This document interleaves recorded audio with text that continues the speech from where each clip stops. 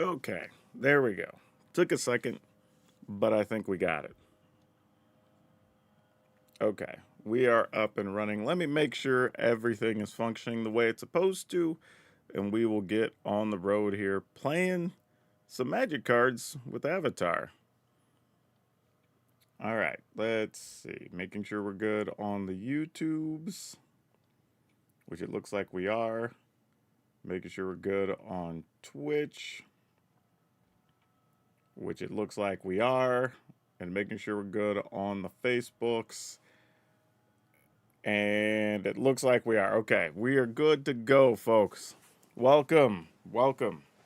Had a little bit of a slow start there. Had something wrong with my stream key. I don't know what really happened there, but regardless, we got it all figured out.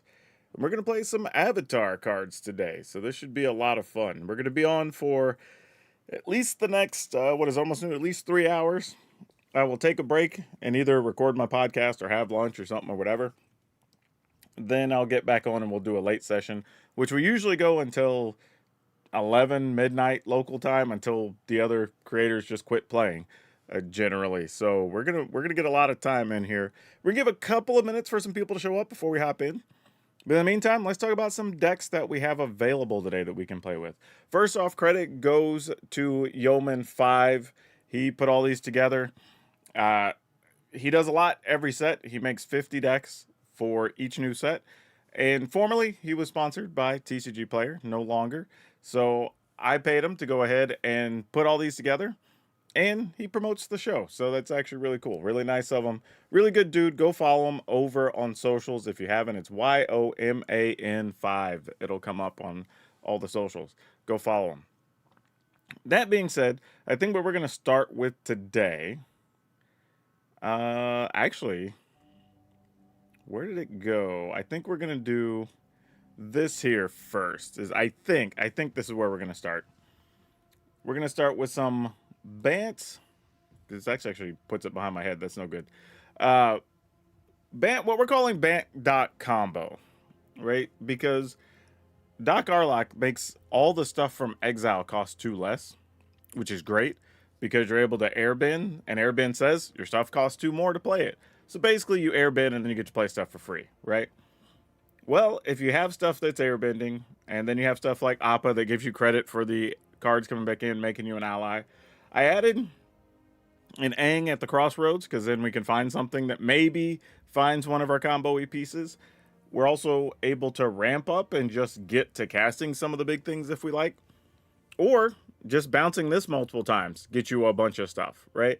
So there's a bunch of cool things you can do here. Obviously, cards with Riddler, getting to play that cheaper. Get a bunch of cards from Trailblazer if you're just like in a blink combo-y situation, right? Aang into Appa. Appa gets rid of this. Then you just keep doing that and getting cards. Like, that's a thing. So there's lots of cool stuff we're going to be able to do here with this deck. I don't know how it's going to work out just yet, but we're going to start with this one. Last season, was it last season? I think it was, where we played the Doc Arlock deck and got a little bit surprised. No, that was the season before with Edge of Eternities. So if it works, we're going to have a lot of fun with Doc Arlock again. Don't know if it's going to happen, but it should be cool. Let's take a look at other decks here real quick, though. We also have... Oh, I guess if I'm not actually in the event, it does that whole weird thing. Let me hop back here. Find our events. Let's go here. What's weird is I can't look at decks the way it's set up without seeing all the missing cards. So that's a little bit tough. I have to do it while we're in the event window, which is kind of weird, but I get it. We got to make some concessions to make this work properly for everybody. Here we go. Back to our early access thing. And again, welcome everybody. Good to see all of y'all in here. This is a lot of fun. Actually, I just realized I should probably go let everybody in the Discord server know that we're live because I didn't give them the notification while we were messing around with stuff. So now I will just let everybody know. Playing Avatar live. Boom. Okay, now everybody knows. Everyone has been properly notified. All right, back to this. So we do also have some other decks here. There's some Golgari vehicles. We have Gear Hulk deck. some landfall stuff with the big firepower card that makes all of the extra red mana, which is actually, oh no, that actually does the extra damage for the number of times on firepower. We have a couple of different ramp decks. We have some mono green with Ugin and some ramp stuff. Some cage decks. Mono red, red devotion, actually. This is one that'll probably be pretty fun to have.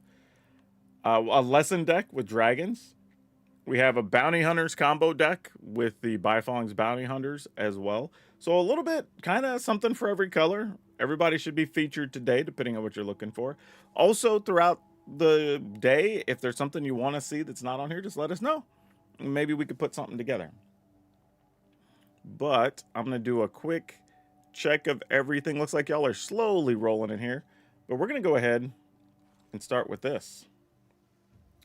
So let's get this started, get to be part of a live recording, and we'll use this at some point along the way. All right, what's up, Dragon Brood? This is the early access for Avatar the Last Airbender, and we're going to be playing some Bance combo, particularly with Doc Arlok, right?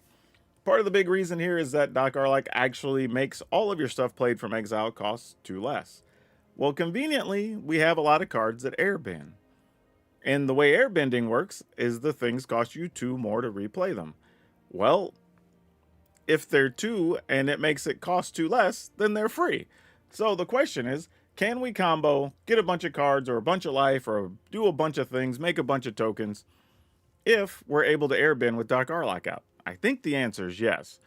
But let's run down this list real quick so y'all see what's in here, and then we'll hop into the games. But we got some Get Lost, because you do still need some amount of removal. Shared Roots, one of the new cards that's really cool because it's basically a Rampant Growth. And Rampant Growth was really good before, so you're probably going to see that a lot over the next few days. Doc Arlok, obviously, like we just talked about. Outcaster Trailblazer. This is another way to get mana to help us cast some of our more expensive things, but also let us get a bunch of cards if we are in the middle of comboing. Aang lets us flash something in as a surprise for a 2/3, then also airbend something if we're able to, which is very cool. Now, could we pay 8 and get to the backside? Well, possibly. I don't know how often that's going to happen. We have Appa that lets us save any number of creatures to airbend them if we want, which is actually super sweet. And Avatar's Wrath. Now, this is an interesting one because you choose up to 1 target creature, then airbend all the other creatures. Until your next turn, your opponent can't cast spells from anywhere other than their hand. Exile this card. Now, the fun thing about this is you can airbend everything except for Doc Arlok if you wanted to, and then just replay everything, and then your opponent doesn't get to do anything with their stuff the next turn. Kind of silly. Beza, the Bounding Spring. Obviously, this is just for value and a big body. We get a bunch of cards off of Quantum Riddler. Aang at the Crossroads is really fun because this lets us find any of the other things that may be in the top 5 cards, and then possibly just flip this to the backside and have a big 4/4 thing that also lets us earthbend for free. And then Overlord of the Mistmores, we've been seeing a lot of this. We know how good it is. We know what this card does. Nobody's really surprised by it, right? Otherwise, nothing too special here with the lands. Kind of what you expect going on here. Everything is what it is. So yeah, as usual, y'all know the drill. Check out our sponsor over at Tales of Adventure. Save some money if you want to buy these cards. You can get 5% off right now. Just use my code. It's Dragon. It's DRAGN.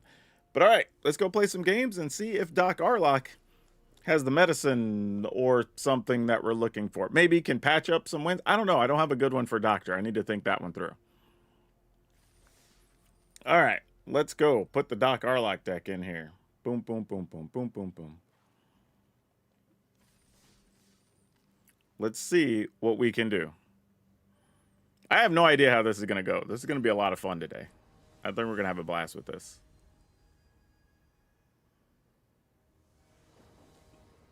Also, welcome, the Levi Howman. I see you got here early. Well, this doesn't feel great. I'm going to mulligan. Yeah, okay, not much better, but it's something, I suppose. I mean, it is something. Is it a good something? I don't know. We'll see. All right. Ooh, we found an Aang. That's neat. Oh, no. I should have played this first. Because I can't even... Okay, we got lucky because I couldn't even cast the Flood for or the Get Lost there.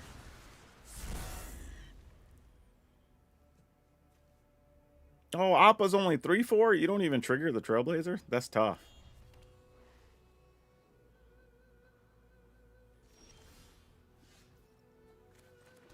I feel like I should have known Ali was going to have something control-based.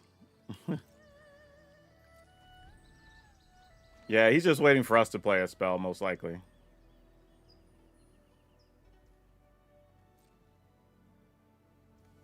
Alright, well, this is going to be a kind of a slow one, y'all. I apologize. Let's go get probably a white land. I mean, we already have access to double white, though. Do I need double blue at any point? Maybe. Oh, I have double blue, so I have everything. Never mind. Yeah. I'm not going to bother. I started to play the Appa, but nah. Okay. Let's say I play this. That leaves me 3 mana if I have this. And 3 and 3 doesn't do me anything. Alright. We're just in a staring contest right now, y'all. Alright. They get access to another card. It's a land. Go figure. Well, he gets to play it. And if you're wondering why I'm not playing cards, I'm just taking my time to be able to try to do multiple things in a turn. Or like we play this, they try to kill it. Maybe we Appa, try to save it. I don't know.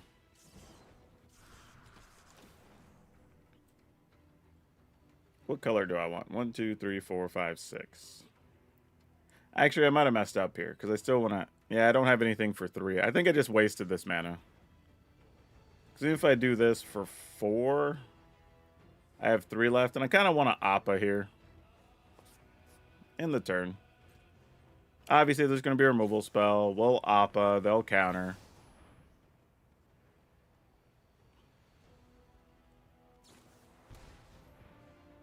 Sure, that's fine. I mean, we kind of knew what was coming. Right? Like...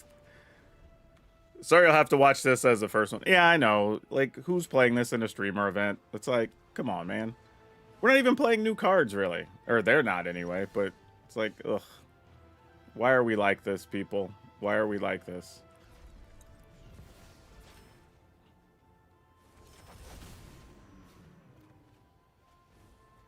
Play a land.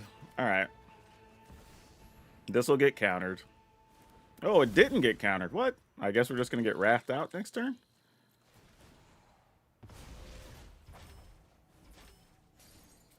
I mean, at least you're playing this. Something cool's about to happen, right?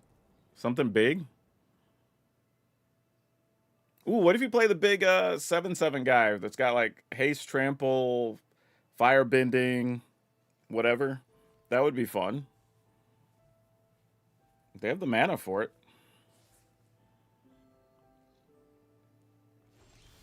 1, 2, 3, 4, 5, 6, 7, 8. What can I do with 8 mana here? It's like just the wrong number. I guess we attack?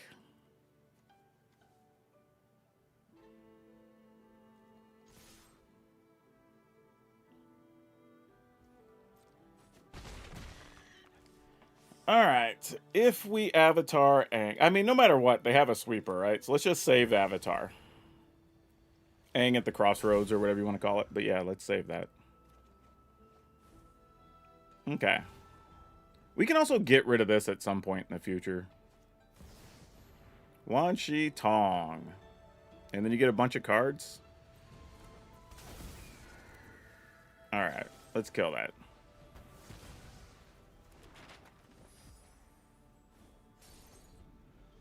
So I assume a sweeper comes here, because that would make sense.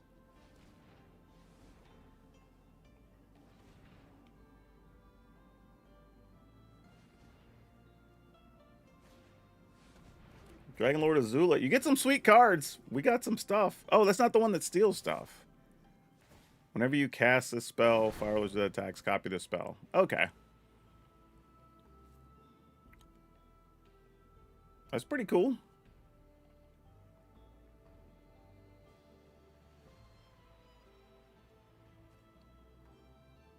You may choose new targets for the copy. A copy of a permanent spell.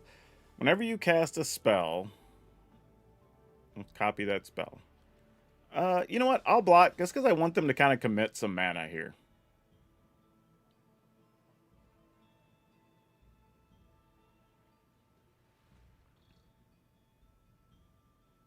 It's not the best block, to be honest, but if we can get them to commit some mana, maybe we can sneak Aang through and do some stuff.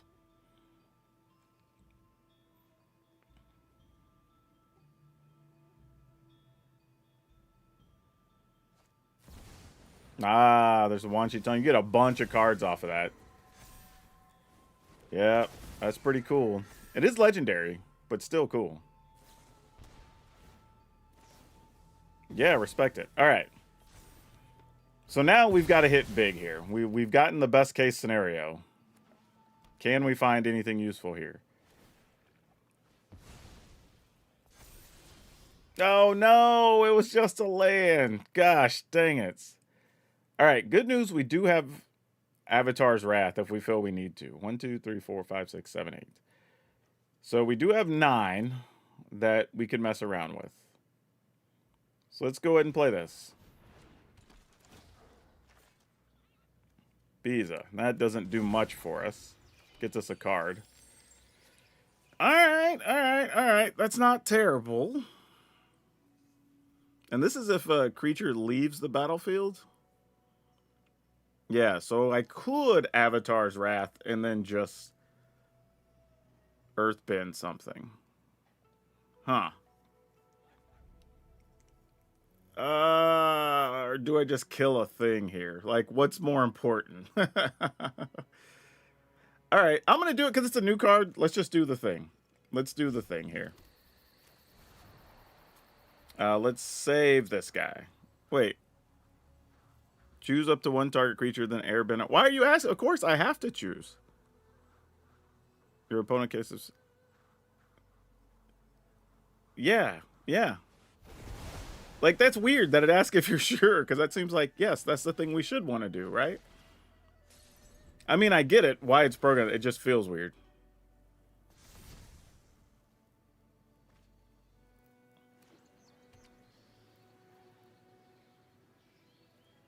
Now, admittedly, they're going to get to draw a lot more cards off Wan Shi Tong or whatever later. It's like, it's just a problem for future us to deal with.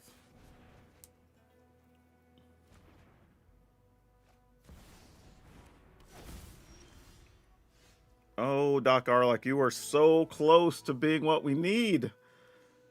Oh my gosh, so damn close. All right, well, at least if we empty our hand, we can get some cards, right? Get this for basically free. No, man. For real? Gosh dang it. Yeah, we'll earthbend this plains, I guess. Also, randomly, you could earthbend a Fable Passage and then just sack the passage if you ever needed to. That's fun. Yeah.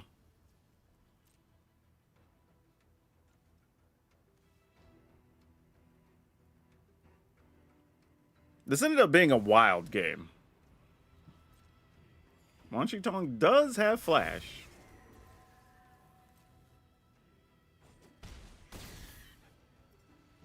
Alright, and then I'm gonna save. Actually, I don't even save. We just pick up Aang.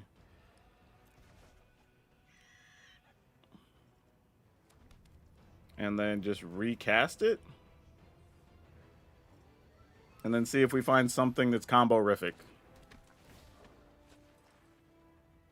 Appa! Hell yeah. Ooh, wait. Or I could just get the... No, I need an Appa, right? Appa lets us get more dudes. Let's just do the more fun thing. And let's bounce these two.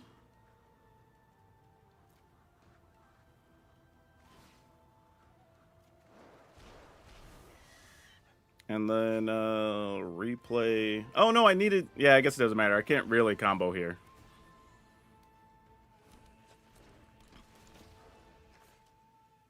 Another Doc Arlock doesn't do anything. That didn't help us at all. I probably should have just done this beforehand. Yeah, it doesn't matter what we get here, really. Oh, they get a counter whenever we search. I forgot about that part of that card. Sweet. Extra value just because. We do get a card. That's not terribly helpful.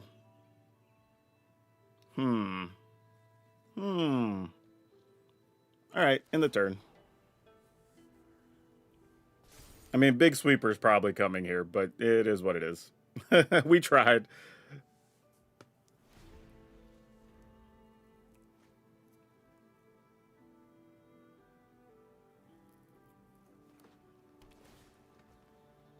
Alright, what do we got?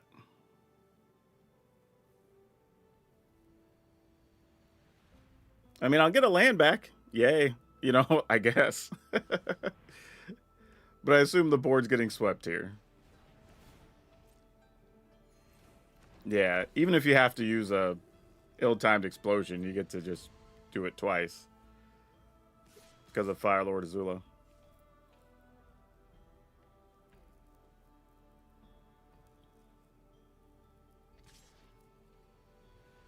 I mean, I assume we're going to lose our creatures anyway. So we're obviously going to block if given the opportunity.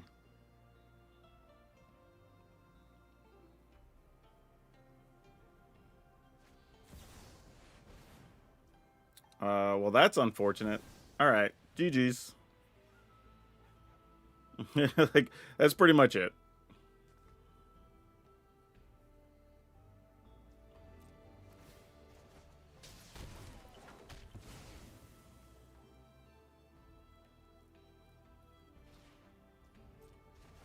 Though, hold on.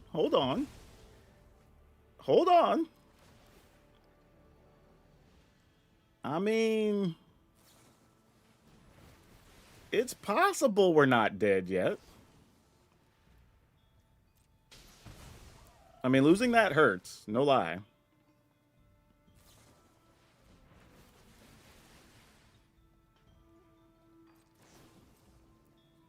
I should have killed Fire Lord Azula along the way, but it's kind of cool just watching the other deck do its thing here.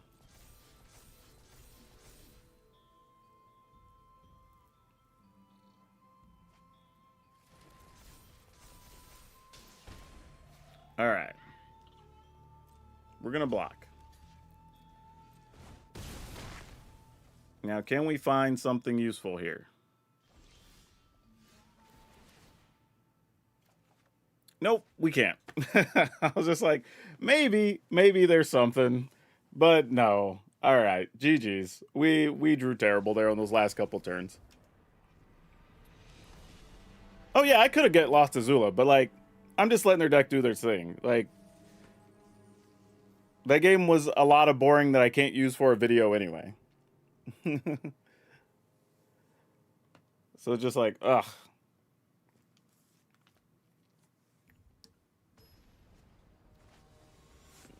Like, want to do something fun. We want to see fun decks doing fun things. That's what we're trying to showcase. Sure, we'll keep this. Even though I can't cast Aang, I have Doc Arlock, so we'll see if that's good enough.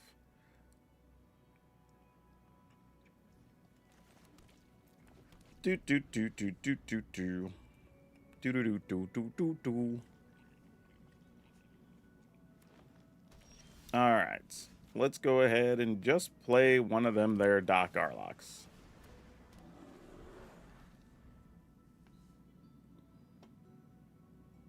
I mean, we got 2/3 of the combo, if you want to call it that.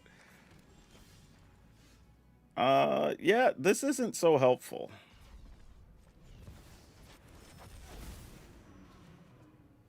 That would have been good a while ago. Yeah, might as well attack. I mean, I'm not going to block with Doc Arlock here.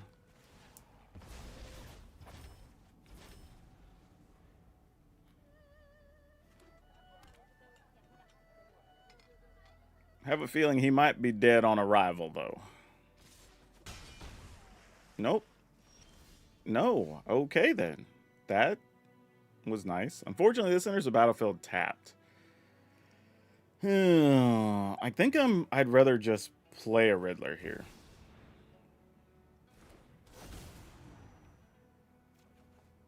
Okay, another Doc Arlak doesn't help our cause at all.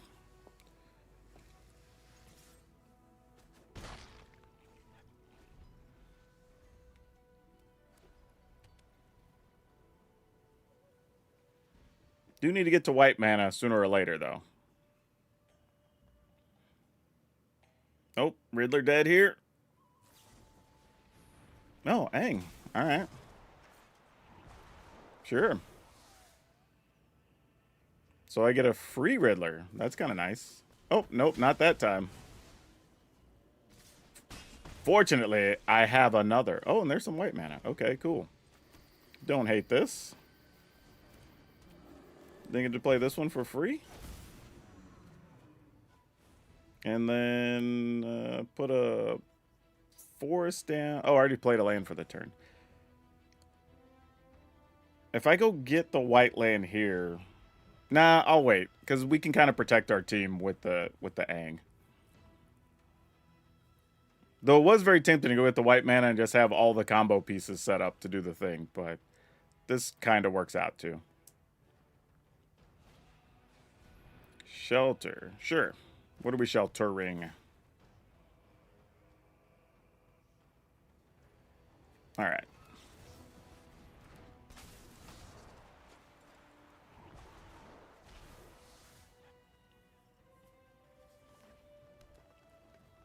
I mean, you can attack with a 3/3. That's not a good block for me. Hey, we found the other white mana. Hello. All right, now we're cooking. Ooh, double Appa doesn't particularly do anything, sadly. All right, so we can...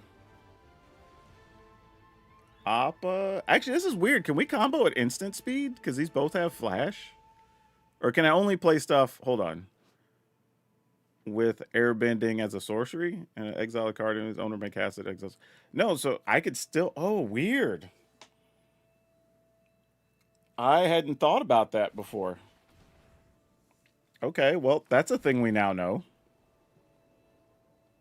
All right, no attacks. We can now respond to whatever they try to do here, so this is interesting.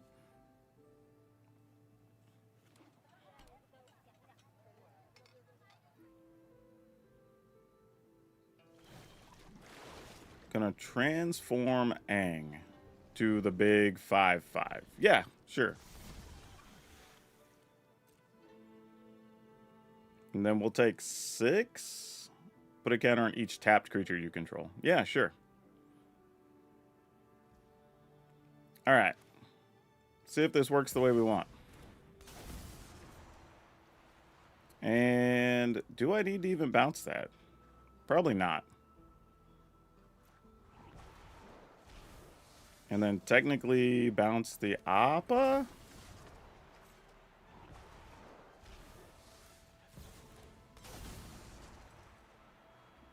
Yeah. All right, yeah, you can instant speed creature combo. That's weird. But it's a thing we can do.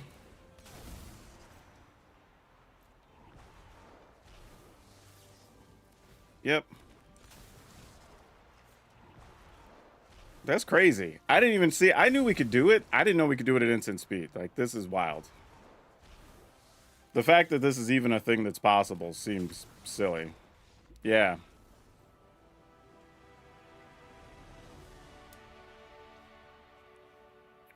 All right, well, we learned a thing. And it actually works. So that's crazy. So yeah, I don't know. Don't know how I feel about this being a thing. It's a disruptible combo, though. I will say that. If you have up any... I would say if you have up any instant speed removal, you can totally deal with a combo. So it's not like world-ending by any stretch. I'll keep this. Assuming we can get to the mana we need on some level.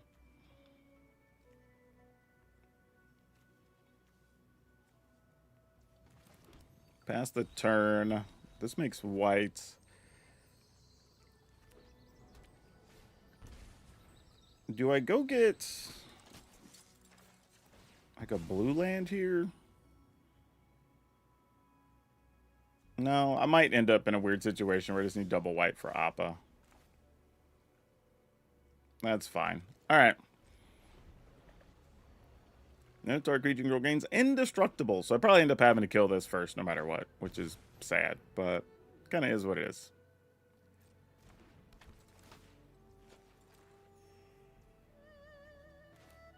I will kill... I mean, if I target this, at least they sack this anyway. And we don't have to worry about taking a point or anything silly. Yeah. The thing is, we already knew what our next turn was going to be, so it's just this.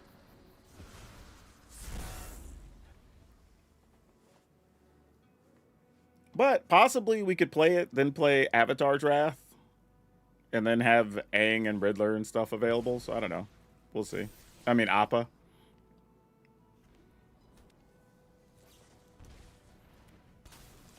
Alright.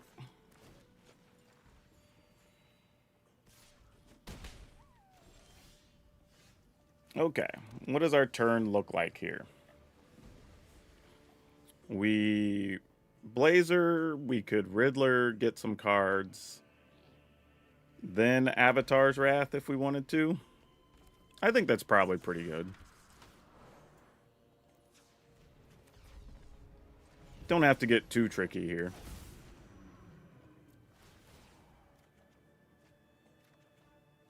Alright, and a 5th land. Actually, and a Biza. That's actually not bad either.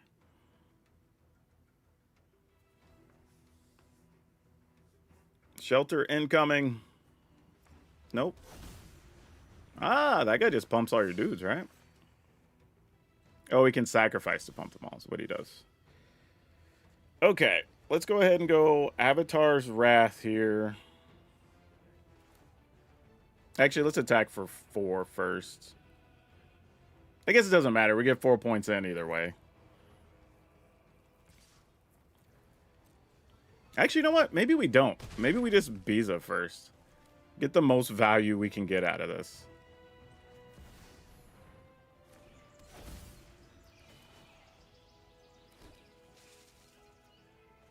Alright, then play that tapped.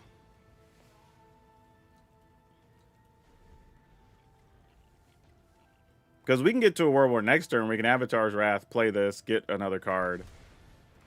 Katara, the Fearless.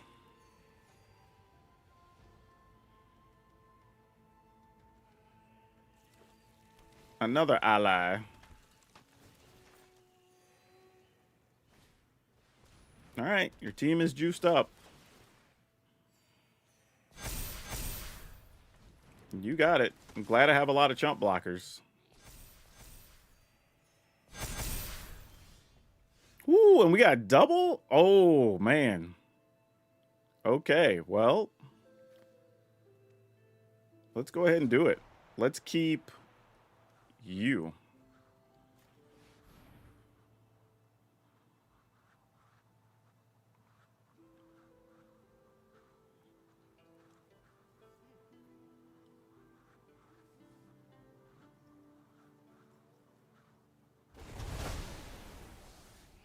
And then we'll play this, take some damage, play this guy, get more cards. Go attacking. Alright.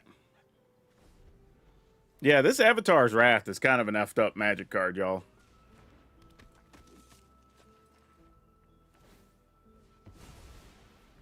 Like, it's messed up for unnecessary reasons. Like, I don't even know why we decided to make this card. That's the level of messed up it possesses to me.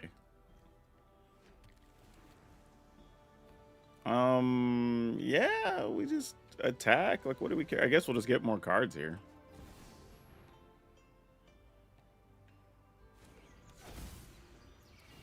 We have 3 mana open, that's fine.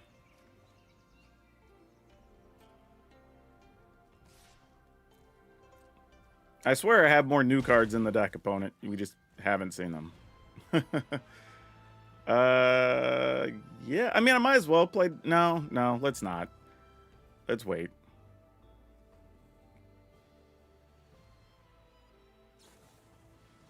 Yep, you have reinforcements. Next turn we have 2, 4, 6, 8 mana, so we could Wrath and do other silly things.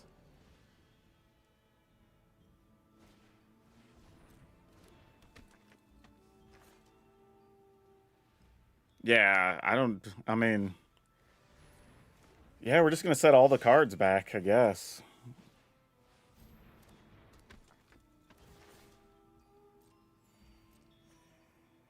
And the dumb thing is we get to play both of our things for free because of Doc Arlock.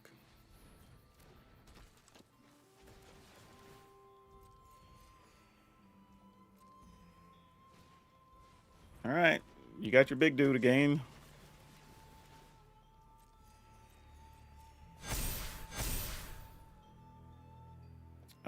Do we need to try to kill anything? If we triggered a billion negatives, I guess we could try to just kill Katara here so we don't have to deal with her in the future.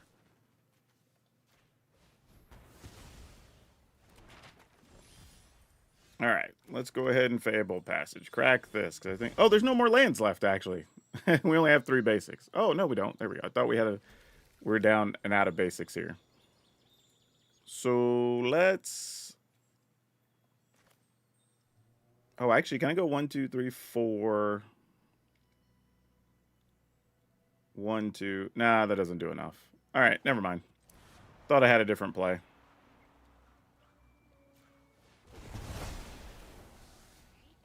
Play this.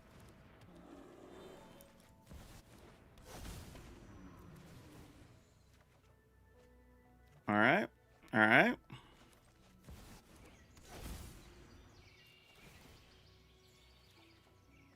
Okay, well, that wasn't all that helpful, sadly. We just drew 3 lands off of that. Very disappointing. 1, 2, 3, 4, 5, 6, 7. 1, 2, 3. So we can't quite do that the way we want.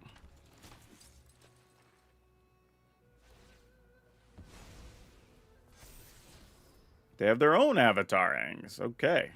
Good to know.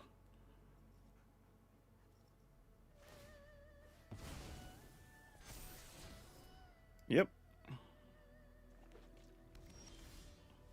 Jeez, really? All right. Let's go ahead.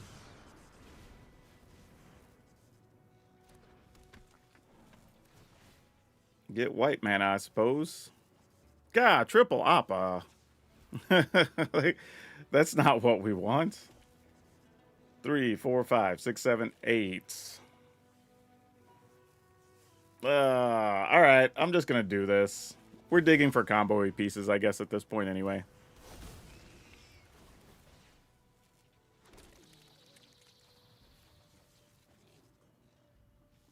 I guess we attack.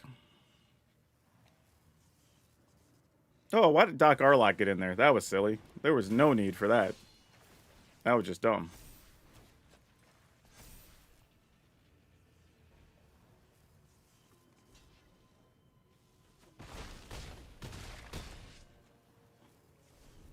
All right. Are we dead is the question. Yep. Get a bunch of tokens. Or +1/+1s, actually.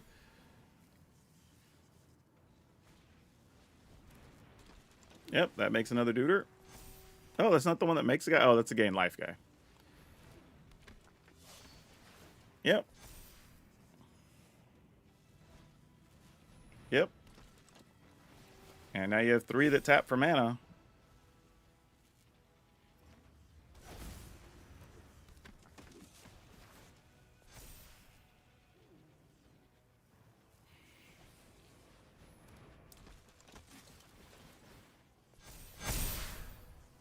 That's pretty strong. I mean, if you attack, I'm not blocking, obviously.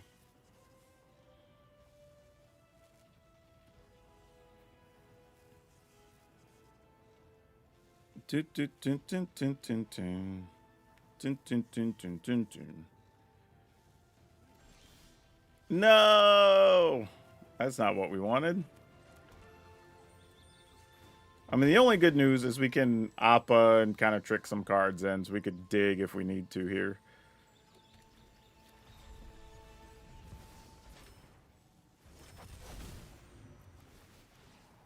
All right, let's see what we can find.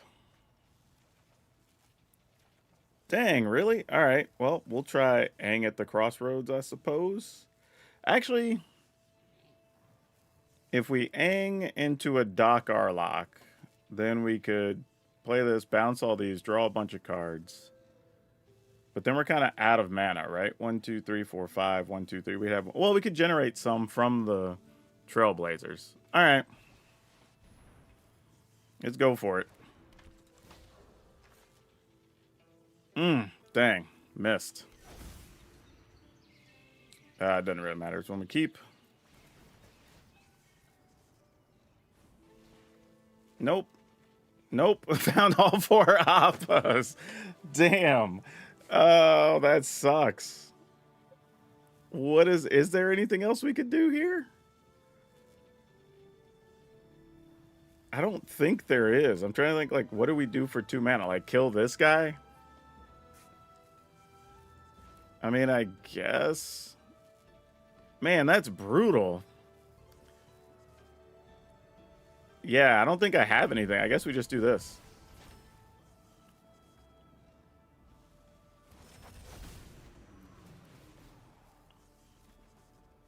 Nope.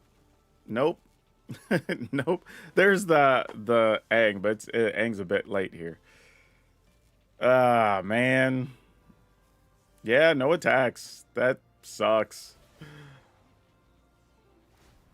Yeah, if we'd have got Aang sooner, maybe we'd have had a chance to try something, but we're kind of stuck at this point. I guess we just go 3 lands. Well, one of the Appas. Actually, let's get the Appas out of here.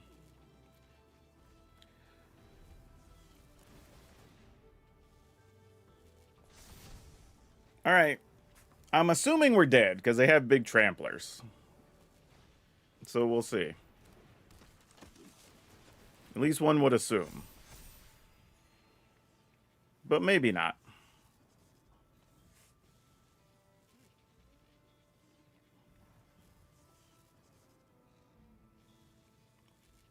They can give a land Earthbending 5 and just... Oh, yeah. That's actually huge for them here. That makes a lot of my blocks really bad. Yeah, now we should be dead, right? We block, because that's 16. I'm going to assume we're not blocking that. Aang could bounce our big flyer.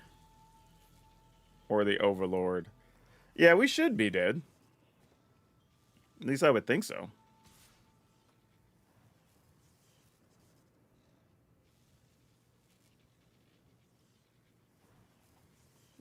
Only 16 coming through. That feels very suspicious.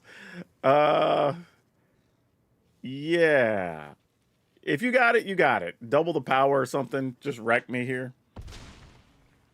Fling something. No, nothing. All right, cool. We're still playing Magic. Okay. 3, 4, 5, 6, 7, 8, 9, 10, 11. We could hang in this. That's 8. This would leave us 12. I'm just trying to think, how do I get to see the most cards? Like, if I play this for 5, I get to draw 3 anyway. Or I could bounce this. Yeah, let's go for it. I mean, I got 19 cards left. Let's see what we could do.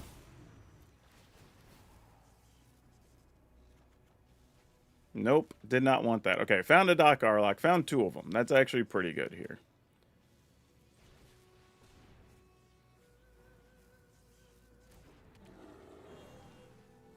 And 1, 2, 3, 4, 5. So I would have to... Actually, I guess I have to Appa now and hope they don't have an answer. Because I need to generate the mana off the Trailblazers to be able to get to a situation where we could Aang Appa Infinite.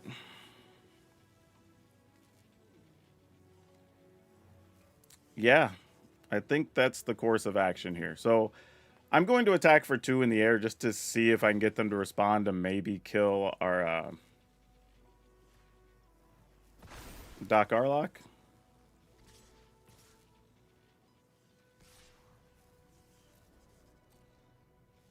They don't appear to have anything. Alright, well, let's go for it then. They can still respond to the Appa trigger. So, I mean, if they have something here, we're still wrecked.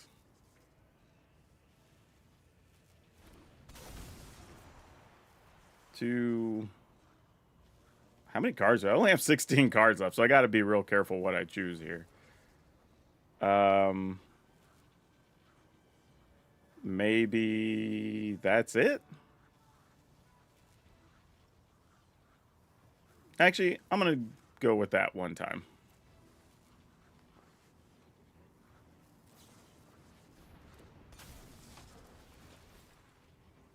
Bounce the Doc Arlock, right?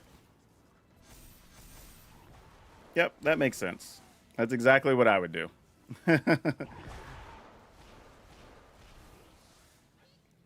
Yep, that's 100% what I would do. And can't do anything. Actually, discard down because we can't do anything else. And then that's game. All right. GG's. Like, that's what I assumed something that was going to happen. I was like, we didn't really have it out.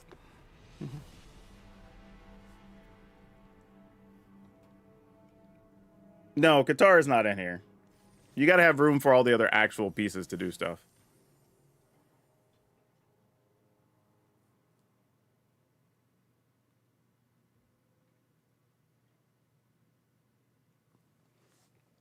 Yeah,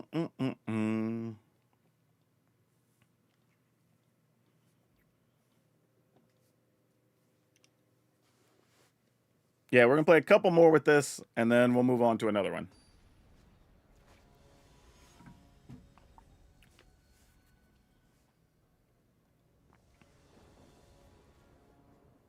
Oh, boy. What do we do with this? I think we mulligan that. All right, we found a shared roots at least. That's not bad. I mean, it's weird here because, like, the mana actually feels like it just works, you know?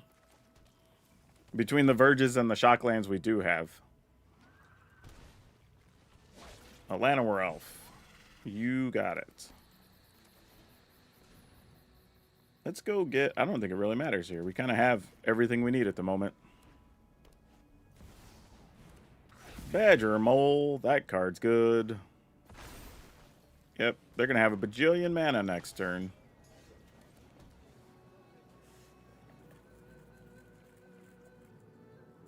I guess we just pass a turn here. Though I should have played the Urban Retreat there, tap. Well, I guess not. I might actually flash in Appa. We might get lucky and get to block a Badger Mole or something. I don't know. What is this guy? Taps for mana too? Yeah. All right. You're going to have just lots of mana. Would you like to tap with your things, opponent, so I can block your Badger Mole? It would be much appreciated. Oh, God, there's a Boomy. Okay. Opponent's got a great start here.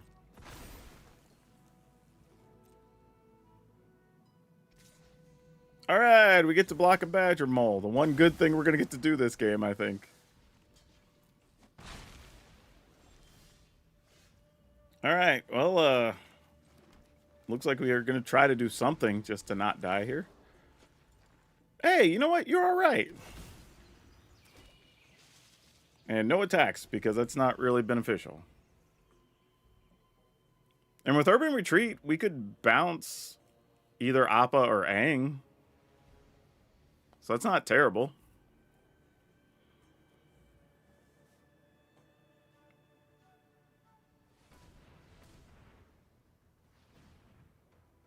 Yep, that's a lot of mana. Oh, this is a very dead Aang? It is. All right. Deal 5. So no chance to get Aang back, as it turns out.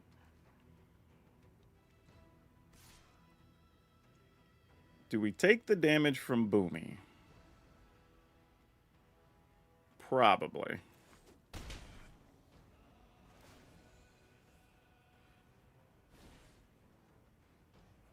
I mean, you're not going to attack. I mean, I guess you'd attack with your 4/4. I wouldn't be upset about it. All right, their hand's empty. That's at least a good bit of information to have here. Hey, thanks for that. Let's get in there with Appa. Let's return Appa to our hand. And we'll just play this. In the turn.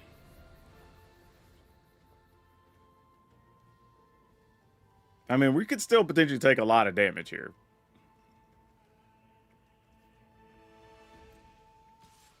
Looks like it's just Boomy again, though. So I think we're okay with that.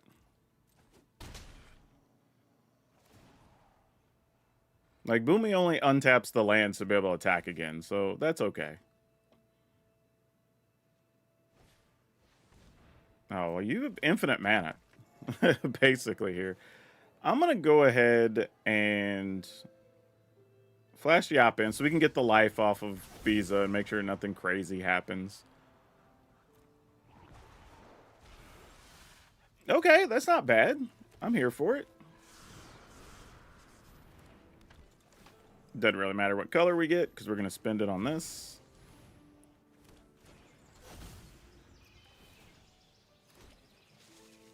Not great, though. Not great. We're at 14. Yeah. Whoa, I didn't mean to get in there with the 1/1s. I was going to attack with just Appa, but I guess they don't have the best blocks. We only lose one fish, so I guess it's fine.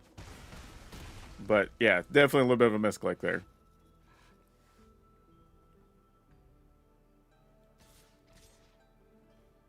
Oh, see, this is where you know we're just going to get got. Like, sure, I'll block here. And then I take a bajillion. Just burn me out.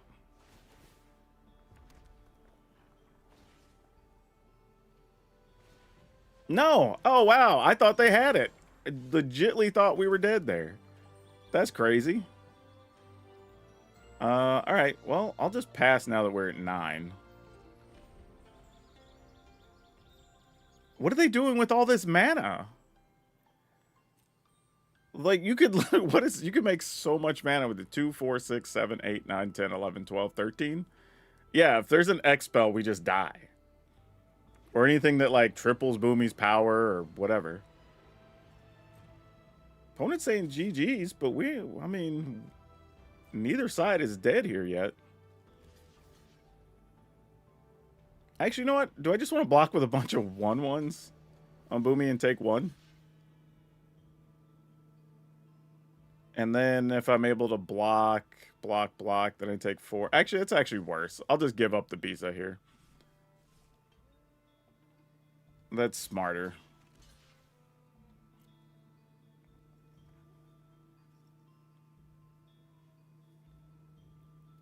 Especially with all their creatures having 1 toughness, being able to block with the fish just makes sense.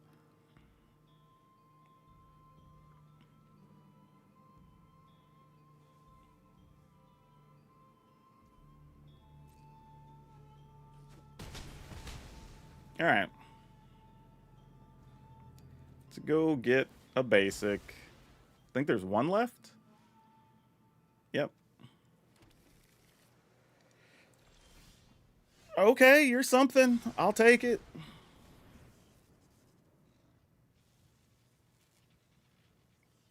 Be anything with power 4 or greater. or I guess if it's Aang to bounce Appa would be cool too.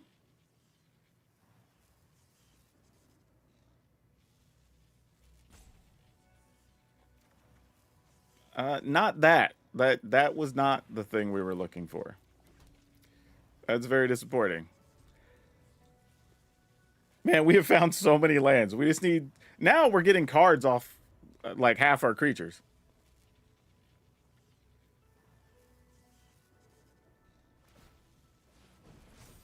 Do do do do do do do do do do do do do. What do we got going on?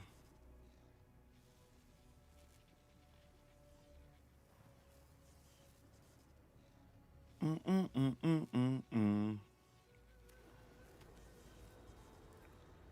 I'm gonna say, you get in there. That's the way to do it. So we're gonna block here, block here, block here, block here, here, here. Nah, if we're gonna do that, let's block on this one. All right.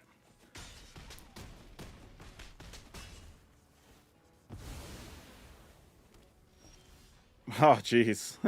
All right, sure.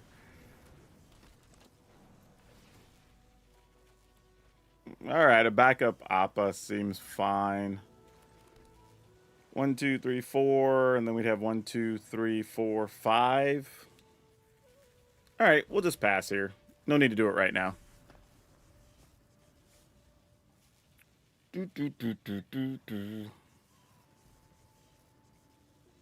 Because Appa doesn't generate cards itself. We'd have to pick up the Trailblazers.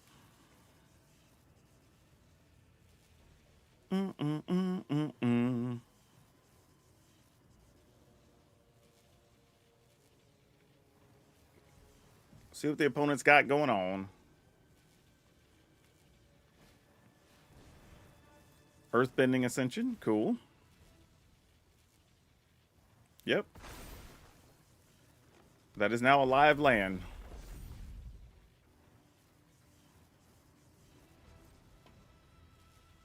I am going to do this now. Because at some point, we just got to get cards and try to get ahead here.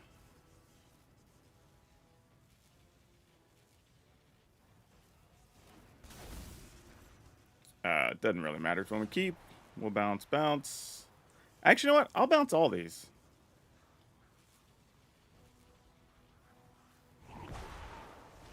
It's a little goofy, but, you know, these basically generate another mana. All right, there we go. Whew.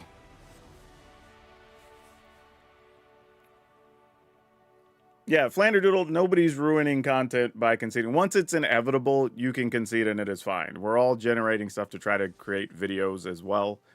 Like, that's a known thing. No one is upset. Believe me, I can see the Discord.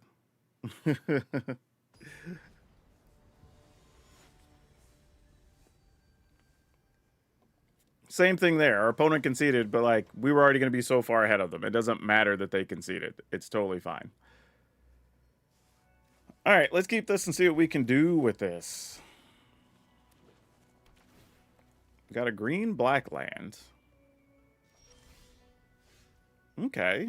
I think we're just going to play this tapped.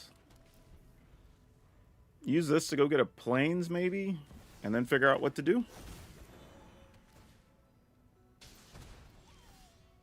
Oh, definitely going to go get a plains now.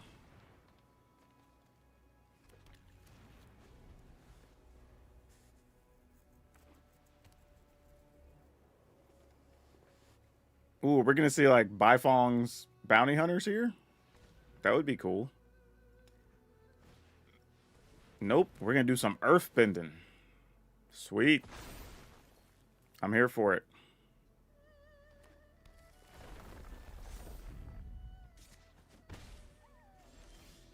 All right, let's... I'm going to play this, actually. And pass.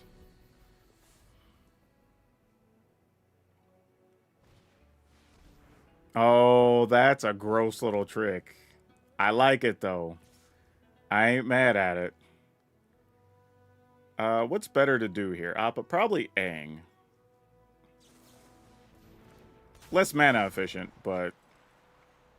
up to 1. Let's go ahead and bounce this.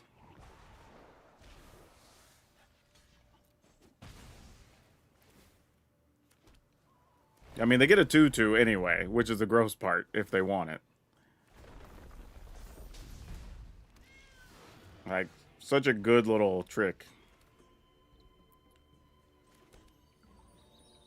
And we can plot one of these and then nothing? It's not the greatest thing. Alright, I guess we'll pass.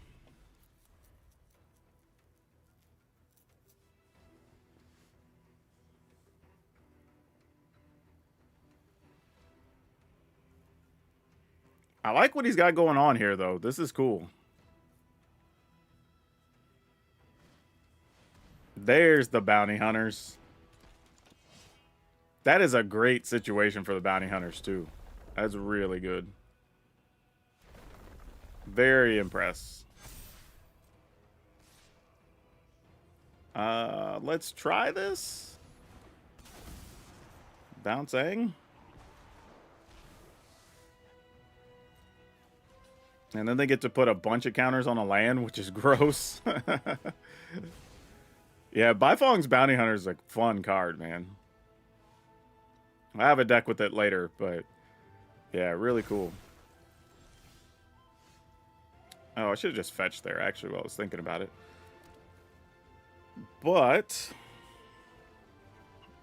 we got a Biza. Biza does what here? 1, 2, 3, 4. Then we can Aang. I guess we just go ahead and do this now. Plot this? Is plotting it even good enough here? We do this into a Biza. We get to gain 4 life. We don't really get anything out of it, though. Though we do have Aang at any point here.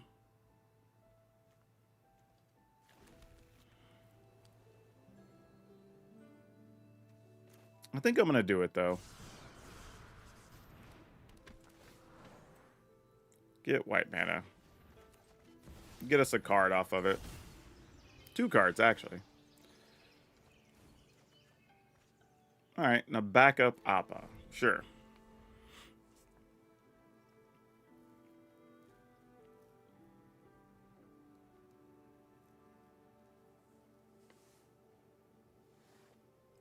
I feel like their deck could do almost anything here. So I don't even know what we're worried about just yet.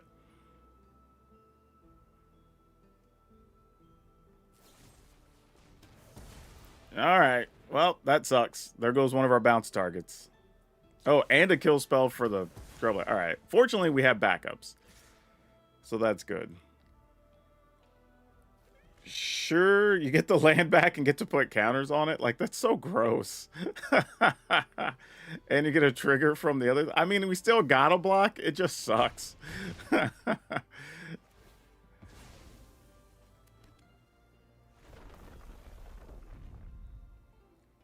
And you put it on a land where you get to deal damage. Like, that's so good. Like, can't even be mad at it. That's just a good strategy, man. Alright, I guess we go ahead and do this.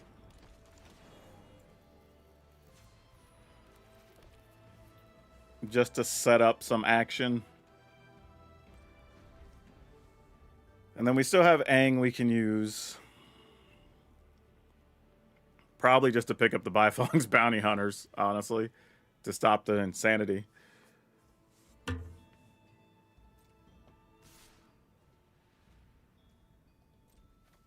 Alright, we block. Gonna do something to flash a land in or something. Alright. Try to minimize our damage here.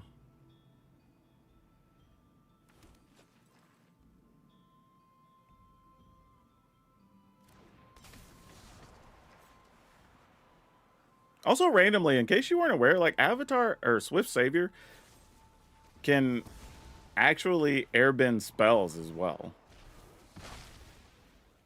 Just random thing to note that might be important in the future.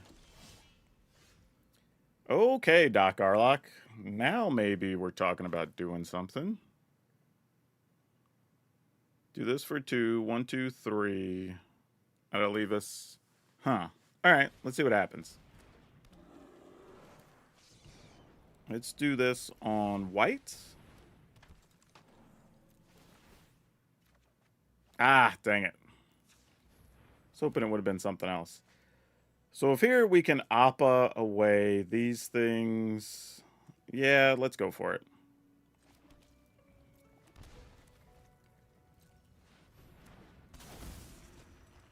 One, two, three. Oh, actually, I meant to keep the other one.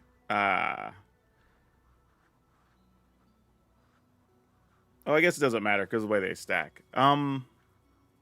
Yeah, just these.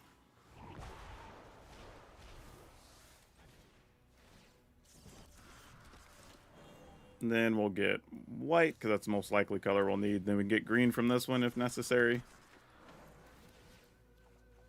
Well, didn't matter either way. We tried. All right.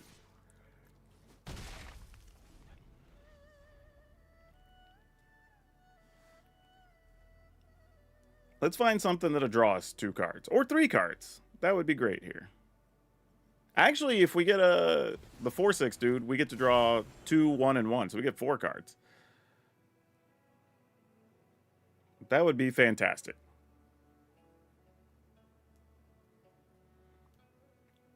Oh, we totally forgot Felidar Retreat was in Standard? Yeah, I've played with it a couple of times. It's a good card. Oh, Rocket Launch. Yeah, I forgot about that card. That's legit. What's the trigger on this? When you do, if it has 4 or more, put a +1/+1 counter. Oh, no. That's exactly what we didn't want. Uh-oh. All right, pass the turn. Man, if we can get an Overlord, get a big 4/6 flyer. Hell, even another, what's his name? Biza would be good. Actually, another Appa's fine. Like, we have so many real cards we can draw here. Aang is also good because we could bounce Appa. Oh, come on, deck. We have so many chances. Hell, even another Trailblazer is fine. I'll take that. Like, whatever. Sure. I guess we take 4 at least one time. This doesn't trample or anything. Yeah. All right.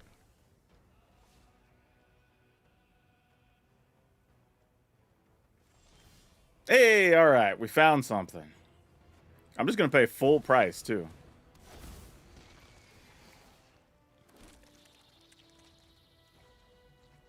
Oh, that's actually really good here. All right. Well, if we survive a turn, which it's looking like we can, we're in pretty good shape. We just have to try to hold on to the Trailblazers, try to hold on to Appa. No, dang it. Ah, they got us. Because now they just sack combo. Yeah, GG's. Dang it, we were a turn too slow.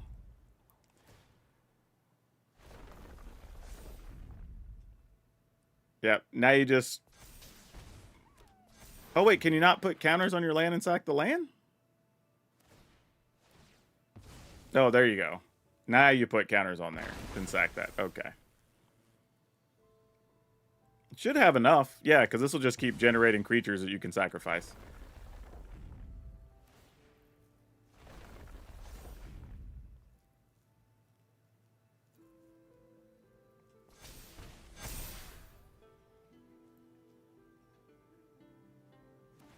All right. Are they out of basics?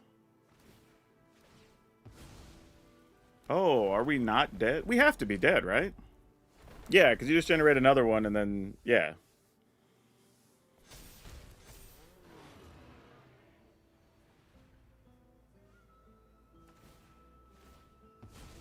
Yep, that'll do it.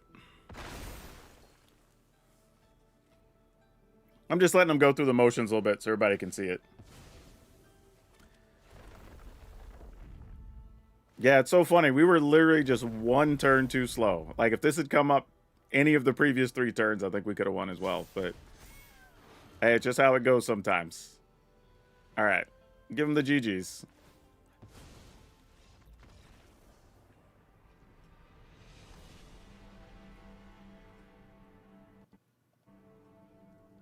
Do, do, do, do, do, do. We were so close. Let's go and give it one or two more plays, and then, like I said, we'll hop on another deck here. Where'd you go? There we are. Fun cards, though, I have to admit. There's a lot of fun stuff you can do in this set, so I'm kind of looking forward to building a lot of decks with this.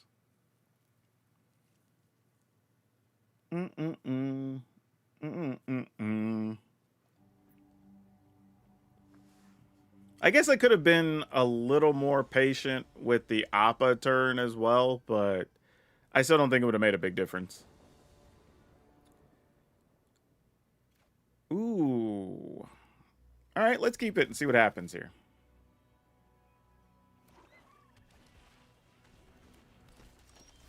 Greedy freebooter is usually a sign that your opponent wants to go really, really fast.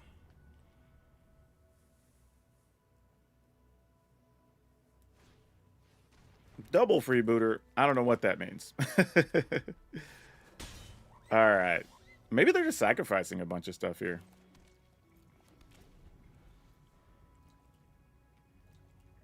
All right, so here's what we're going to try. We're going to try to plot this. And then... Oh, they're going to sacrifice for some things already? Okay, cool. That's good. I was going to say, plot into Avatar's Wrath to buy us a little bit of time, maybe?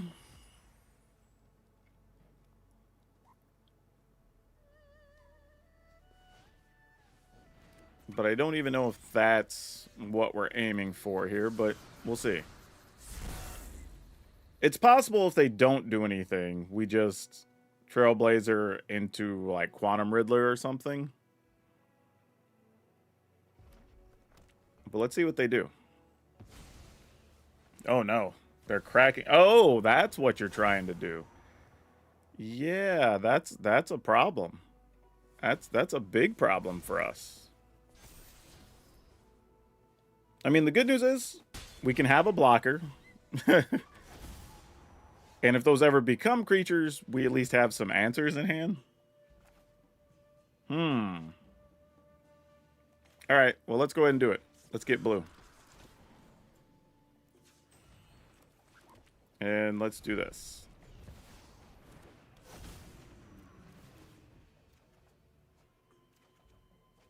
Not the best things we were looking for there, but I guess not terrible.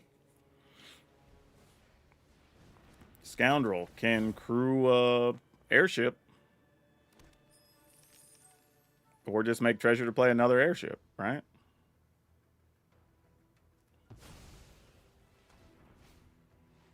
Callous Inspector. When it dies, it deals 1 to you and you create a clue token. You already had something leave the battlefield this turn, so sure. Might as well block it.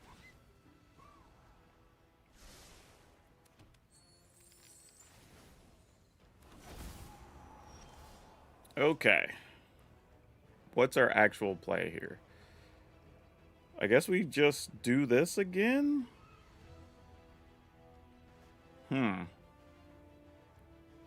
Yeah, I guess so.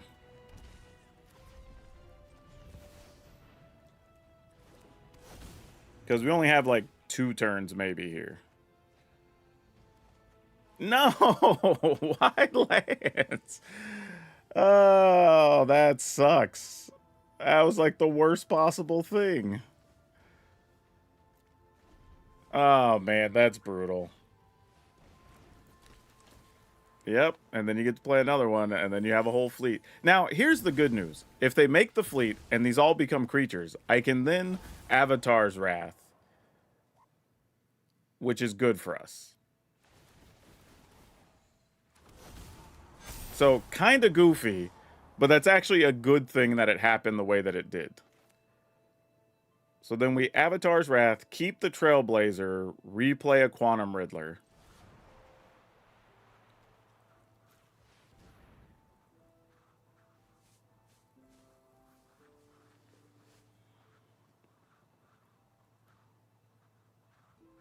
That's the best case scenario that could happen for us here, honestly.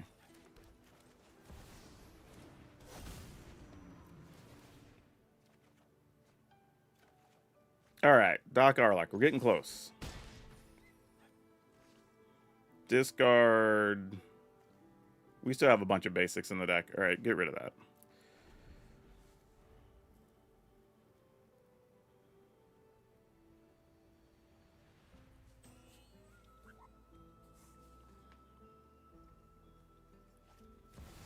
All right, Airship. Crack the Fable Passage. Go get, I guess, this. Play a Doc Arlock. Play a free Riddler. Get some cards. Go attacking. We can see their whole hand, so we're just going to go for it here. Get green, I suppose. Play this. Go fetch one of the last few basics. All right. Yeah, sadly we didn't play a bunch of new cards that game.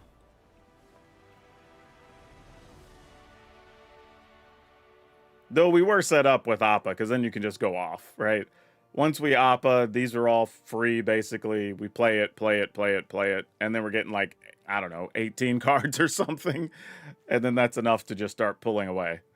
But yeah, crazy situation there to use that to stop the air fleet. But it worked out, I guess.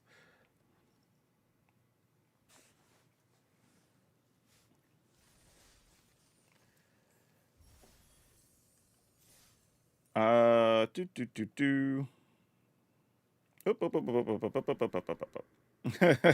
Gotta get in here so I can do the wrap up real quick. Resign. Yep. And then claim. And then I gotta get in here so we can go back and look at the decks. All right. Let's take a look at this. Y'all can see everything that was in here. Because this was a bit of a wild one. Oops. All right. So the funny thing is, this deck's definitely playable. I made about, I don't know, felt like 5 mistakes per game playing this thing. But it is cool. Avatar's Wrath really is a stupid card. I think you could also play, what is it, the Ascension in here. This is one that, when it enters, you airbend up to 1 target creature, so you can use it defensively if you want. When a creature you control enters, you put a quest counter on it. And then at the beginning of your end step, the enchantment has 4 or more quest counters on it. Exile up to 1 target creature you control, then return it. So you get to just flicker something for free, which is pretty big when you have either Aang, Biza, or actually any of the things, to be honest. Once you have Trailblazer out, actually becomes kind of powerful. So you could play this in place of Avatar's Wrath if you wanted to give you a little bit of extra reach, probably. There's some different ways you could go about doing stuff. But yeah, pretty cool. Pretty cool. This is a fun entry if you wanted to play cards from the new set. And you get to play with Appa and Aang, right? Which are 2 of the main featured characters of the show. So that's actually pretty sweet. But yeah, like always, link will be in the description. Y'all can go download it, have fun with it, all that good stuff. But that's all of you for now. We'll see you next time. Cool. That was a fun one. Let's see what else we got. Let's go big red here with... Actually, wait. Ooh, have a quick detour I gotta take. Looks like somebody's trying to ping me for a message. Boop.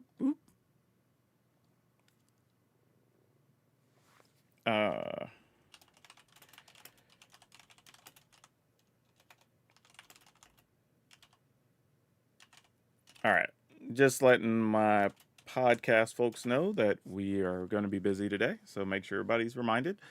All right, back to this. Let's play some Big Red Devotion. I think this will be fun. Do we have enough new cards in this one? We get to play with Zhao. What else do we have in here? Oh, is Zhao like the only new thing we're playing? Oh, no. We're playing The Legend of Roku as well. All right. Yeah. We could rock this. I wish we had it. What's the new red land from this set? Let me see. Hold on a second. Oh, I can't split through Avatar yet. It's not in there. Okay. Let's see if we can identify it. Just, not that, not that. Is there not a new red land? Forever? Oh, it's this one. Target creature you control gains firebending 4 until end of turn. Is there anything we could use the mana for other than Zhao? We could pump something. That has to be as a sorcery.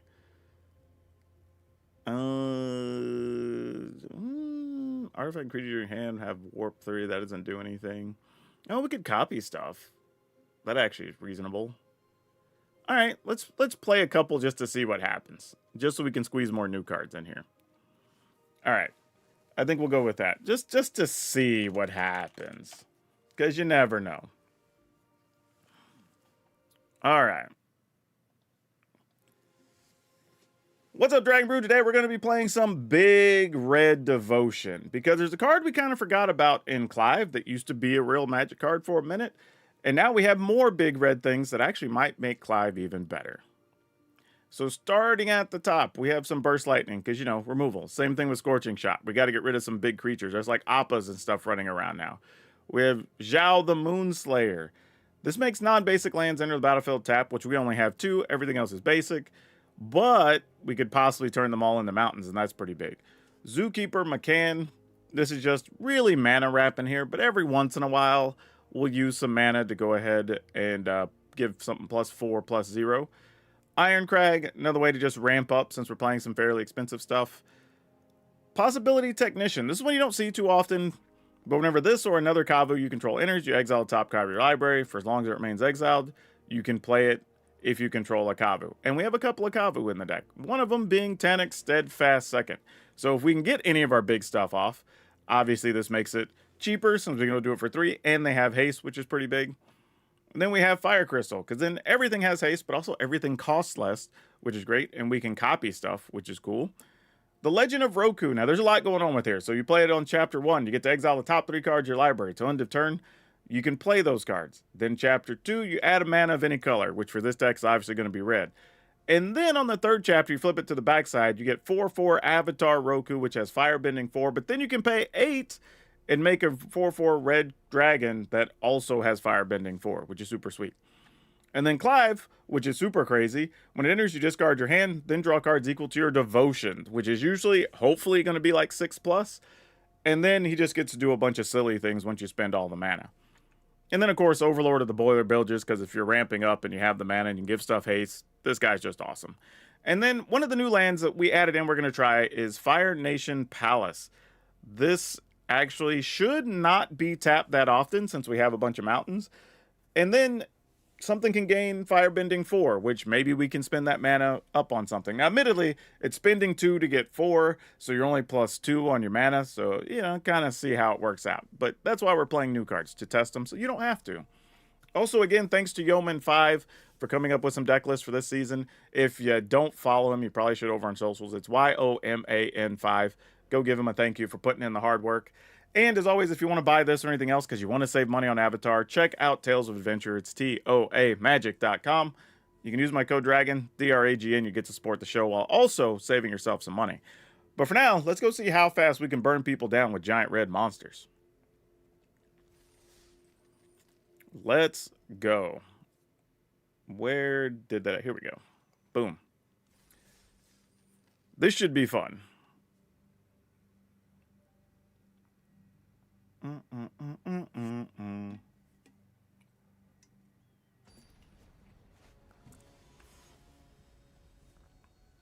Let's see what we can do. All right, this is something. Like, we get to play a Zookeeper McCann. Actually, if McCann lives, then turn 3 is really good with McCann plus Iron Crag. And that's nice, because then that sort of unlocks a million things on the next turn. Now, the reality of both of them surviving feels pretty low. We'll see. That's pretty good, though, when that guy has to come out by himself early. Though they could just play one of the allies that just makes another ally. So then I can't block anyway.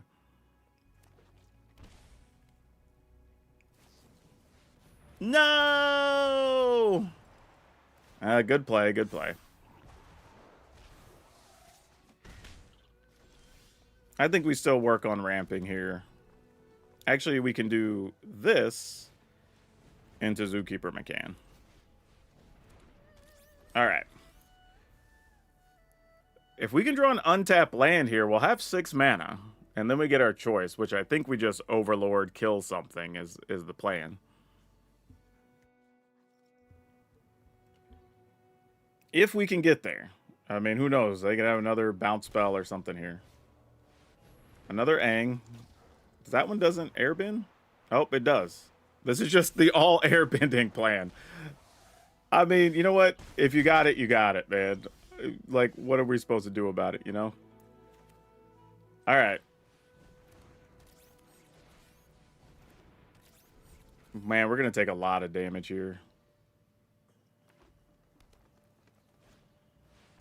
Oh, my gosh. Tough. What I feel like it's going to be another Aang. This is just all Aangs and Earth King. Yeah, you got it. We'll just take a pile. We're just dead next turn. Like, it's all good, man. You just had the all bounce spells and we just got stuck on mana. Like, what can we do? Yeah, GG's. Like, just attack and kill us.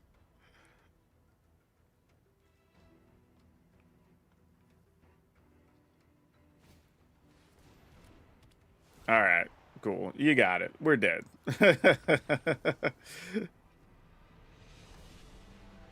Oh, man. That's tough. When your opponent just draws like that, like, they're on the play and they bounce everything you get, like, it's just going to be what it is. And a progressively growing creature. Like, good hand by the opponent. You can't even be mad at that. You just, that happens.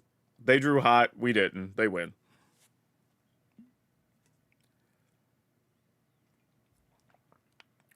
Just the way Magic goes sometimes. So yeah, y'all let me know in the chat while we have a second. What type of decks are y'all looking forward to seeing today? Because we have a lot. So whatever y'all want to see could possibly happen.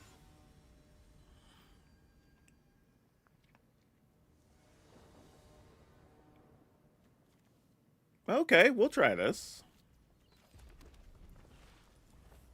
I think, unless the opponent goes crazy fast here, I think we want to Iron Crag into Fire Crystal. Oh, crap. Well, that might change my tune. Nah, we're just going to do this still.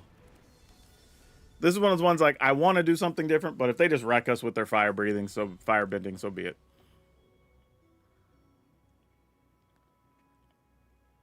Just one of those sucks to be us situations. All right, Planisphere, I see you. Wild Ride. Wow, gross. Yep, and you got 3 mana. That's a big hit.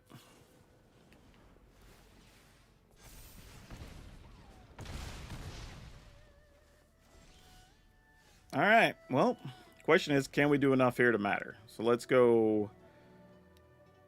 We can do this for 4, which is 3. Leaves us 2 mana to play dude, play dude. That's probably the way we want to go.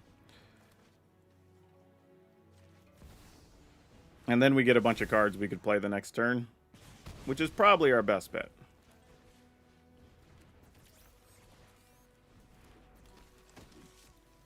Decline. We want all that mana. All right.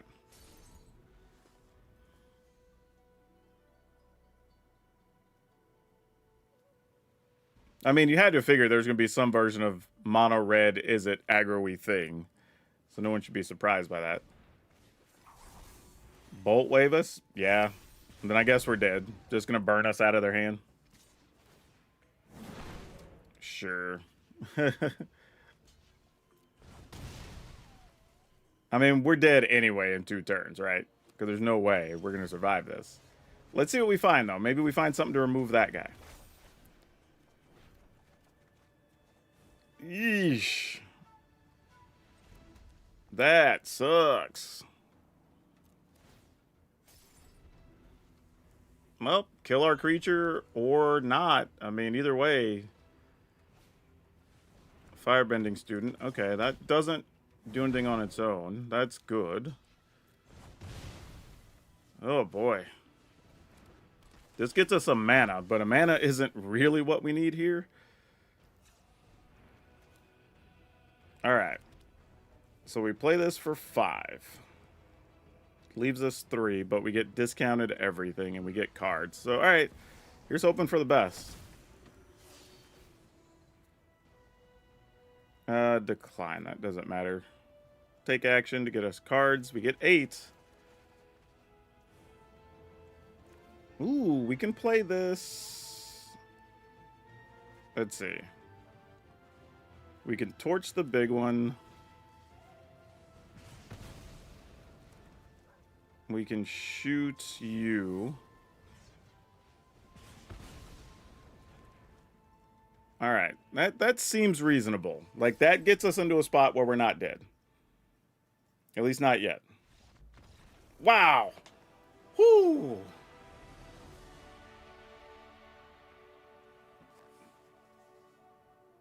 What's wild is next turn, we could have really gone off, too. Like, because all our stuff has haste on top of it. Oh, my God. That was crazy.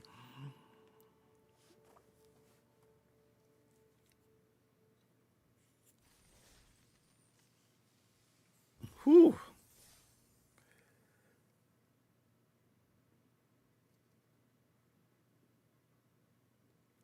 Oh, yeah, I expect there to be mono fire breathing, or fire bending.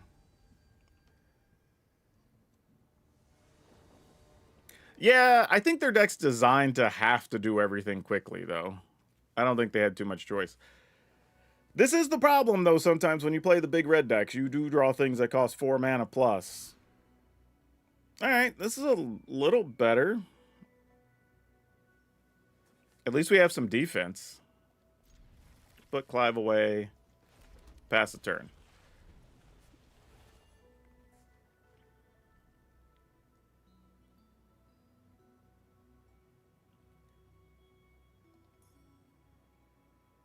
Alright, let's see what we're up against.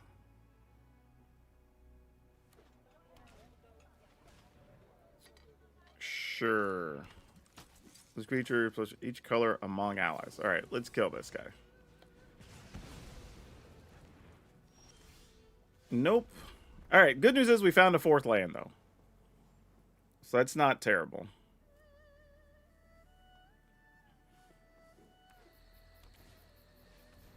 Great Divide Guide. That's also pretty cool.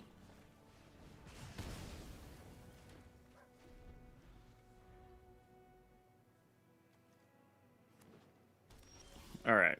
Oh, okay, never mind. Thought I knew what I was going to do. That changes things a little bit.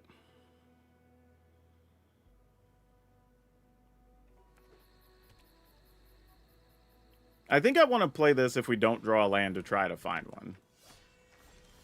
Okay, well, we drew a land, so that's less exciting here. Let's go ahead and play Tanic. Granted, these don't really work well together because you have to have the cards in your hand to warp them.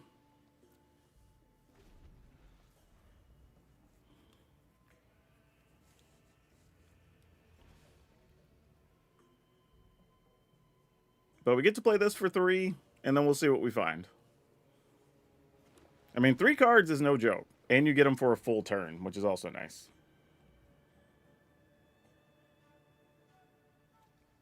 Make an ally? Yeah, I'm not interested in blocking here.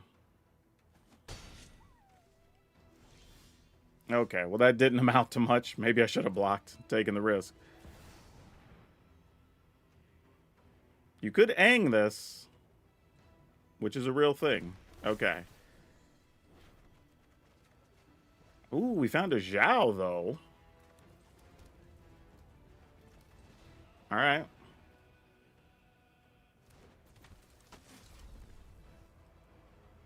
No need to warp, friend. No need to warp.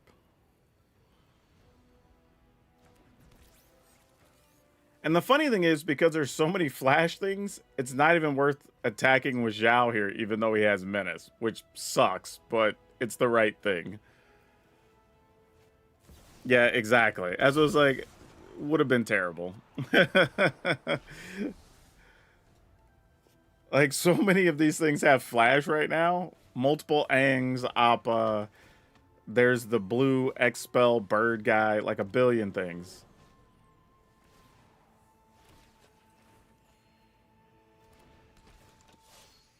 One, two, three, four, five, six, seven. And this guy takes 7. So we could turn all the lands into just basic mountains. I mean, we still take Bud of Pain from Appa. Boy, that's not good. All right, well, let's go ahead.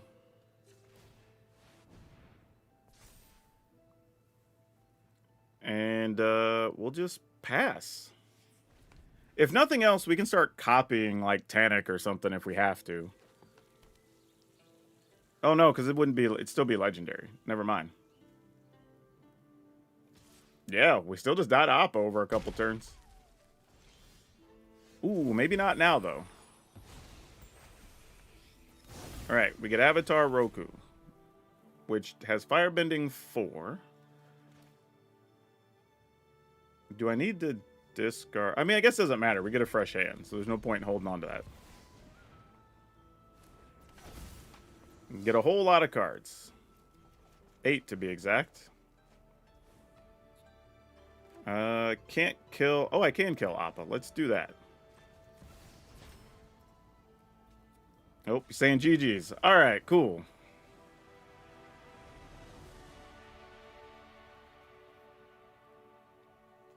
Yeah, so Zhao just turned the deck off, apparently. But yeah, Clive's still sick here, right? We kill Appa, we have a whole board.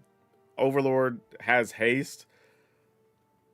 And then you can still... Hell, we still had more stuff to play, even. Because we could have just played a McCann attack with Avatar, Clive, Overlord. Yeah, that's just silly.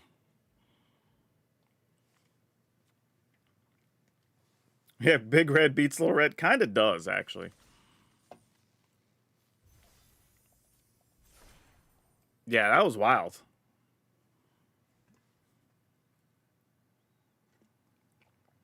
Honestly, this makes me wonder why we got away from playing Clive so much. But I'm wondering if the Avatar Roku saga is actually a big enough difference for this deck. Because just getting that one turn to replenish your hand is pretty strong. I don't know if it's the right combination of burn spells to stay alive yet. I think that's the thing I would question, but otherwise it's actually pretty cool.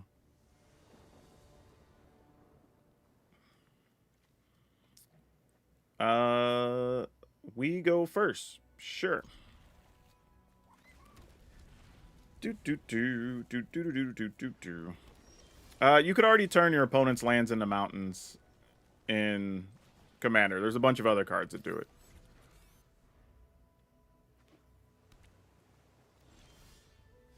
Okay.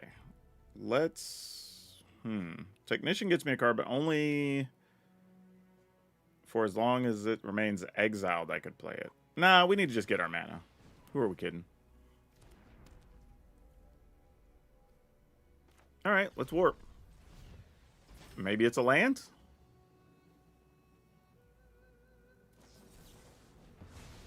It'll quench you. Alright. Well, we didn't get our land. So sad for us.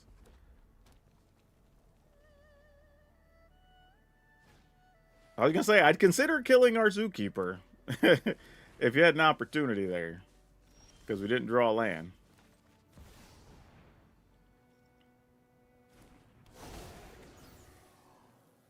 I will say this, too.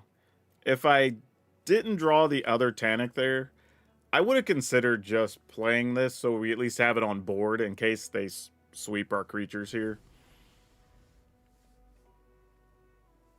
But who knows? They might have something here.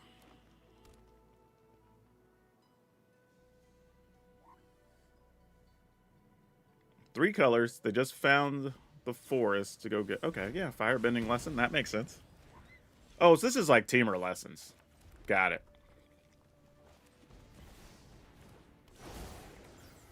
Decline. Attack. I mean, if you have another one, you have another one. Just pay the kicker, I guess. Meringue River Regent, sure. All right, well, it's time to get a move on, folks. Ooh, and Boomy. Yep. Yep. Like, it's one of those ones, like, if they have it, they have it. What you gonna do? Just attack. All right.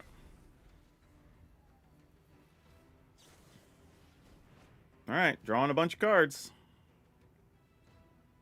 I mean, we got a bad draw. This happens. You know, when you get all these expensive things in hand. I'm going to assume they have some type of counter here. So I'm just going to do this. Hit them for 4. Since I have a backup one.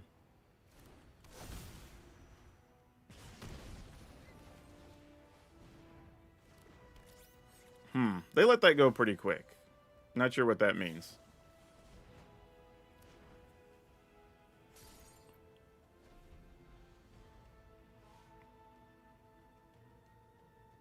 I don't even know what I want to draw here, honestly.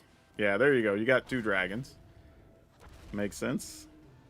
Shared roots. All right, good news. We can kill a dragon. It's probably the only real good news here. Oh, wait. Actually, we have 3, 6, 7. Do not have 8, unfortunately. Killing the token, because if they make another one, it's 1 less dragon in the yard. But also, if we were to kill the real one and they made another one, they'd get to have the real one and the token, so then there's 3 dragons versus just 2 to deal with.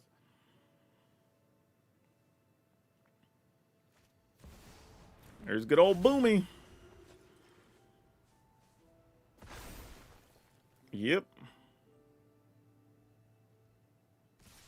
Yeah, the fact that they're attacking tells us everything we need to know.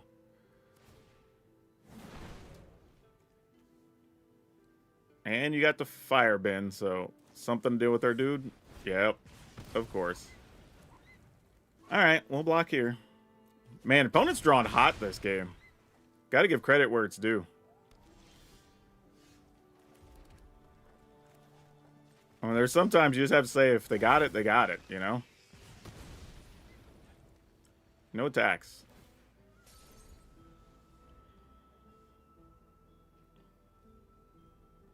Man, you got another one? Jeez. like, what are we supposed to do, man? Like, if they just draw it, they draw it. But gosh damn, like, this is crazy. Like, good job. I mean, for real, just got to give it up. Like, what do you even do? Yeah, we're just dead here. Actually, yeah, no blocks. You just kill us. You get to attack with a 4/4. Even if we blocked, we'd end up at like 3 this turn, so it doesn't really matter. Yeah. All right. Let's give them the GGs and let's get out of here. Oh my gosh. Opponent just drew everything.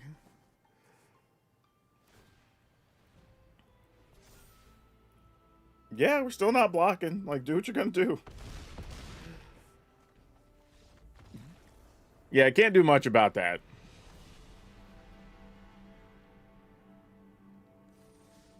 Yeah, that's crazy. If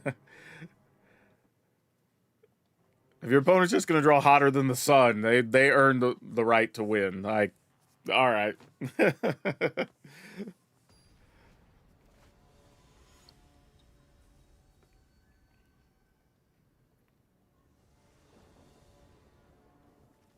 And not only that, they drew so hot, it didn't even matter that we had 4 and 5 toughness things. They got rid of all of them and didn't miss a beat and hit all their lands. Like, it happens, it happens.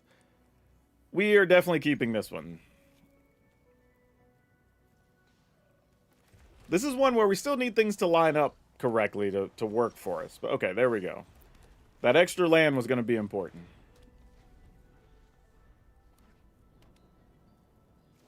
Okay, this is where we find out what you're doing here. Oh no, I played the wrong card! I wanted to play the fire crystal here. Ooh, I drugged the wrong one out of my hand. Oh no. Oh no. That's actually super bad. Yeah, opponent's gonna win this one just because of a misclick. Or a misdrag, I guess, if you want to call it that. Alright, what's the best we could do here to make up for that? I mean, I guess we just play this guy. What is this? Other allies get +1, plus... Yeah, alright. Sucks to waste cards, but sure.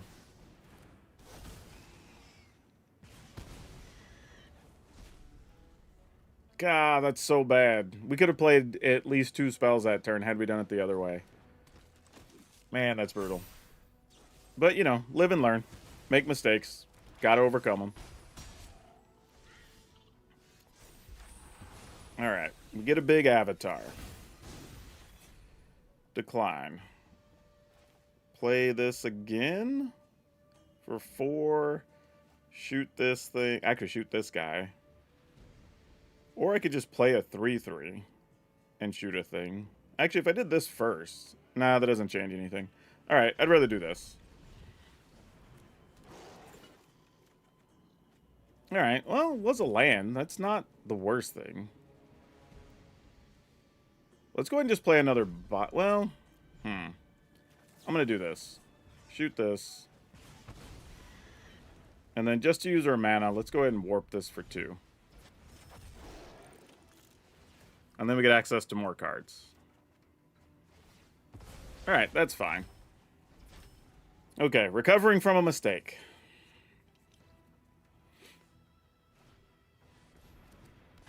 Okay. I will block one of them. Yeah, see, I knew there was some trickery here. Thought it was going to be something else, though. We could have got away with that. Yeah. Just double checking. If we do this, attack, nah, it doesn't do enough. All right.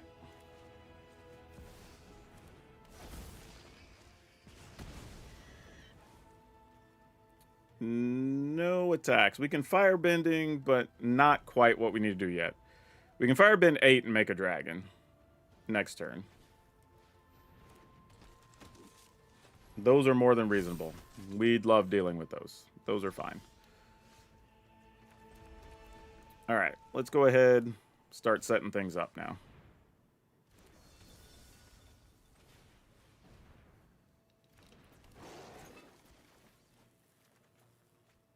Ooh, love that for us.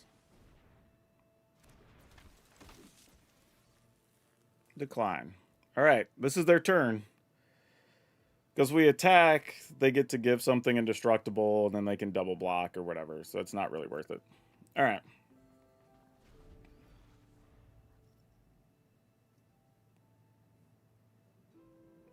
And this is a tough spot, because you gotta, if you have a kill spell, it's gotta go at Zhao here.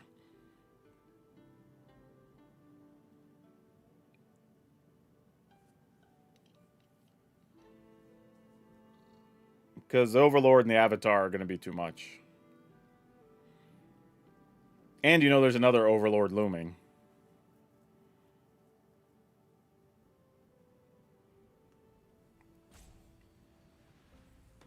Though if they had a land to act... Ooh, alright. Respect that. We're just going for it here. You know? Can't even be mad at you for it. I guess we do this. See what that last card is, I suppose.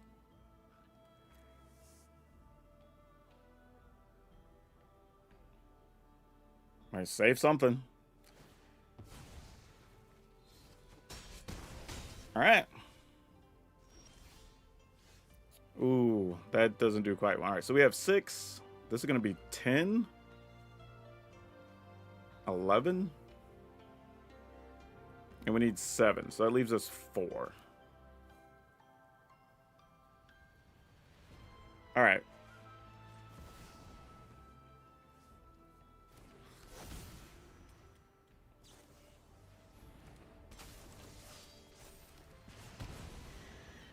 Sure. Is it still worth it to... It's not worth it to attack and turn stuff off now. Because now we're at risk because of the Restless Prairie.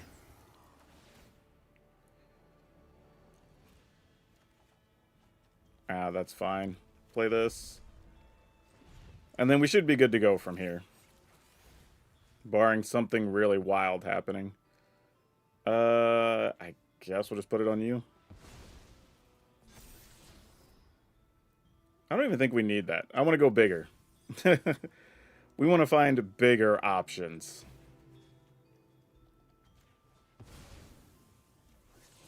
Not that, obviously. No attacks. Just to make sure we don't do anything silly to get ourselves killed here. We can also copy the Technician to get access to other cards. Oh, never mind. Or we can just draw Technicians.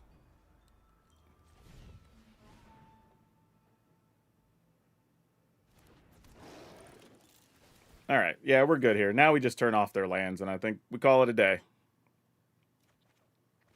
Oh, Clive. Never mind. We have a backup playing. Clive is just stupid. We can't not play this, right?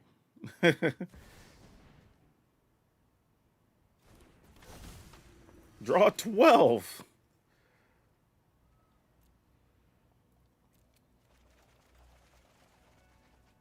Yeah, that's just ridiculous. All right. Now we're just kind of toying with our food here a little bit.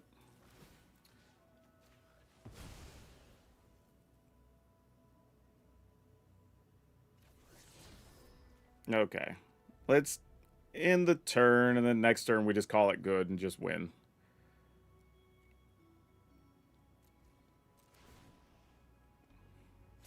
Get rid of some of these excess lands. We don't need all the Clives in the world. Alright. And we have backups for so much stuff here. Yeah, for us to lose would take a monumental situation.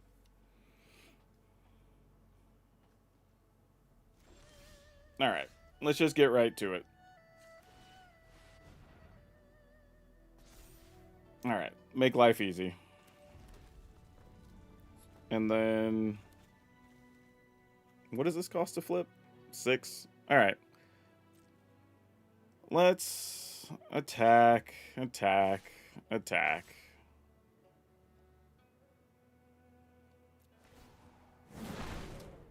Man, that's an aggressive sound for the firebending. Like, what the hell? Let me go ahead and copy one of these. I have 15 cards left, too.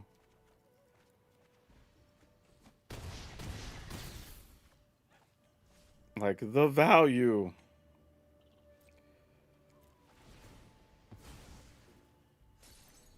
Alright. You got it. Next turn, everything's just attacking, I think. There's really no need to worry about anything else here. Yep. Go attack, attack, attack. Really? You get in there too? Why not? Yeah, sure.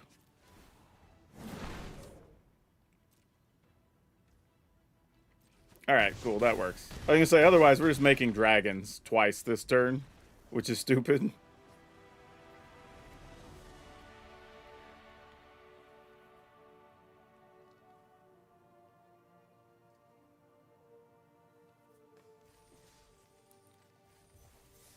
Sometimes it's not worth showing off just the new cards. Like, if the game's already over, it's still courteous to just try to end the game, right? If you can do something immediately with a card, sure, go ahead and do it just so people see how it works, so they get to see the UI or whatever. But otherwise, like, it's still a little bit rude. All right, let's keep it.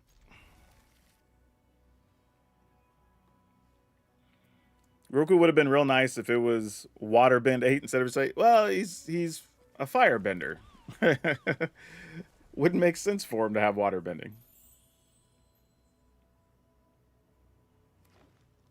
Alright. Get a Zookeeper McCann.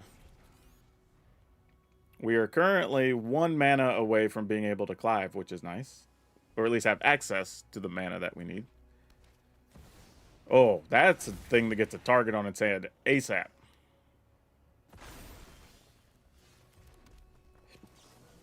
Yeah, no thank you, friend.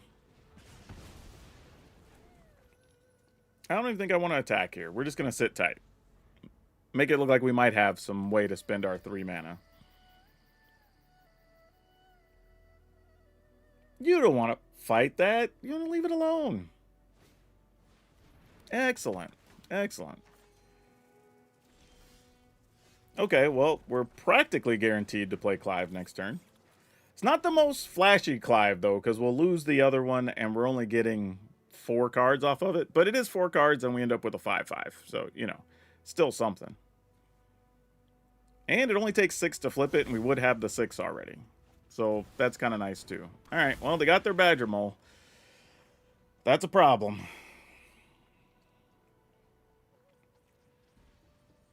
Interesting that it's Badger Mole alongside this guy, because this creature has another ally that it gains for. So we do this and we can still Clive. We just have to tap everything. I'm okay with that. I'd rather have more mana on future turns. This is just like, if we die, we die. Like, you risk it for the biscuit. Get our 4 cards. Ooh, those were kind of a rough 4. not the best.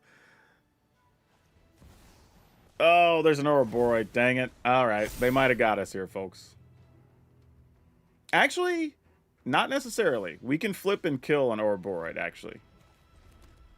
So that's 6, 7, 8. So we could Zhao and...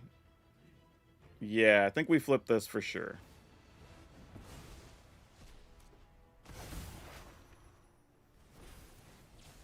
Get rid of that. Oh, no. Do they have a way to protect it? Oh, I was going to say, that would suck so bad for us. We were about to be up against it. And I think we do this. All right. Not often that you have to flip Clive to stay in it, but here we are. All right.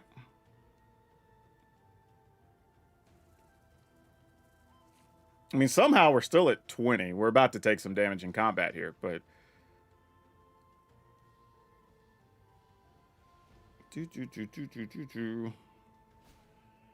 Airbend, all right. Are we picking up Zhao? No, we're picking that up. I guess to force us to block? Or give us bad blocks, I guess?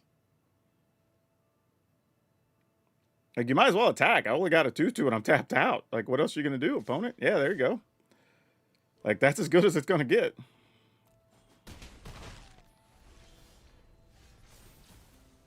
Okay, so we have a lot of mana here. Obviously, let's go ahead and get this Zhao business out of the way. Then we can pay 2 and have 3 left. Which can get us a 3/3.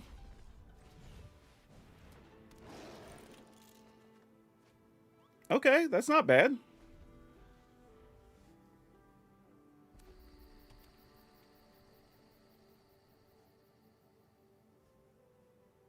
We've actually triggered Zhao. What is this, the 3rd time that we've activated him?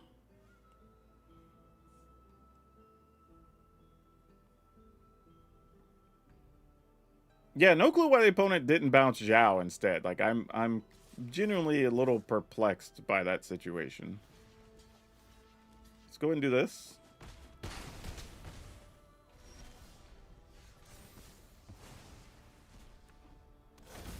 All right, and he's back, and we get a lot of cards. And our hand wasn't great, so we don't mind ditching those and getting fresh cards here. Whoa, that was not good, though. Oh, my gosh. Yeah, about that. Sure, I guess we'll just... Oh, I can't do it now because he has a tap. Yeah, that's terrible, actually. Wow, sick. That is absolutely not what you wanted there. I mean, at least we didn't draw 5 lands in a row, right? Clive actually helped us in a way. So there's that. But man, gross. All right, let's get rid of the 3/3, I guess.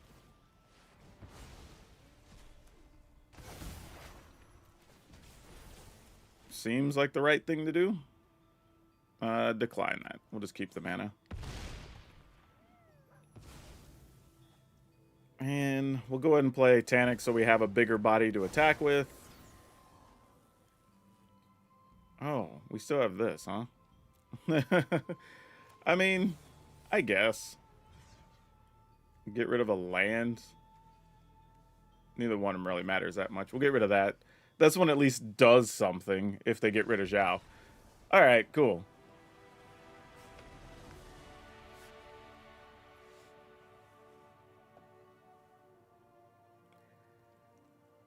I don't know, man. Like, okay, well, let's do a wrap up and talk about this deck because it's kind of wild, really.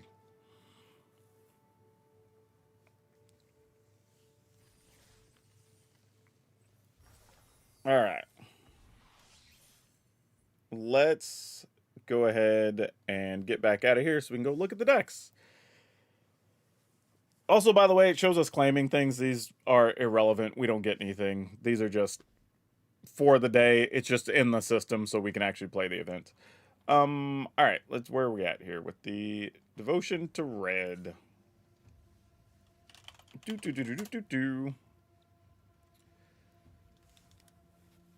Okay.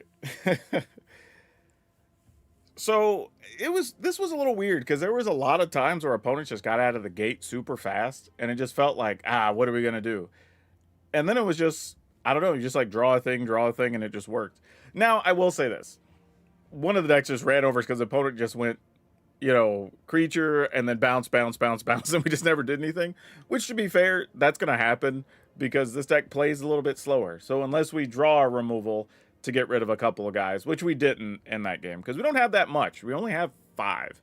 So realistically, if you want to just shave something like one of the Legend of Roku to get another Burst Lightning or something in, I wouldn't blame you for that. Plus, it's a way to help finish the opponent at the end of the game.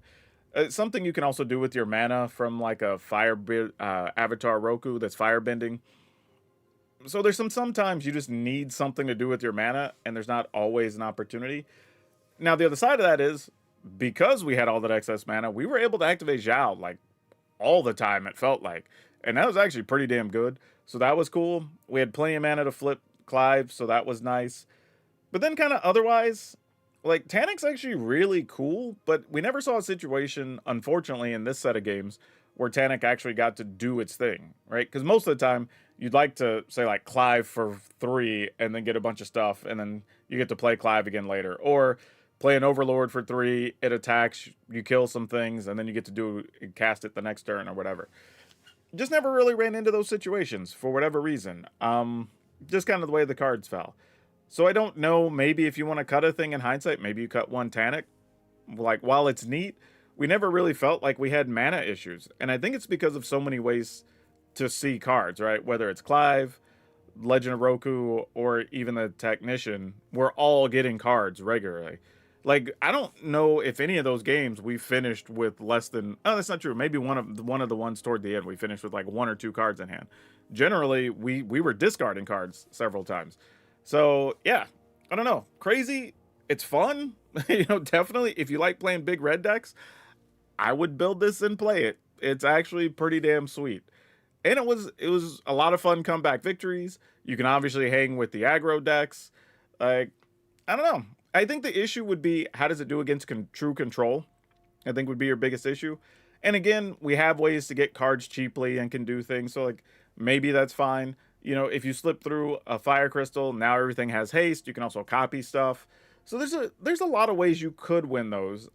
And we are still playing 23 creatures. Granted, 4 of them are mana creatures, but you do have enough threats that you could pull this off, even against control matchups. So just something to think about. The link will be in the description. Go over to Moxfield. Check out Tales of Adventure. Save money on Avatar cards. Use my code. Y'all know the drill. It's all of you for now. We'll see you next time. Boom. All right. Yeah, that was impressive, I will say. And here's a very interesting, flavorful thing. Did y'all notice that Zhao was actually really good against the ally decks? If you know anything about Avatar in the story, that kind of clocks, right? You know what I mean? Like, it's kind of funny. It's not a thing that I thought about, but I just going over the matchups in my head, and I was like, oh yeah, we just turned off all the lands in the Avatar decks or the Ally decks, and they didn't really do much. That's kind of funny. So yeah, that's a thing. But okay, let's go check out another deck that we could rock with. Oh, I need to mark that one too, because we already played some games with it. All right, what is everybody wanting to see? We do have some Bifong's bounty hunters in here somewhere. We've got some mono green. We have actually a couple different mono green decks. We have green ramp with some of the new cards, and then we have another mono green list. Like I said, the bounty hunters list, which is kind of cool. I don't know. What is everybody feeling right now? I think I might go bounty hunters because I don't think we've played black in a deck yet, right? We played red, we played blue, white, green. We didn't play black. So let's do that. Let's go here first. Let's open this up though so everybody can see it so you know what we're doing. All right.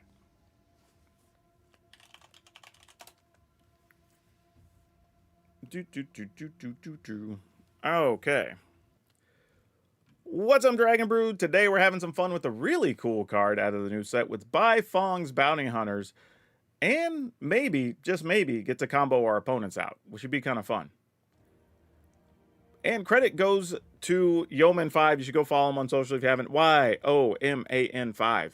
If you haven't, it'll come up on socials. Dude did a lot of work on this one, and this is actually a lot of fun because we get to play Scavenger's Talent, a card that's kind of gone forgotten a little bit here.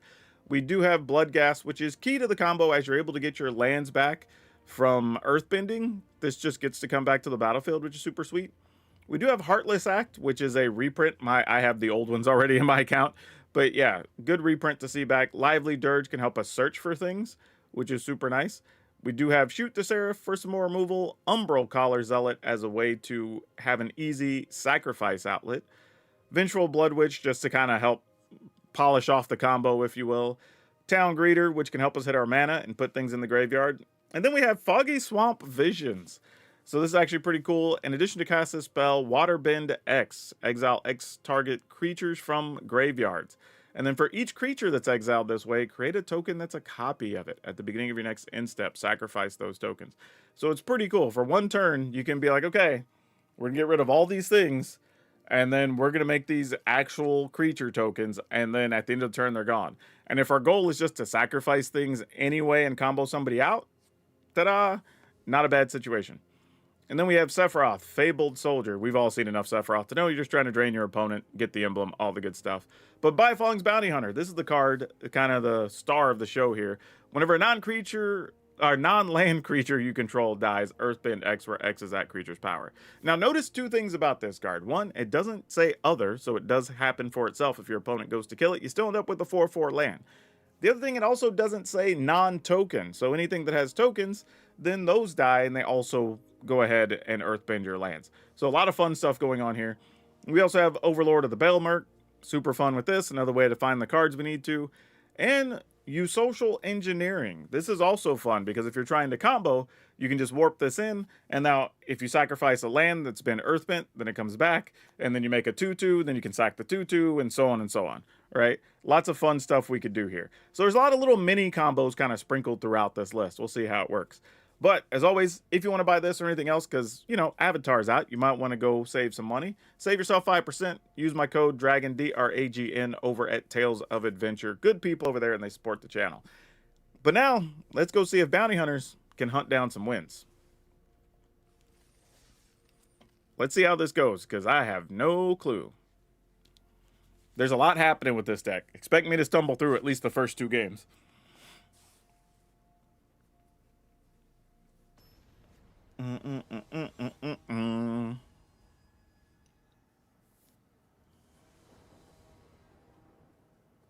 Okay, we have some damaged lands. We have a town greeter. I guess we have to keep this. While we obviously would prefer one of these not enter tapped, it's not the worst thing. Also, you don't mind having these desert lands if you have some sack combo with Bifong's Hunter, because it speeds up the situation, right? Every time this dies, it returns to the battlefield, deals a damage. Oh, is this a new board? What do we have? Nothing interactive? We have like Iroh's Tea Shop in the corner. I mean, stuff makes different sounds. But that's about it. Very disappointing. Though, to be fair, I don't know legally, contractually, what they could do with Avatar. Oh, wait, you can make stuff fall out of the cabbage basket. Okay, that's kind of dumb, but amusing. All right, let's see what we get. Put 2 cards we do like over there. That's disappointing. I'm going to take this since I'm already going to be playing Gulch tapped next turn, and then we want to try to hit the Bifong's Bounty Hunters. However, you don't mind having all the stuff in the graveyard since you can just go ahead and pay a bunch of mana for this later. Add 2 mana combination of color spent only to cast Lessons. As much as I want to play Bounty Hunters, I kind of do want to just kill this. That could end up being a lot of mana really fast, and I don't want to have to worry about it. Alright. And here's the sick part. Our opponent could kill our Bounty Hunters. We end up with a 4/4 land. It's in the graveyard, and then we could still get the benefit of it later. That kind of seems like cheating. Alright. We get... I think I'm just going to take a swamp. At some point, we have enough tap lands. Let's try to figure out where we want to be here. Man, what do we have in the yard, actually? So we have 2 Zealots and an Overlord. Okay. 2 Zealots and an Overlord. What can we do with that?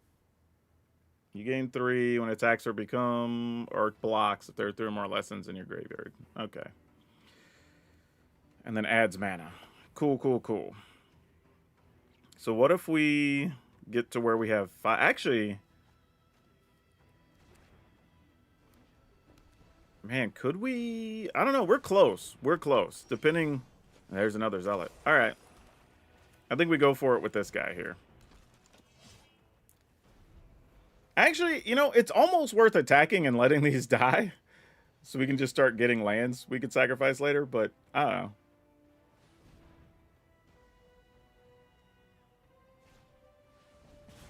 Sweet. That was all part of my plan, opponents. You just didn't know. Well, I guess killing that herbalist didn't really matter. They had plenty left over. Jeez. Alright, I'm willing to attack for 4. This is the crazy part about earthbending. You can just attack frivolously, because if your land dies, it just comes back. It's a wild ability. Alright, in the turn. I think I'm just going to go for it next turn. Just to use the new cards and show them off. Instead of just waiting around for a perfect situation. During your turn, each lesson in your graveyard, blah, blah, blah, has flashback. Lessons has flashback 1. Ugh. That's gross.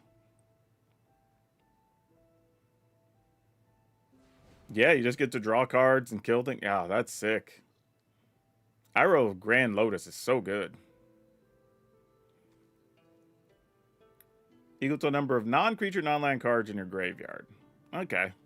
So it doesn't count exile like some of the previous versions of that. Do I want to sack a thing? Nah, that's fine. It's not that important. Plus, if I have them on the battlefield, it's easier to waterbend. Wait, exile target creature card from graveyards? It doesn't even say our graveyard. Yo. So you can use this against the Teamer graveyard stuff that people are playing right now. That's sick. Whenever one or more creatures you control dies, create a food token. Okay, well, we have a lot of options here, folks. A whole lot of options. What if we... trying to figure out, like, what's the most efficient thing we can do here? We get token, Bifong's Bounty Hunter tokens. So that's 3. So we do this for 6. Target player mills cards. I'm just trying to, like, how do we do anything functional with this? It's all I'm thinking. But I'm going to do it anyway. Let's just see what happens. We're going to do it for 6. 1, 2, 3, 4, 5, 6. Oh, no. I only have to do it. I need 6 mana. So it's just, what do we want a water bin for? Hold on. It's worded a little weird. All right, so we can Caller, Overlord, Hunter, and Caller. I guess we just do it. Yeah. All right, let's go 1, 2, 3. I'm going to do 3 just so if we find Sephiroth or something off of this, we can still do it. Let's tap.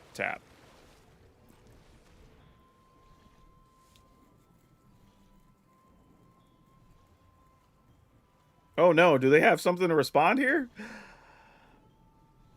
Oh, that's bad. Okay.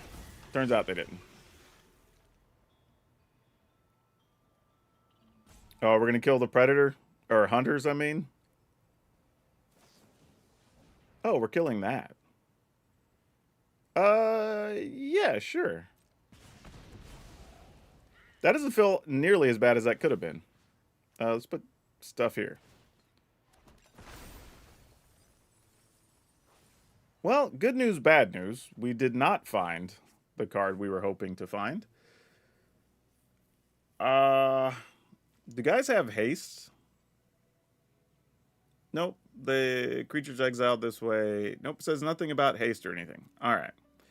Well, that's good to know. Let's sacrifice some things. Put that on one of the gulches. Ooh, you're nice. Yeah, sure. Select this. Put it on one of the gulches. All right. That turn ended up okay, all things considered. And we're at 20, so we're not going to take a dumb amount of damage here, even if they kill our zealot. And then we can just go up on this and see what happens. Iroh, Firebending 1.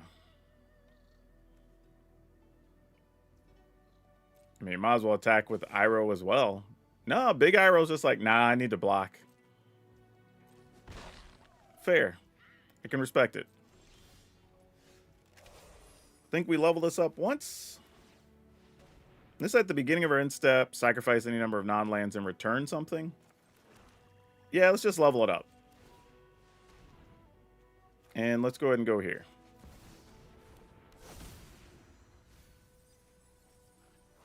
Oh, man. All right. Give me one of these then, I guess. What the hell? Why not? Sack 3 things and return a creature card from a graveyard with finality counter. Nothing really worth return. I guess we return Overlord, actually. Yeah, sure. You got it. Let's get Overlord. Billion triggers, do a bunch of things. Mill ourself. And then you can have a little action. I know you want some lessons in your graveyard. Okay, there's a Sephiroth and a Bifong's Bounty Hunter. That's all we were really looking for. Cool. All right.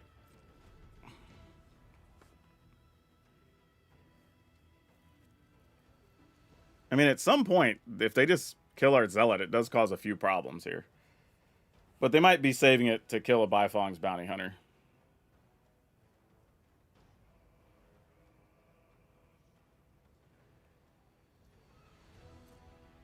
Still get in there for 2.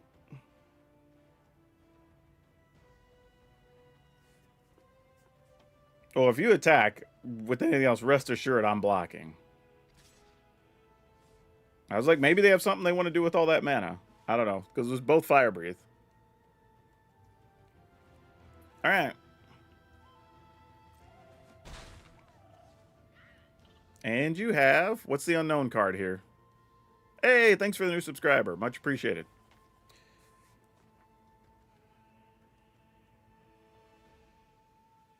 Opponent? Okay, they used it on the Overlord. Fantastic. Okay, now we're cooking.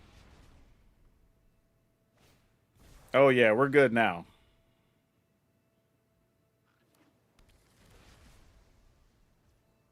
Our turn. All right. Now we get to do all the silly things.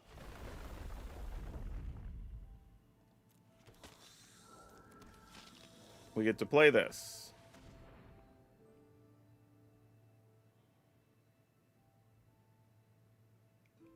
Oh.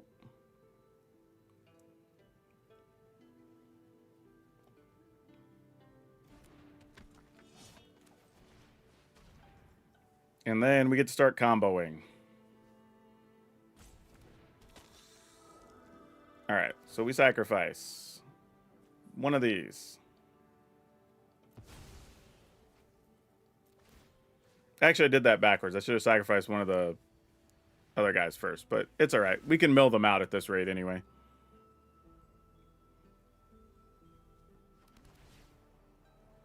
Yep, opponent's saying GG. They see with the writing on the wall now. Yep, we can respond at instant speed.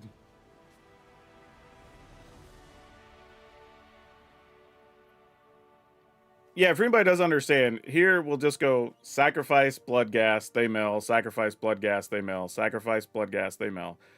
The whole time putting counters on our lands, sacrifice the land, it comes back, and then all these blood gas then return from the graveyard. We sack one of the lands that we put all the tokens on, it comes back, and just do that until the opponent's just milled out here. So, kind of crazy, but it actually works.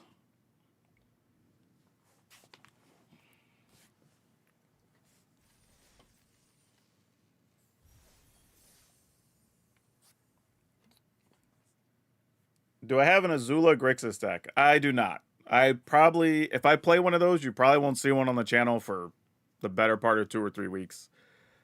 I'm not super excited about the card. Mostly because the things I would do with it, like, I think the card's good. I just don't think the decks that play it are fun. So I'm not going to play that on an early access event. All right. Let's keep it. Not the most exciting keep, but we'll see what happens.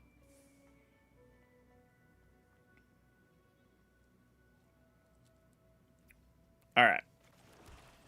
It is cool we get to play with Scavenger's Talent. It's been a long time since I've played this card. At least a couple of sets since. Bossing Say, it's untapped if we control a basic, which we do. Look at that. Bossing Say, also sick, y'all. Just turning any land into a 2/2, great. Ooh, we have a Sephiroth in the yard already. Everything's coming up Millhouse.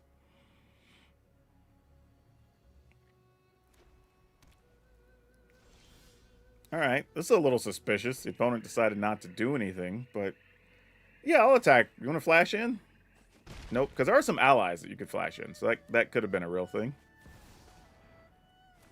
And no counter, wow. I guess we'll get a Bafong's Duder. Why not? Oh, so you did have it. You just didn't want to kill a thing. Alright, fair. Especially if you're going to play the dude that turns these into 2/2s. That makes sense. I have Sephiroth, Avatar. Alright, alright.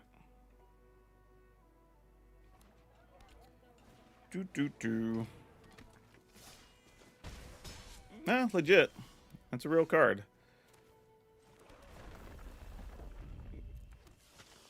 And let's see. Search your library. Put it in your graveyard. So I need 5 mana if I want to do all the things. But I could just return 2 things with total mana value for it. So I could just get Sephiroth here. If we wanted to. I think I'm going to go here.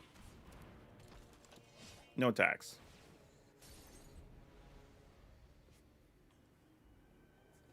I mean, I assume they have some kind of removal here, but we can get it back anyway next turn with an Overlord if we just really need to. But I assume there's something.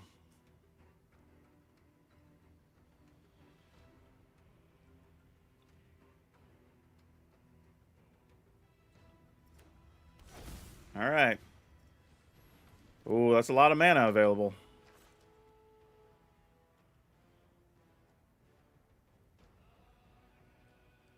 What do we got? Okay, that could have been worse.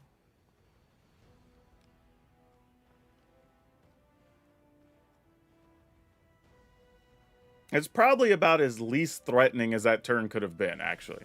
Like, that could have been a lot worse for us. Alright, so I think we just play full price Overlord here. Because we might just be on blocking duty. Because math is definitely for blockers in this scenario.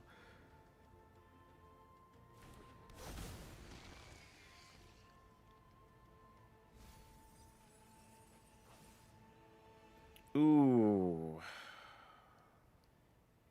Do we want an Umbral Caller Zealot or a Blood Witch? I guess we take the Zealot. I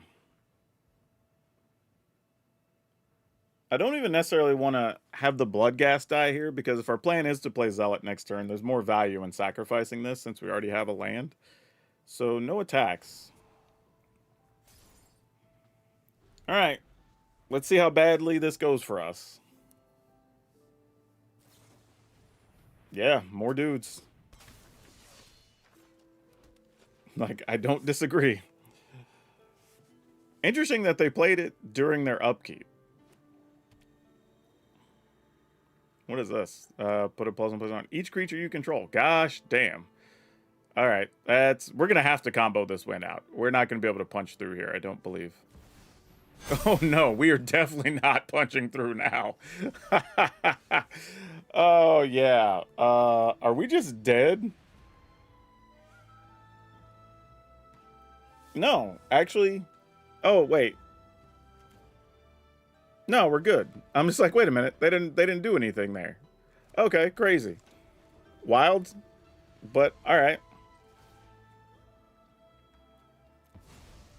Oh crap, I did that wrong. Ah, well, it doesn't really matter all that much in the grand scheme of things.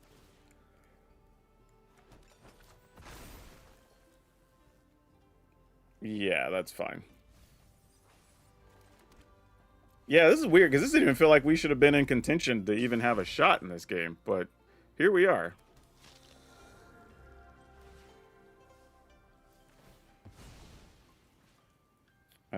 Put counters on this thing so we can speed up the process. Yeah, I guess. It doesn't really matter. Like, this is just going to take longer is all.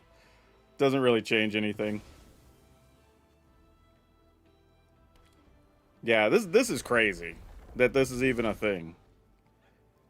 Also, by the way, remember if y'all watched our review show and Dev was trying to convince me that, like, Firefalling's Bounty Hunter's not that good. I was like, I'm telling you, dude, there's a bunch of things you can do with this card.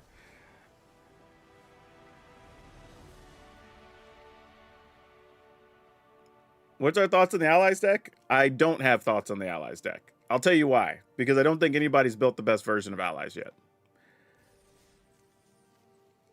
The answer I would give you is an answer you're not going to want. And it's that I think it's playable. I don't think we've seen a good version of it. And I don't think we will by the end of today. At least not, we'll see a good version, but not the best version. I think generally, and this is what I tell people about the early access events, don't go into them trying to find the best decks, because you often will not find them. Go into them trying to learn how cards work, how cards interact, what's available, what you'll need to be looking out for. Like, that's all going to be much more helpful for you than trying to identify what's just good or bad.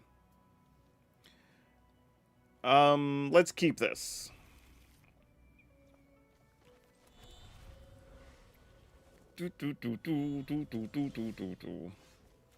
Alright, we just drew a Seth Frost straight up. That's cool.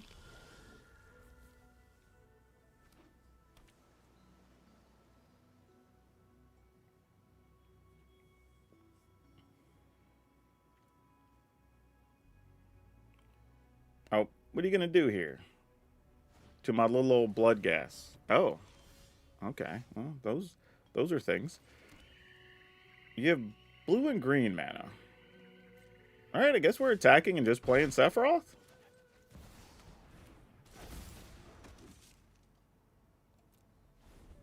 mean, I guess.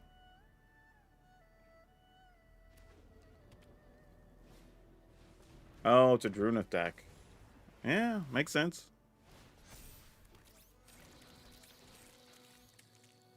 All right, well, good news. We have a Heartless Act. Bad news, can't kill a thing with counters on it. So that's its own issue right now.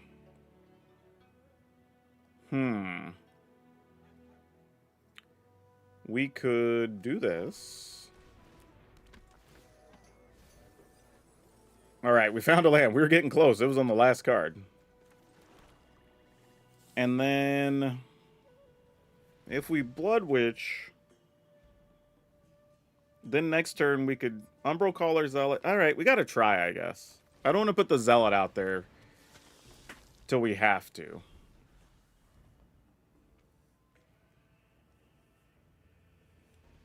But there's a world where maybe we could play this, sack Bloodghast. If we find a land, Bloodghast comes back. Sack that, sack the Greeter, sack the Blood Witch. It's a lot going on, a little complicated, but it could get us there. Or if we find another Town Greeter, kind of similar, then we just have another creature to sacrifice.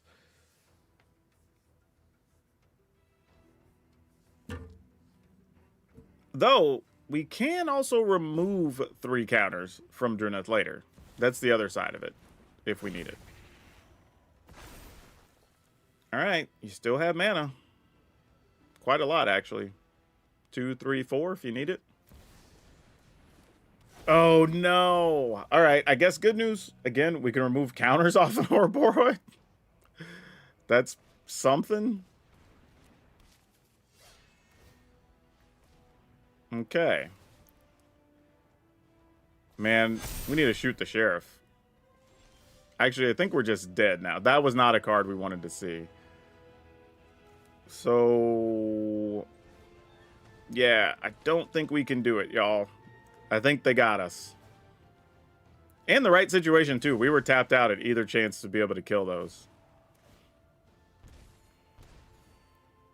Yeah, that wasn't going to help us. Gosh dang it. I don't even have anything good in my yard to return with the Lively Dirge. That's rough.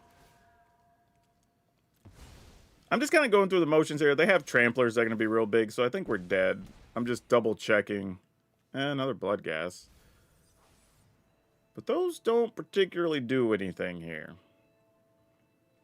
And Sephiroth has to attack for us to get to flip them.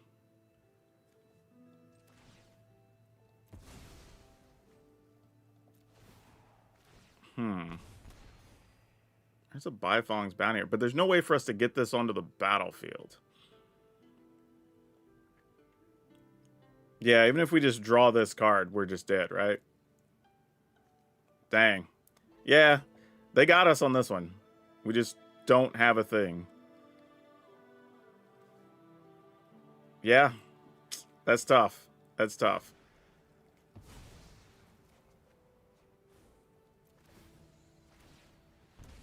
Weren't quite there.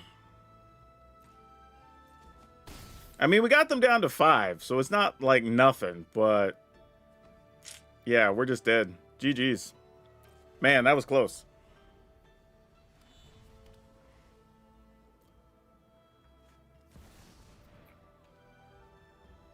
All right. Come get it. Double Ouroboros, you got it, man. Come with it.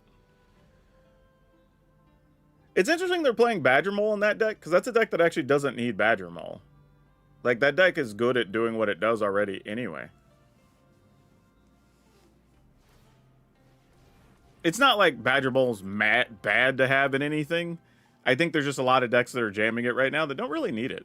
Even some of the ones we had built, we don't really need the Badger Mole in it. Yeah, attack for lots many. Yep.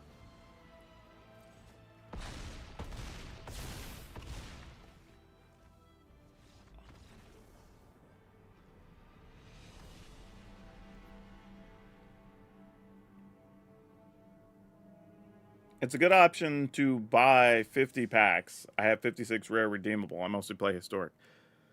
That's fair. I mean, if you already have a lot of the cards, you don't need as many, especially for older formats.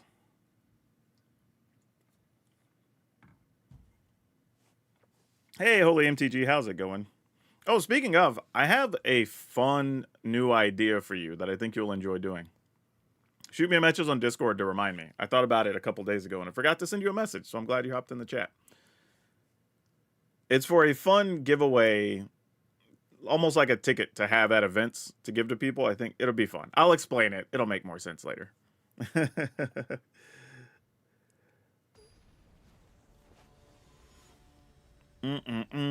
Top Deck 1. Or 1. Could be their last name or something. I don't know.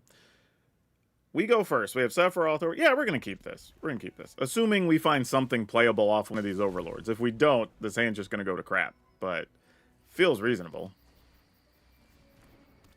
Ugh. I'd probably want to kill a Llanowar elf. Oh, I can't actually with these. Never mind. I thought I had a Heartless Act in hand. I do not. I have a Lively Dirge. Ooh, let's get a Town Greeter, because then that means we get a free Blood Gas, which is nice.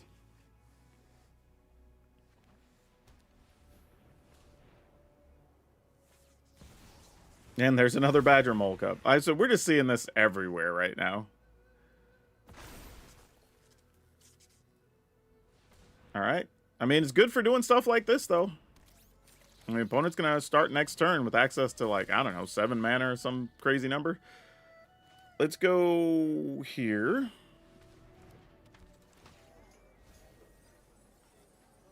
We'll get a Festering Gulch. We will play a Gulch. Get a Blood Gas, which doesn't do anything. All right. I think next turn we just have to go for Sephiroth. Sack the Blood Gas, get some life back. Play the other Gulch, get the Blood Gas back, and then hope we hit something after that.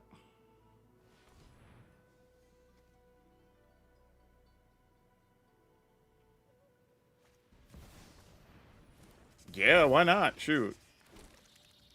That's legit. And a Collector's Cage. You got it, fam. This is a deck that's taking advantage of the Badger Mole. This is why you play Badger Mole. I mean, there's a good chance we're just dead next to him with a Crater Hoof or whatever under there. I would not be shocked if that were the case.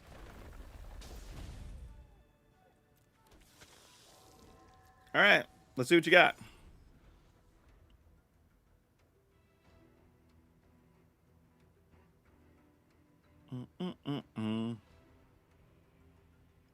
Whatever's under there, you just get to wreck us, opponent. Yep, so you get to use it, then bounce it. Yeah, put it on any creature and you're good here.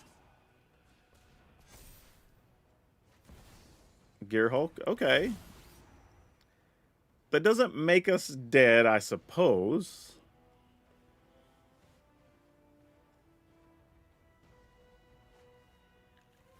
Oh, well, now we're dead anyway. All right, GG's.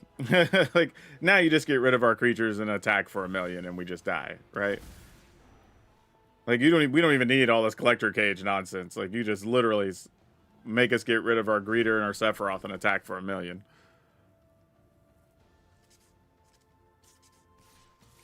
Yeah, just go for it. Why they're not getting rid of our stuff, I don't know. I guess I'll block then.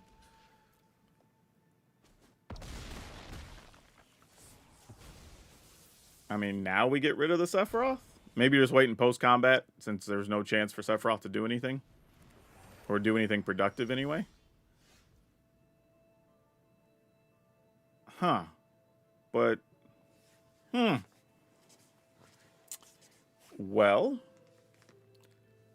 this creates a question. Is there anything we can do to not die here? I don't think so. I'm just like, I'm trying to think about what do we do here? Like, we play this. This can only get us a 2/2.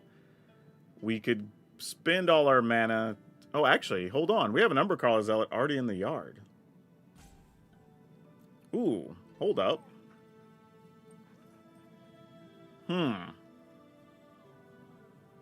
That's 2. We have 3. Ah, we're just short, though. Dang it. Oh, this is so close. So we do this. Yeah, it's going to cost 4. Yeah, we're just not there. Man, it's close. God, it's close.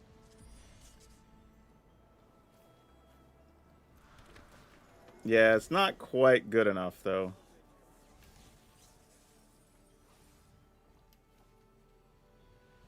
Oh, I guess I could have done it in another way, but it wouldn't have mattered, though. We could have sacked.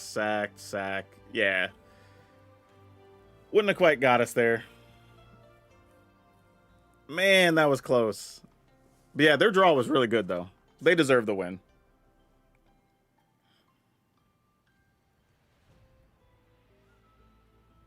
I mean, I misplayed it to where I could have got a couple more points of life out of it, but ultimately, I don't think it matters.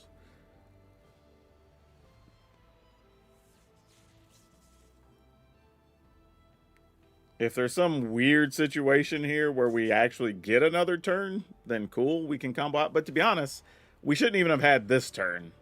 Like, I don't know why they let us have it, because they literally could have just sacked these guys. Yeah, okay, cool. You got it. You had so many ways to win, opponent. We were way dead.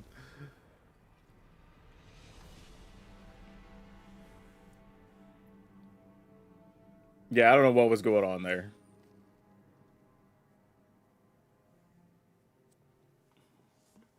They were just playing with their food. Though their deck is basically just an old deck with Badger Mole, it looked like.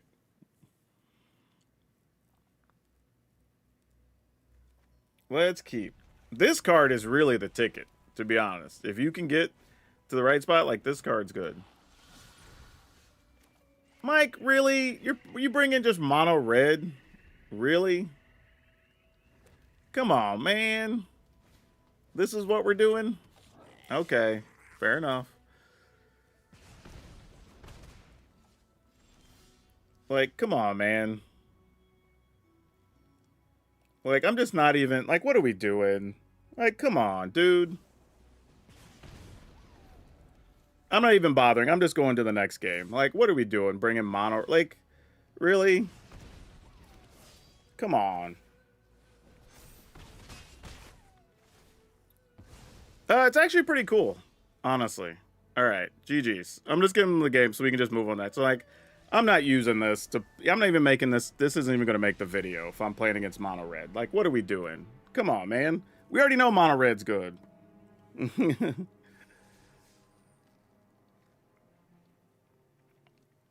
Oh, we saw Firebending Ascension earlier. We saw it doing some things.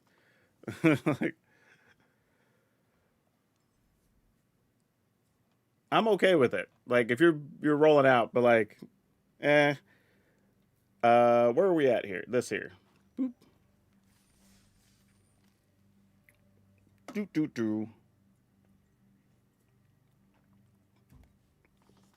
I won't even play that just because it's not fun for viewers to even watch, to just go through mono. Like, if we're playing regular ladder games, I have no problem with it. 100%. But on early access, that's a thing. I think I've played true mono red one time, maybe, in all of the early access events.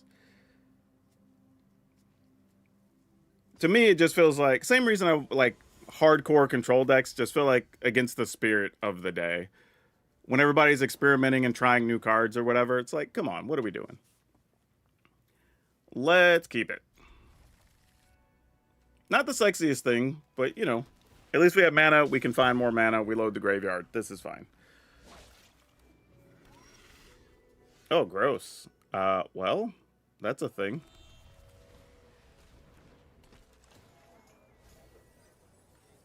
All right, we will take the Restless Cottage.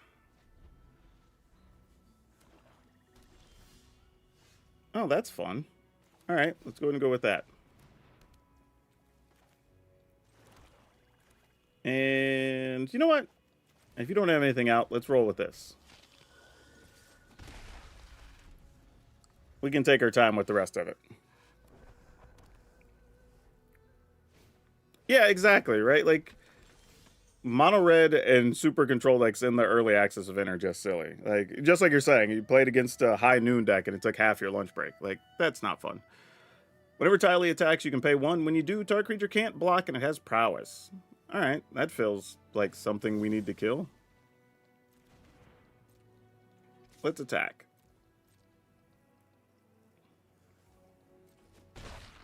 I'm just going to do this and pass.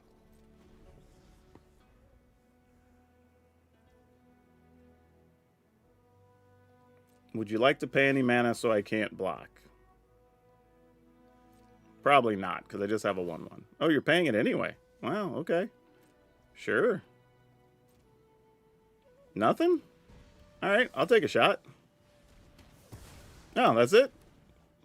Wow, I thought that turn was going to be so much worse. Like, what? Seriously? Yeah, that felt crazy, actually. Alright. Well, if I can find a land, next turn's pretty solid. Okay, we did. Would prefer an untapped one, but, you know, we'll take what we can get. It's going to be tapped anyway here. And then we can level this up. We can play Sephiroth, sack a dude, and then kind of go to work from there. Ooh, and a Zealot. Not quite where we want to be. Close, though. Oh, I should have leveled first, actually. That was a little bit sloppy. Actually, I guess it doesn't matter. I could just go ahead and just play Zealot here and just set up things for later, now that we got the bounty hunters.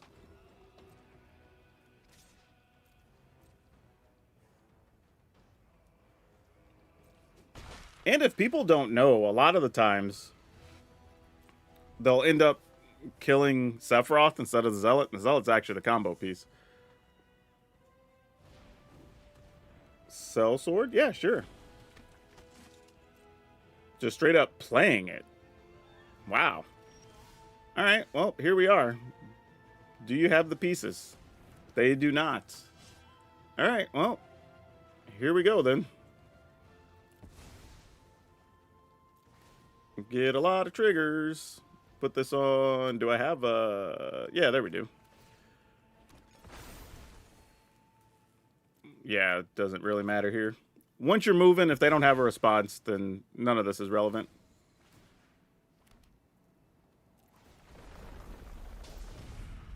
Yep. Might as well just get rid of that. Like, then we sack. Yeah, they see it. Good deal. Yep. Just going through the motions to finish things up here. That is the one good thing about being able to put the counters on, like Fetid Gulch or Fetid Gulch, is that you actually get to speed up the situation. And now we can attack with the Sephiroth and call it good. The silly thing, too, is you can also do this at instant speed, which makes it an even crazier combo for a creature combo situation.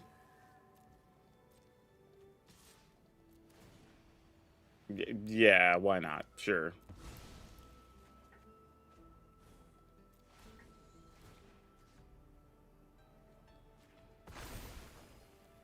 Alright.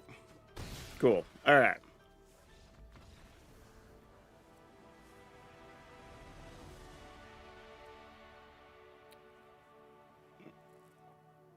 Alright. This was an adventure, to say the least.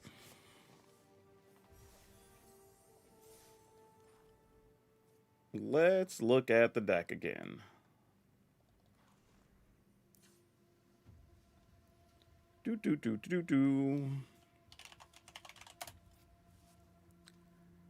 Let me spread some of these out. Let's go creature, creature, creature, creature. Yeah, so overall, this was pretty neat. One thing we did notice was a problem. Was Heartless Act doesn't kill nearly as much stuff, and it was a kind of a safe include in the set. there were many times because allies were able to put counters on things. The earthbending puts counters all over the place in various versions of those. You still have all the Druna decks, things with Ouroboros or whatever. Like, you can still remove counters, so it's not like it doesn't have value. But man, it was there was a couple of times where we needed to be able to kill something, we just couldn't. So we might need to look at other, like, more shoot the sheriff or maybe some other things as well. Lively Dirge is actually not bad as a one of, just to be able to get stuff out of the yard. Obviously, Bifong's Bounty Hunter is just great for a pile of different reasons. If anything, I think we never, I guess on turns, even where we could use the engineering, it just wasn't that valuable to us in an odd way. It kind of, it's almost like having the extra blood gas if you need to combo off or whatever. But we didn't miss it all that much. In reality, the one time we used this, it was very good. I think we only cast it one time, and we had another time where we had it in hand but didn't actually need it. But really good. Especially since you have all these kind of little dorks that aren't doing much, where like maybe you can't block with the blood gas anyway, and a town greeter's not a good blocker. So you're just like, okay, we'll just water bend for extra and just get all this stuff out. And that's actually pretty nice. So I can appreciate that. And we did get to use Scavenger's Talent a couple of times. Sometimes actually, we did it one time as a kill condition to mill somebody, and then we used it another time just to be able to get the treasures to get stuff back out from a graveyard. So yeah, I mean, overall, the deck does what you want it to do. If anything, like I said, probably some extra spot removal. I would swap up the Heartless Axe and probably the Engineering into some other types of removal cards. Don't know if maybe like another Shoot the Sheriff and like 2 copies of Maelstrom Pulse or something of that nature could probably work. I don't really know. But yeah, otherwise, cool deck. If you wanted to see some crazy stuff you could do with the Bounty Hunters, this is one of those things. And it made good use of new cards, which is actually really sweet. But yeah, as always, link will be, take you over to Moxfield where you can download it, all that fun stuff. But it's all of you for now. We'll see you next time. Almost midnight for you, so you better get going. Yeah, go get some sleep for sure. For sure. There will definitely be Magic to watch over the next couple days. You don't need to stay up late to catch it all. All right, let's resign this one, and let's go get us another deck. Because there's still more things to be played. All right. What if... We do have mono green, but I'm trying to remember how many new cards we had in there. It was just Badger Mole and not much else. Yeah, we might wait on this and Bossing Say. So we might play this later in the day. This might be for the late session as we're wrapping up more than anything. I don't think we want to do that right now. This is a fun and interesting one because it gets to play Firepower, which is kind of silly. It enters with X counters on it. And then if a source you control deals damage to an opponent permanent controls, it deals that much damage plus an amount of damage equal to the number of fire counters on this. So if you can get it to where it's like 6, then like everything you do deals X plus 6, which is kind of amusing. And especially if you're getting just like Tannic land triggers to deal damage, which is funny. So I don't know if this is even viable, but it's worth it to try. I mean, we don't have a lot of threats, which would be my main issue. But, you know, Lumira is a threat in and of herself. How many new cards? Are we playing the Shared Roots, and we have Faded Firepower in here. It's like, it could be worth a shot. I'm just taking a look through and seeing which ones have the most new cards that y'all get to see. We do have the Teamer Dragon Lessons. I think if you wanted to check this out. Because it does play... new lessons, obviously. That's kind of the backbone of the deck, so that could be kind of cool. Yeah, this is the Fire Breathing Electro deck. Or Fire Bending, I should say. It's got Fire Bending Ascension, the Students, and I think that's it as far as new cards. Oh, and Fire Nation, because it does do Fire Breathing, or Fire Bending as well. I'm going to have to I keep getting tripped up on when I call it Fire Breathing, but it's not Fire Breathing, obviously. What else do we got going on? A Gear Hulk deck, which could be pretty sweet. Oh, this one, the Golgari Vehicles. We just did black-green, though, so we'll sit on that one till later. So, yeah, what do y'all want to see, chat? Let us know. We got a lot of things. There's Rakdos Airships. If you want to watch some airship action, that's a thing. There's a few different options. Y'all let me know what you want to see. Maybe we do that. Maybe we do airships. Just to see how many we can get. Let's start there. Let's go airship. And see if we can make this work. Let me move these over just a little bit so y'all can see everything kind of laid out. All right. Yeah. Let's do it. What's up, Dragon Brood? More Avatar action from the early access event, obviously. But we're going to be doing something fun. We're going to be playing some Phoenix Fleet airships to see how many we can get. So it's a red-black deck with lots of ways to sacrifice things, and maybe just attack with the fleets even before they actually get to be a bunch of free creatures. But yeah, the deck lists. There are Forsaken Miners, because, well, if we can bring it back from the graveyard after sacrificing it, that makes sense. We do have Torch the Towers and Heartless Act and Shoot the Sheriff. So a good pile of removal there to buy us the time that we want. Charming Scoundrel can get us treasure, which is another thing we can sacrifice, or it can dig for cards, which is nice. Generous Plunderer. And this is one you don't see that often, but it does give us treasure, and we can sacrifice those treasure to do a lot of things with. So we'll see how that works. We also have Lord Skitter, which can remove stuff from graveyards and make us some 1/1s that are sacrifice fodder, as well as Sephiroth, who just likes sacrificing all these things. So we like that.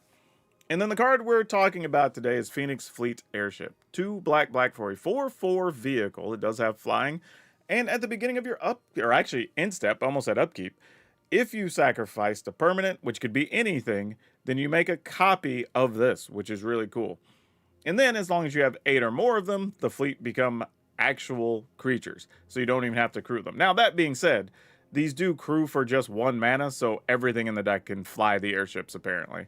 We also have Chandra Spark Hunter, which makes us other artifacts, also lets us sacrifice things, and can get us cards. And Immersturm Predator. If you need stuff to sacrifice, we have a lot of it. And this also removes stuff from graveyards, which is kind of sweet. So the deck is a little top heavy, but we do also have Scoundrel that can actually get us some treasure. I think if you're missing some cards and maybe you don't want to play a Forsaken Miner, playing something like the 1/1 pirate that sacrifices, and when you sacrifice it, you scry and make a treasure, like that could actually work pretty well in this slot if you want to do that as well. So lots of options here, I think, with this one. Matter of fact, we might come back to playing that, but we'll see. For now, though, just got to give you a reminder, if you want to save some money on Avatar stuff, 5% to be exact, go over to Tales Adventure, use my code DRAGON, it's DRAGN. You'll get to save money, you'll support the channel, really appreciate it. Well, let's go see how many of these airships we can make and how easy it is to win with them.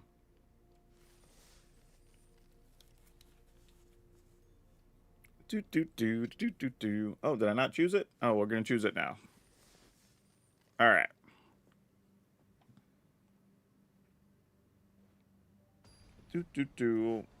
Hey, Panthro, how's it going? Thanks for all you've been stopping in today while we've been playing. Ooh, what do we do with this? If we go first. Okay, sure, we'll keep it. I think we're going to put this first one on black. Actually, maybe I should put it on red, because I think we have more black lands in the deck, but ultimately did not matter. We're just going to make a treasure here.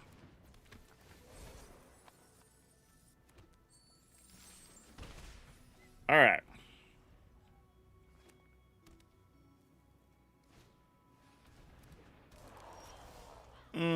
That's unfortunate. Well, I guess we're on Sephiroth draw a card? Actually, we can't. That's still bad. We can't even justify a Sephiroth here. That's tough.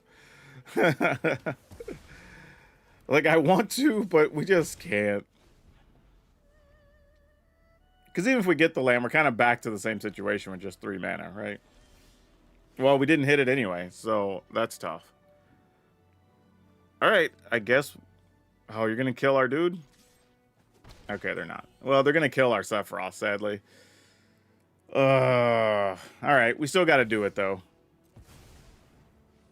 Gotta dig. We know Sephiroth's dead here. It's either dead or getting countered.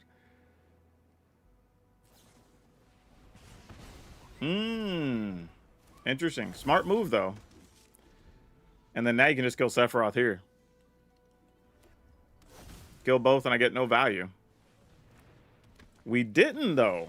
Oh, wow. Well, we still have nothing, so it doesn't really matter, but... What does this cost? 2? Alright, well... I guess if you have it, I die. Okay, I was gonna say, you block, shoot my Sephiroth, so be it.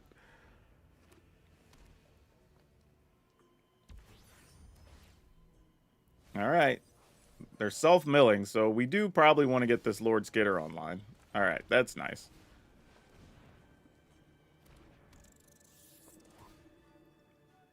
Uh-oh. Yeah, let's get rid of this guy. Who knows? Maybe they just want lessons in the yard. Maybe that's the real issue here.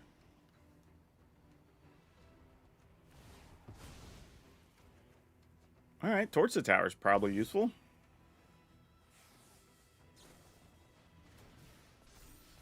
Yep, you got me. Damn, that's excessive. Why all that? Like, you could have killed him with just... Okay, sure, I guess. I mean, it's cool. We have another Sephiroth, so we're not, like, super broken over it, but... It's like, alright. I suppose that's a thing. Oh, and you're trying to... Oh, we're probably self-milling with that, though. That's cool. Wow, all these extra Sephiroths, huh?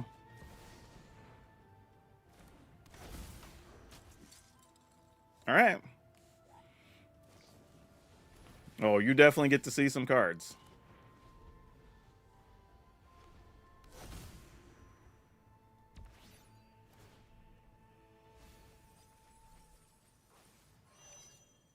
Why are we putting so many things in the yard?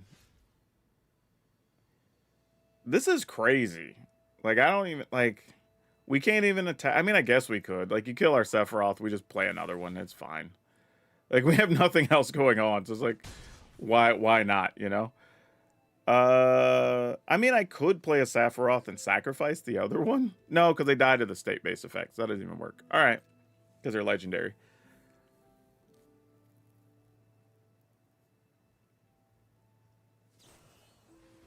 Oh, gosh. Yeah, we're dead, right? It's turn 7, and we're stuck on 3 lands. Like, I can't imagine how we get out of this. And our opponent's got nearly a full grip.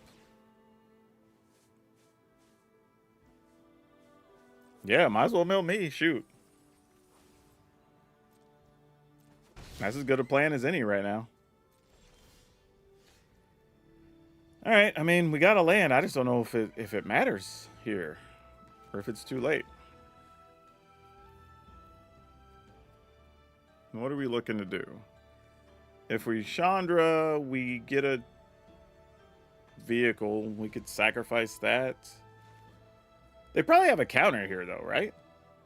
I mean, we have 2 Chandras, so it's worth the risk.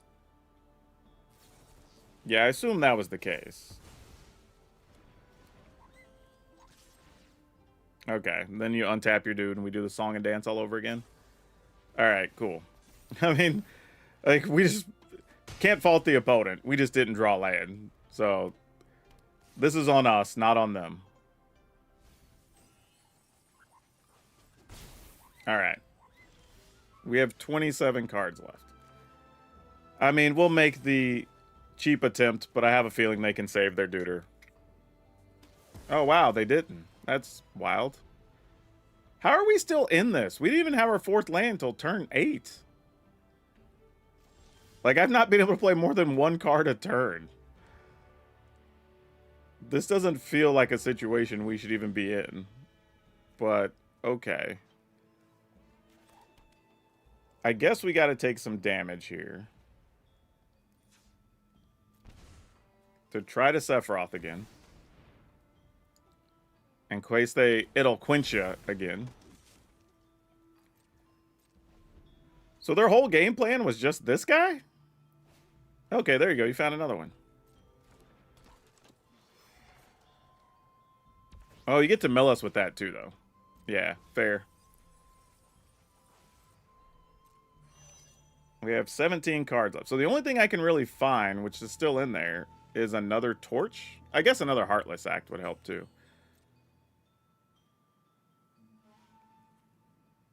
I'm gonna untap and tap it again. That would be gross. Yeah. All right. GG's. You got me. Like, we just didn't play much. Yeah, we're dead. All right. Cool. Wild deck though. Wild deck.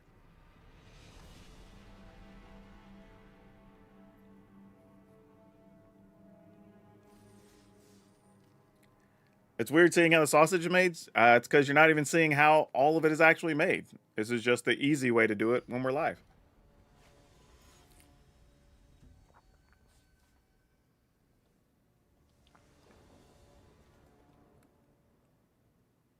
Okay, this will work. This will work. Let's keep it.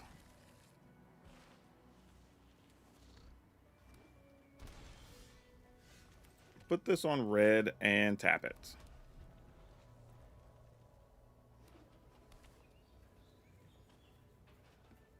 Yeah, I think I would rather play the other guy, the 1/1, because like it just helps having more stuff to sacrifice. I think.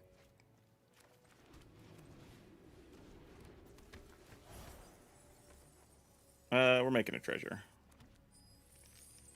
Pass the turn.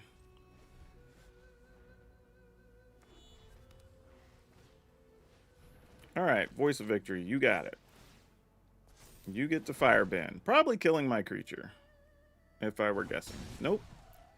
Man, the firebending effects are so aggressive. It's like such a like serious sound effect, and then like the card gets flames, or there's like so much stuff happening. All right, let's go ahead and do this first.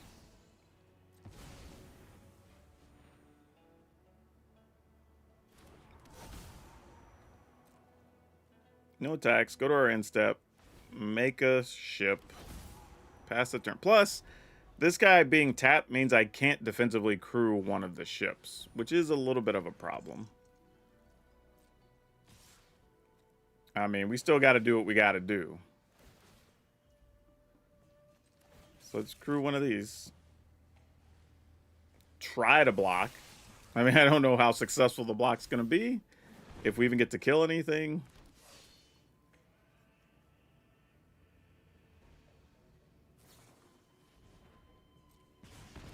And then another torch. Yeah, of course. All right. That's just one of the ones where if they just have it, they have it. All right, so we have our own Torch the Tower. Huh. So we kind of have to play this. Problem is, for this, though, we have to sacrifice an artifact. Or a token. So I could make... Damn, there's no way to sacrifice anything here. I could just make an Immersturm Predator, I guess.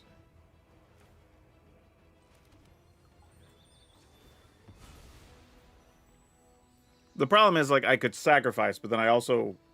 Because Immersturm Predator becomes tapped, if I'm not mistaken. Whenever it becomes... Oh, when it becomes tapped, so it gains indestructible. Yeah, and then you tap it. That's what I thought. Damn. All right, I guess we still do it. We just have to hope we don't die with the amount of damage that's going to be coming in. There's a real chance we are dead, though. Oh, yeah. That's going to add to it. Okay. Yep.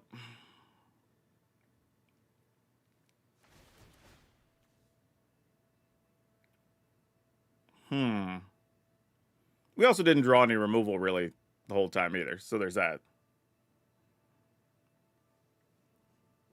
So we take 4 at a minimum. We're going to take 5, 6. So we're already at 7.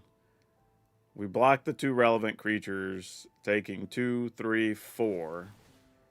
So then we're down to 3.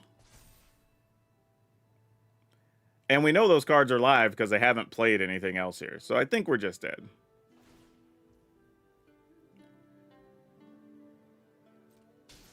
At least I would guess that to be the case.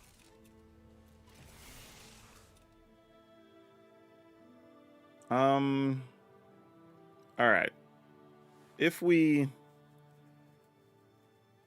Okay, we let those resolve. Here's how we're going to block. We're going to put Emberstorm Predator in front of something. And then if we have to, we'll sack the Scoundrel. Because we can at least make an indestructible creature. And now, admittedly, if they just have burn damage in hand, we're dead anyway. So we can't even worry about that on the grand scheme of things. Oh, no, we're dead anyway. Never mind. Yeah, we're dead. All right.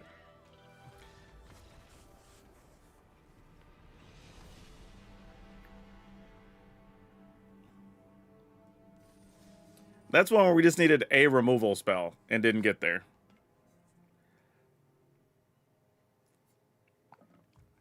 Any one removal, and I think we could have won that one. That's tough.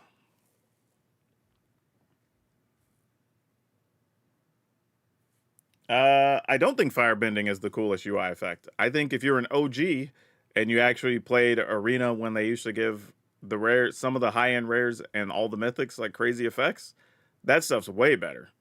We used to have giants that would like sweep everything off the board, and when you cast angels, they would like fly by the screen and whatever. Like those were the cool effects.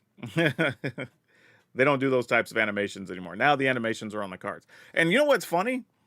Players griped about having all those animations. They're like, I wish I could turn all the animations off or whatever. And now they complain that they don't get all the animations, which I kind of understand from Wizard's standpoint. If you're putting the animations in and like half your players are turning it off anyway, why are you going to spend the time to do it if everybody's going to complain about it? But it's just like, man, we had such a cool thing. Like, that's one of the things that made it super fun and interesting. And they had to take that away. So I was like, that sucks. Hey, Dr. J, how's it going? But yeah, we used to get cool effects with cards. Now we don't get that. And that's tough.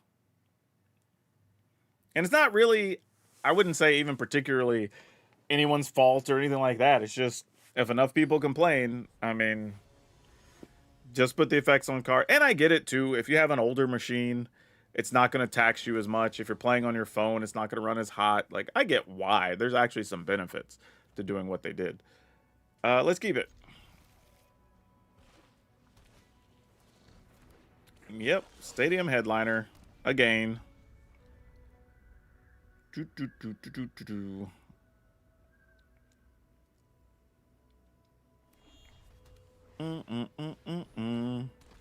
You got it.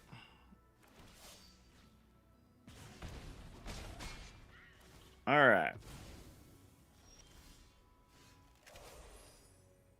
We will play this and pass. I think we're going to end up just shooting the sharpshooter here. Yeah, let's just shoot the sharpshooter. Actually, I kind of want to shoot this. But yeah, sharpshooter's just worth too much damage. Still going to take 4 here. Unless... Nope, didn't get there. All right. Pass a turn.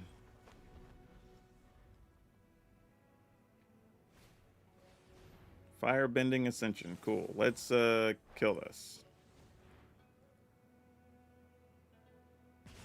So they don't get a trigger to put on there, which is important.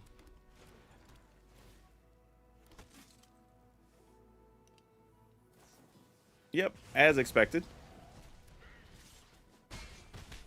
Yeah, I don't think this deck is going to be able to beat those decks ever.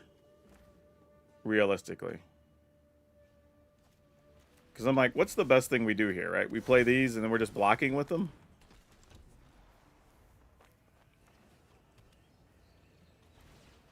Yeah, I don't think Plunder for me is the right card in this deck. But we'll see. Block here, block. Where'd these guys even come from? Who's generating the tokens? Oh, is it this thing? Oh, you had the land. Duh. Alright. Sure.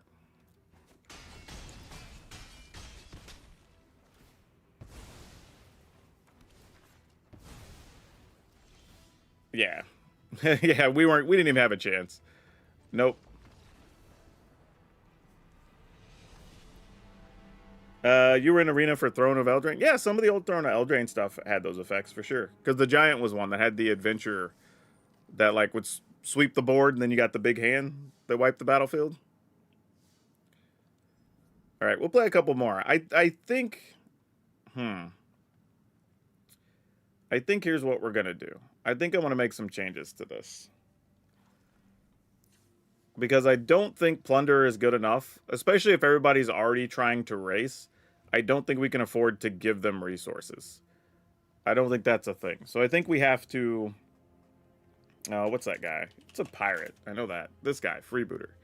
Let's go with this, because even if we block with this, we can at least search and find other things. I think we need... How many creatures do we have in here? 18? What other things should we be playing in here, folks? That give us some other sacrifice effect or benefit. Breaches is funny. He does generate a little bit of value. Let's go creatures that say sacrifice. Is there anything fun we can do with that? Because obviously we could just play Umbral Caller Zealot. It's like an easy way to get to sacrifice something, right? But we also kind of need, in the grand scheme of things, we kind of just need other creatures, I think is the thing. So while we could play a couple of Zealots, which aren't bad, but like, let's play another Torch. And then do we have any creatures we can play that deal damage when they die or anything crazy like that? I don't think any of that exists currently. I guess, You know what card we could randomly play with? Like Zuko, we could do. Because we don't have Zuko in anything. Granted, I think a lot of times Zuko gets us value for a turn and then dies. What is this? Return a creature from a yard. Then we have this Zuko. We could also generate mana, which is important. So I'm willing to take a chance on a couple of Zuko here.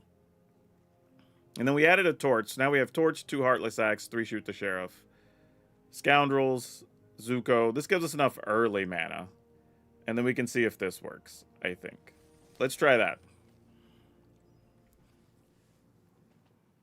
Let's see if this gets us there.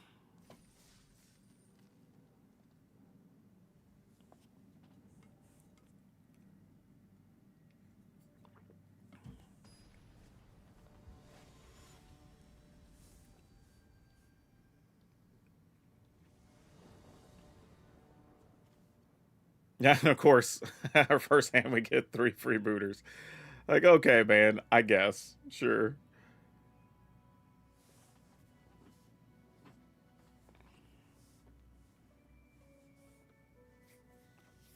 Let's see, though. Are they good enough? Hopefully so. Oh my gosh, what's with everybody wanting to play these red decks? Come on, y'all. I get it, though. Everybody wants to see the cool new Ascension thing. It just makes for boring content is all. Alright, you got it. Sure, no blocks. We will play this so we get access to some red mana. We will just play a freebooter, and then we will pass, I assume.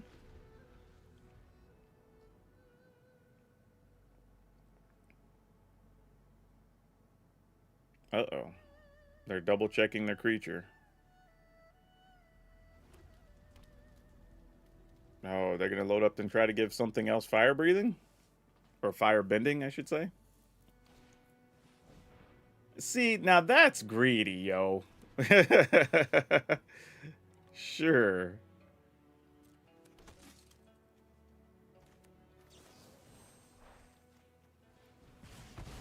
Alright. I mean, you do get to trigger both your things. You attack with your Hired Claw here. That is real. We'll try to kill it. I don't think it's going to work, but we'll give it a... Oh, it did work. Wow. I was going to say, we're just going to give it the college try and see what happens there. Ooh, Umbral Caller Zealot, huh? All right. I mean, you're as good as anything in the world we're trying to fight at the moment. Go ahead and play this. All right, pass the turn. So in next turn, we could theoretically, if we have to block with the freebooters here, make an airship and scoundrel. I mean, that's something. Bender, sure. Wild ride, so you trigger your things up. Yeah. And if it has 4 or more, you copy that ability. All right, yeah, sure. Let's see what you got. I'm here for it.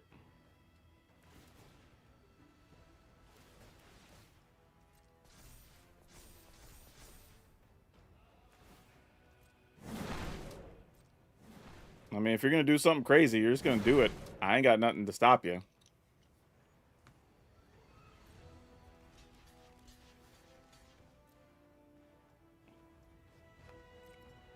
Wow, did we get successful blocks on everything? Whoa! What? Go, freebooters, go! Crazy.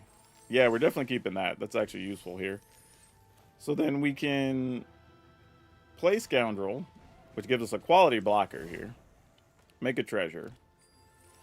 Use these. And we definitely will have sacked something for the turn.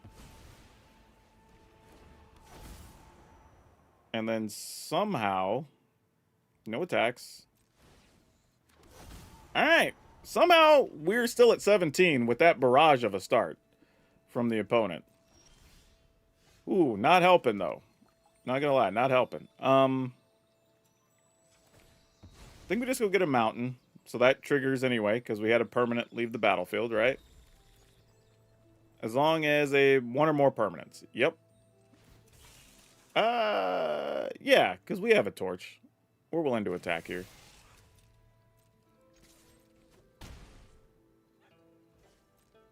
Actually, this says at the end of a turn, right? Sacrifice permanent, create a token creature's copy of that vehicle. As long as you sacrifice permanent. So it's can go at either turn. So if this works, I should be able to target my own creature. Actually, I can just sacrifice this. I don't even have to target my thing. I'll just blow it up for mana. Oh, that didn't work, so it's only on our turn. All right, I must have missed that when I was reading. Whatever. Let's get in there anyway. So I just messed that up. That's fine. Oh, it says your end step. I thought it said during the end step. Whatever. It's fine. We're not in terrible position here. All right, that works. Go attacking. Would you like to kill something? Sure, I'm here for it.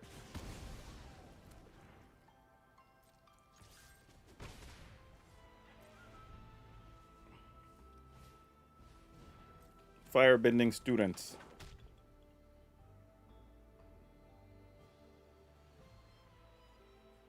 Yeah, we are not going to allow that to happen.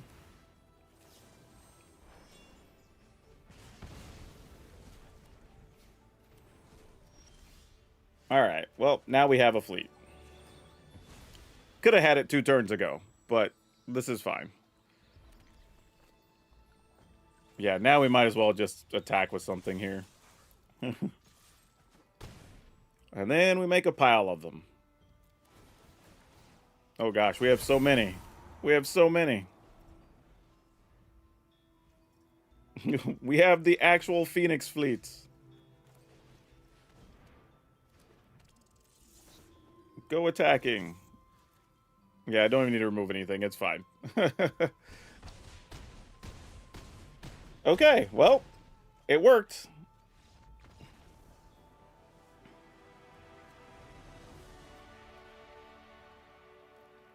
And I will say, the freebooters made an immediate difference, because if those were still the 2/2 skeletons and we weren't able to block there, we would have definitely been way dead. Like, those actually kept us alive and made a big difference.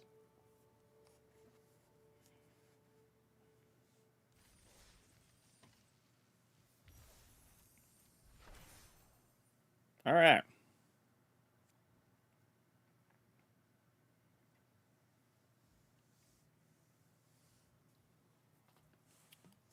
Pretty crazy. Pretty crazy. I will say, the Airship is a cool card, though. Because it's still just a cheap, I mean, it's 4 mana, but as far as equip costs, or crew costs, very cheap. So pretty much any creature in your deck you're realistically playing is going to be able to crew it. So it's automatically like a 4/4 blocker your opponent has to deal with. And worst case scenario, in a lot of situations, is you've sacrificed like treasure or something to play it anyway. So then you end up with 2 of them, and you're like, all right, well, I'll crew one of them and see if I get to block. And then if not, it's like, okay, well, now I have 2 again next turn. Now what? So it's kind of a sweet card, truthfully. A neat design, and the concept of, right, I'm making a fleet of blimps, effectively, that I'm trying to fight, or zeppelins, if you will. But yeah, where are the opponents? I need opponents. It's a cool deck, though, man. It is fun. JT Lebowski says, when I saw it in previews, it didn't occur to me that the copies start making copies. Yep. that's the best part of it. If you can even hold on to one for like 2 turns, then you end up with a minimum of 4. And then if you have anything that can crew them, your opponent has a hard time dealing with it. I think there may even be a better build where if you're playing something like mono white token makers with black for blimps and removal, like that might actually be a deck too. I can see that being a real thing. Oh boy. I guess. I don't know what to do with this. This feels like a bad keep. I should be punished for this. In all reality, this feels like a bad idea. But let's find out how bad of an idea it really is.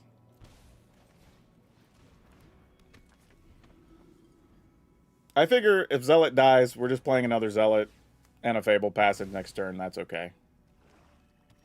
Like, just cost of doing business.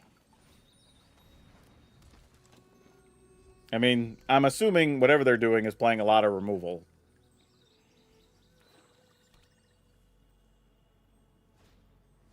They also are playing freebooters. And their own Zealots. Look at that. We're kind of on the same page here. We will go get another swamp. Yeah.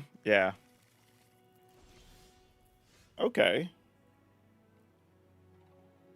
If we make an airship,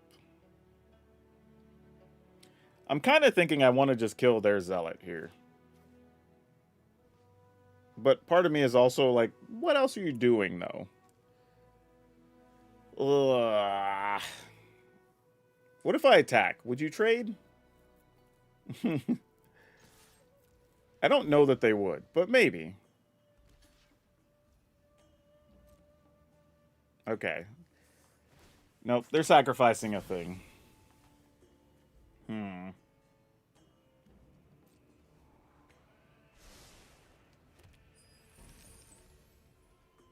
Man, what are we doing here?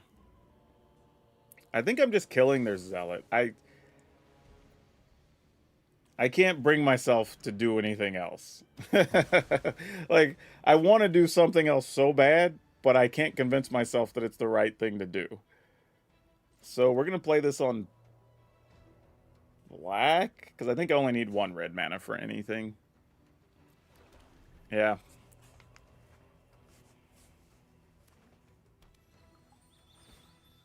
I mean, they might also be playing airships and just going about it a different way. Yeah, exactly. That's what I was saying. They probably were doing the same. Respect. Ooh, actually. Alright. I'm into this. This was not the way I thought we were going to go about it, but you know what? I'm here for it.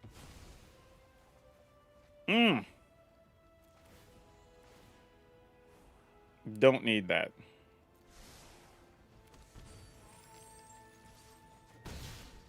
Alright, in the turn.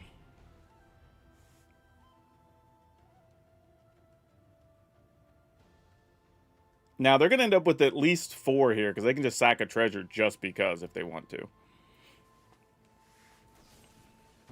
Yeah, exactly. Like, you absolutely do it.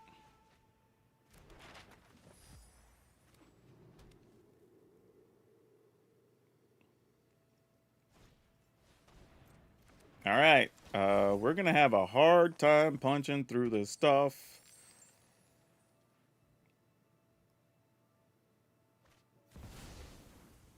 And a plunderer, sure.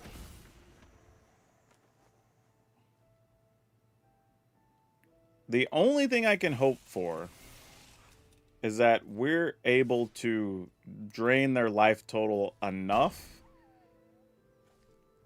to not die, like to just have the advantage on the following turn. That's kind of the only thing that could work here. So I guess we do our own fleet action. We play this, right?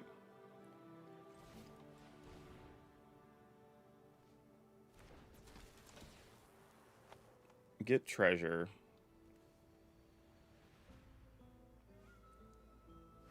Can I make 4 things die here? Like, that's the other thing, right? I don't think so.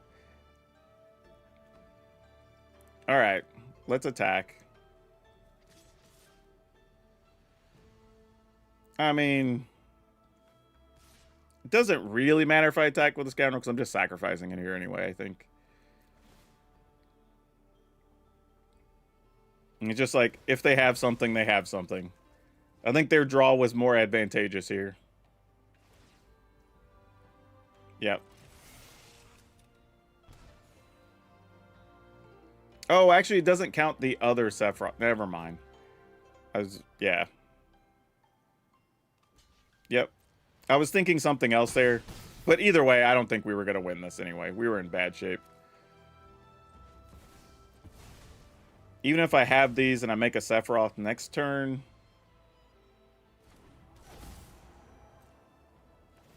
our best bet is...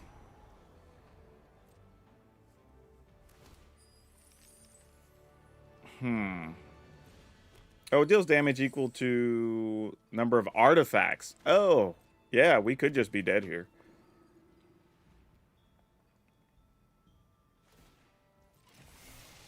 Yep. Yep.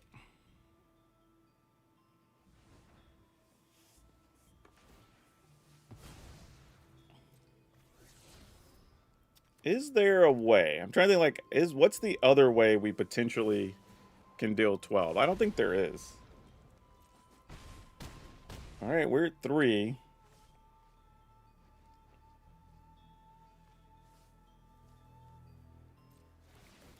Though, if ships block ships, those do trigger Sephiroth.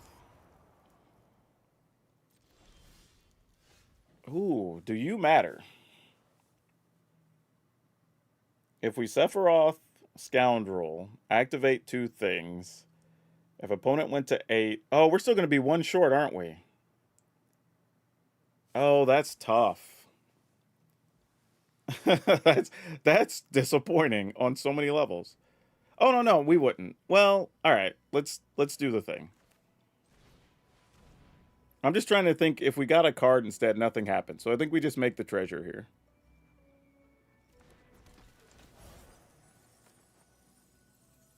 Wicked tokens are the ones that deal a damage if the thing dies.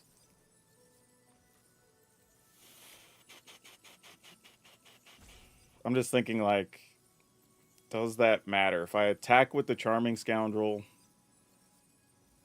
and I still have 1, 2, 3 lands. All right, let's try it. It's a little bit crazy, but what else are we going to do?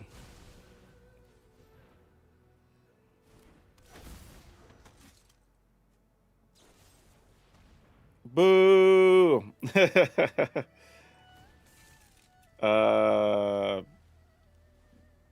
With that, I mean, I think they got us anyway. Like, we didn't have anything we were really going to be able to pull off here, I don't think.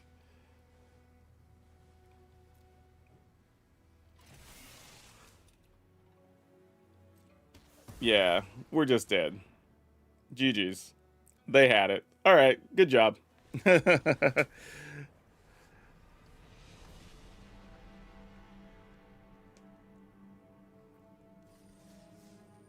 Yeah, I think once I recognized what the matchup was, I should have just went ahead and got an airship down first.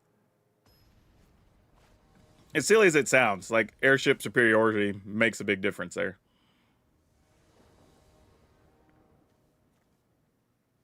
Okay, we drew a Zuko here. That's kind of fun.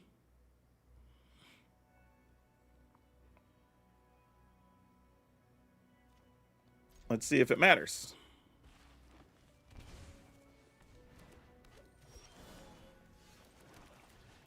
I mean, we probably need removal when you see Llanowar Elf, especially if it's like Badger Mole, tap for a bunch of stuff. No, that is an ally guy. I mean, removal would still be nice, but we don't have that.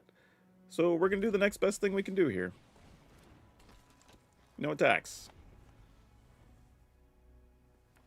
Man, is our plan just to draw a card here?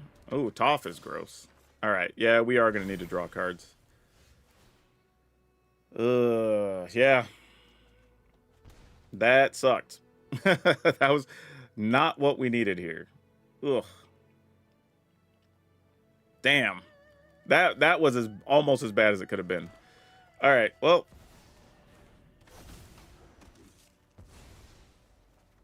No! That's so bad. Oh no, what's happening? What's happening? Oh, this sucks. We're in so much trouble. Yeah, Boomy, you got it, man. Airbend something. Yeah, your lands are all juiced. Oh my gosh. I mean, I guess we'll take the mana? Not that I think it matters here. Okay, what's the best situation? We can do this. Play an Umbral Caller Zealot. Sack something. I guess we might as well do this. Hold on to that treasure, because I feel like there might be a thing where we need to try to draw into something with Scoundrel next turn. And then play this. And then...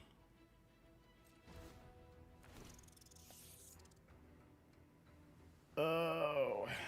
Are we attacking with Zuko here? Yeah, Mize.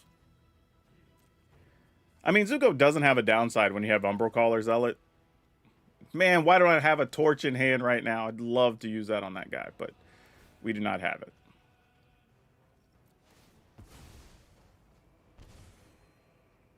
Oh, there's a Shoot the Sheriff. It might be too late, though. Ah, dang it. All right. Well, if we die, we die. Actually, I think we are dead. Yeah, because then the lands get to untap, and yeah, we're cooked. Yep, no blocks. Then they get to untap and do it again.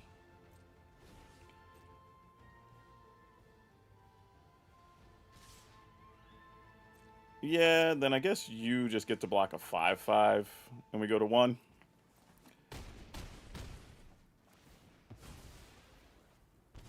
Go to 2.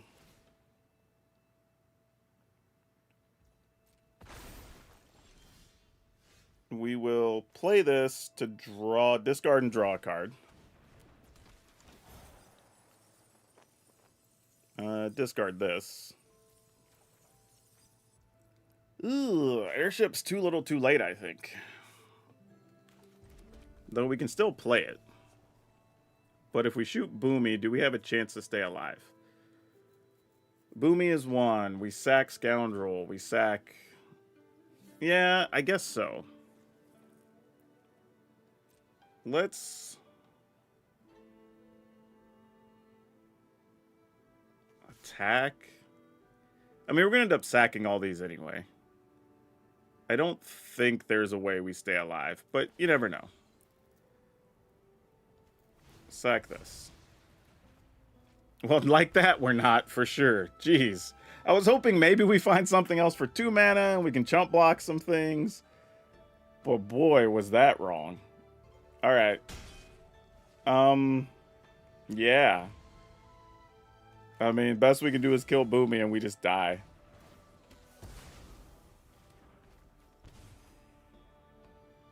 Yeah, there's no good outs for us here. Man, that string of land drawing there was so bad.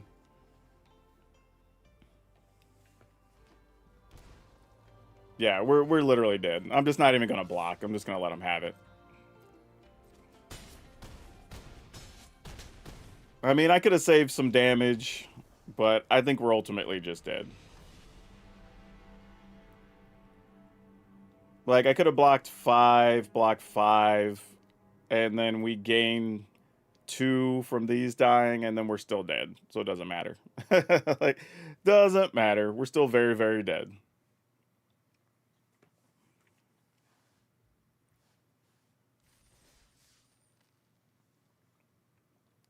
Yeah, that was just an ugly situation. I think this is a situation with this deck where you have to have more early removal. I don't think you can play it without it. I think that's definitely an issue.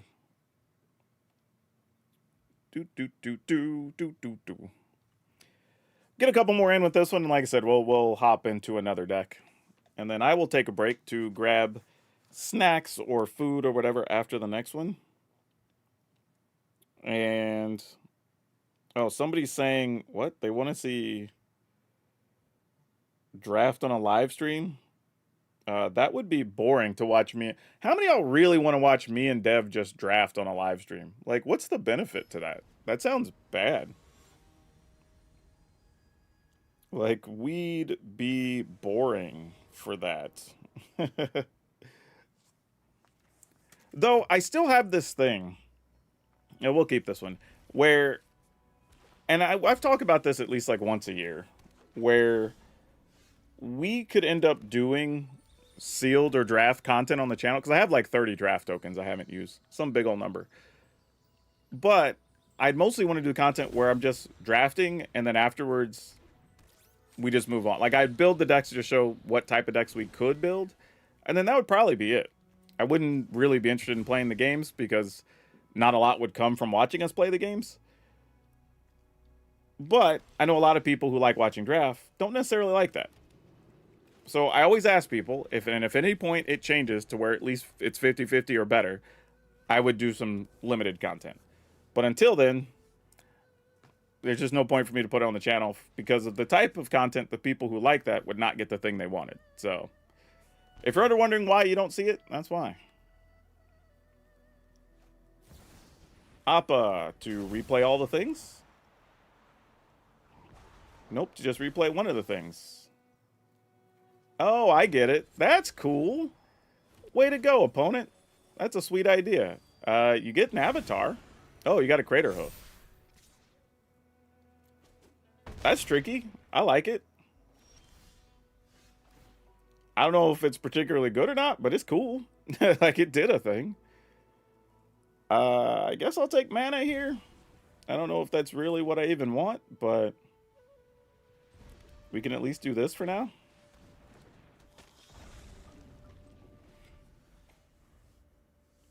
Oh, well, honestly, the majority of the content that people enjoy is going to be standard or commander. That's not a surprise at all.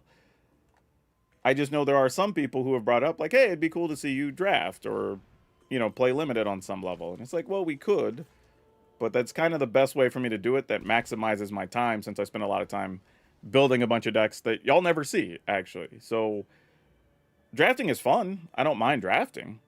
It's just, what else can I do with it to make it entertaining for y'all? What's funny, if you attack with everything here, I almost died to my own Zuko. Oh, I could sacrifice Zuko, actually.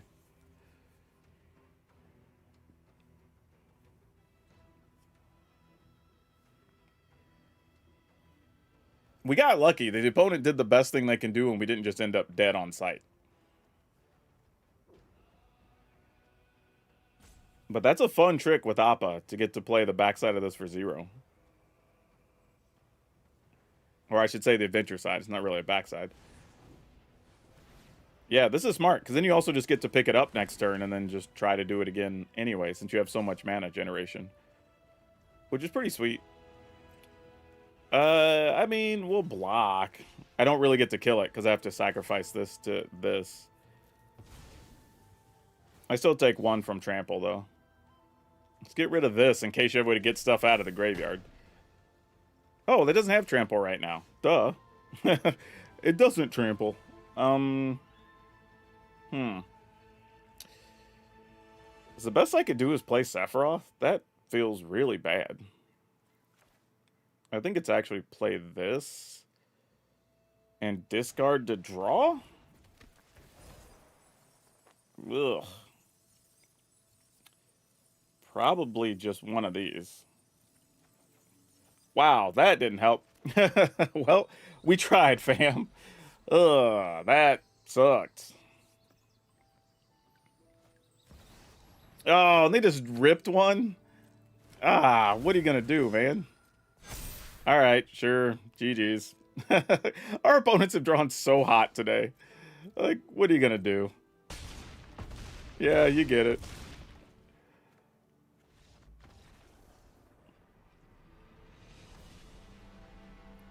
Plus, it's very hard to do every single Magic format. No, we're not trying to do every format. That's the whole point, right?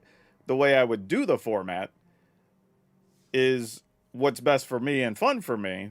It's just, is it fun for people who enjoy that particular format? I don't know that it is, which is why we don't do it. But yeah, I would still go through the process of like explaining my picks and doing all that, and like when we're done, seeing what type of deck or decks that we could build from the cards we drafted, and then that would be it, you know. And I know people be like, oh, why aren't you playing the games? Like, I'm not interested in playing the games. The game, and because here's the reason: not that draft can't be fun or whatever, but for me, the games of draft yield no information that's good for me making my constructed content.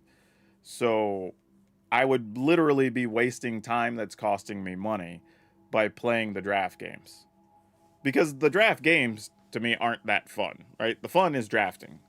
And I think a lot of people agree, because when you watch even Pro Tour coverage when they were drafting, everybody would watch the draft, and then when the draft's done, people would say, hey, when do the constructed rounds start?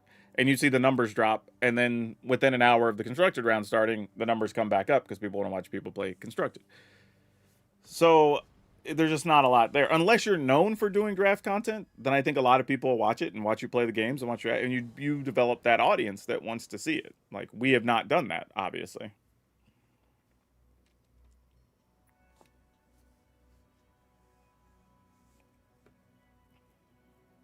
All right, let's keep it.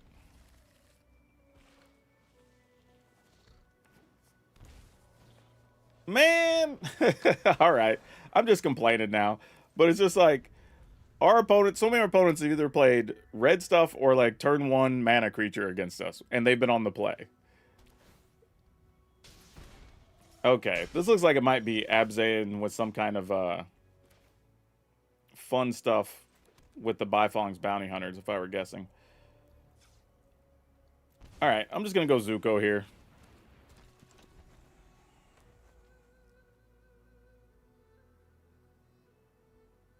Probably get mana next turn and see what we could do. Yep, I bet that's exactly what they're doing. And we do not have a removal card in sight. So now I can't even make mana. I have to draw a card, because we have to find a removal spell. That is not it. Ah, dang it.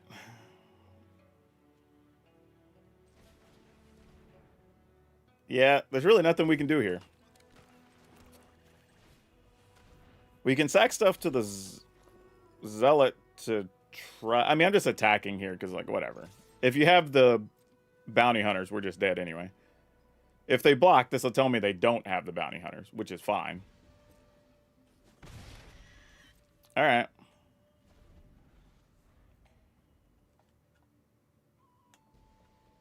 I mean, I guess you need technically a third part to the combo, because you need some number of creatures to keep fueling the land. So I guess we're not dead yet, but we're really, really close. Well, there you go. Like, just as I say that, they found the other part, folks. Yeah, that's rough. All right. You got it.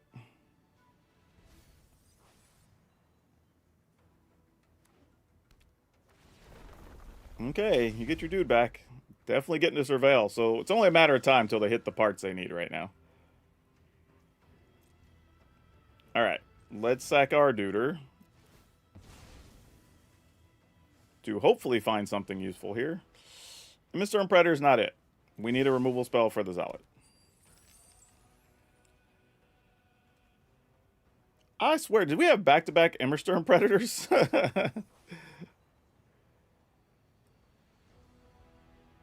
Alright. No! Come on, man. Oh, jeez. I guess we make... Man, I have a feeling we're just dead on their next upkeep, though. Or in their next main phase. Let's go ahead and play this.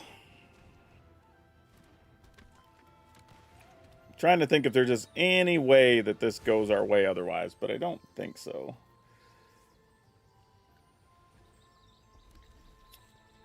We can play this, sack the freebooter. Nothing really comes of it, though. We just get to sack it. Yeah, I mean, we attack. Well, we'll just have to hope they don't have Bifong's bounty hunters, or they don't have a way to get it. If they do, we're just dead on sight. Man, no removal spells on all those cards. That's tough. We had a shot. If we could have got rid of the collector here, or zealot, I think we'd have been alright. I don't know if they're digging, or if they're just setting up because, you know, they know they're going to play a land and get it back anyway. Ugh. Well, whatever it was, they left it on top. That's probably bad.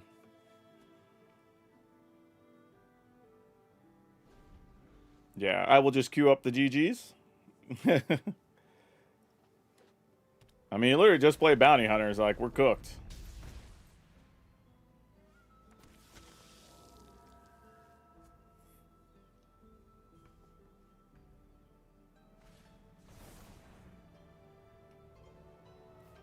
Yeah. All right. That's it. GG's. I mean, you go looking for it. It's the same thing. Yeah. All right. We're dead. Dang it.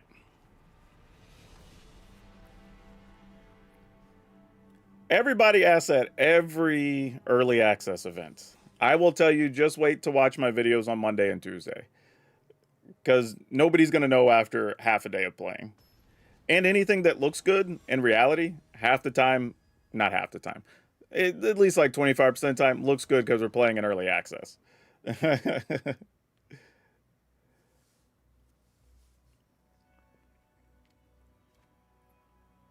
No, I don't care any type of draft. I think that statement applies to whatever draft it would be.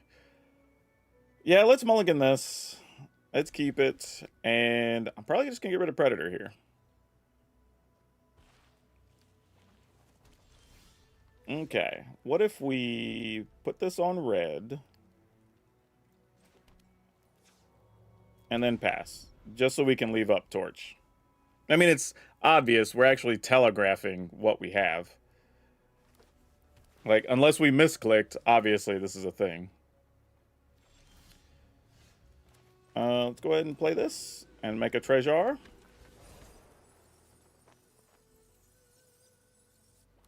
And attack. Nope, we are not going to get to attack. They have their own fire bending lessons here.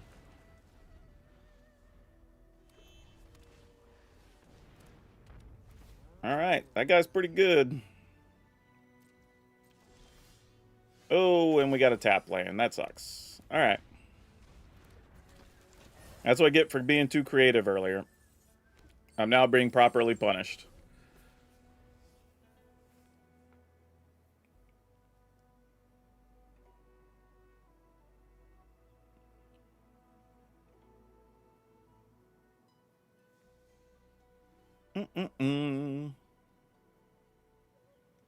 Yeah, I think we're going to play like 2 more games with this, and then we're going to move on, play something else.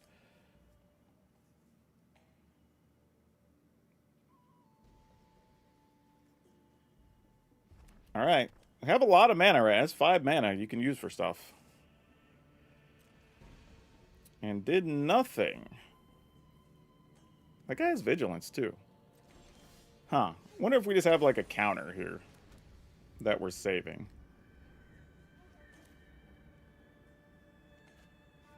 Or you just want to shoot Sephiroth.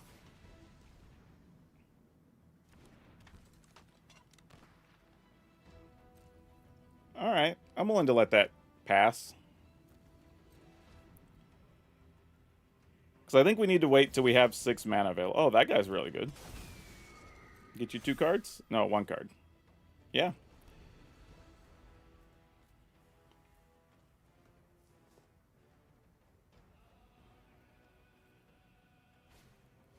Roots? That's another lesson. Like, y'all don't even understand how good Roots is. Like, the fact that they didn't give us just rampant growth for so long, and that's just rampant growth plus. Like, it's so good. Oh, actually, do I want that? 1, 2, 3, 4, 5, 6, 7? If I have a land... what am I doing next turn? Probably just playing Sephiroth and a thing. Maybe I do. No, but I'm gonna have 7 anyway. Never mind. Because I'll still get a treasure off a token off the dude. So that's fine. Yeah, take our 7. Deals 4 damage to target creature or 1 to each opponent. Yeah, that's fair. Reveal a creature or land and put it on the battlefield. Yeah, why not? Get the thing that gets you more value. For sure. Alright. Get a fleet. Play this guy. And then we have to hope we find something good next turn. Like, we got a lot of hopes and dreams riding on next turn.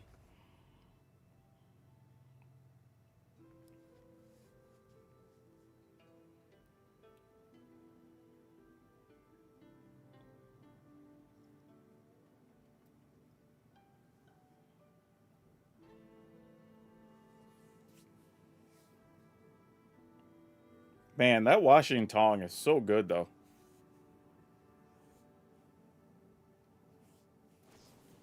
There's really... It's not even about winning today. We're just playing new cards.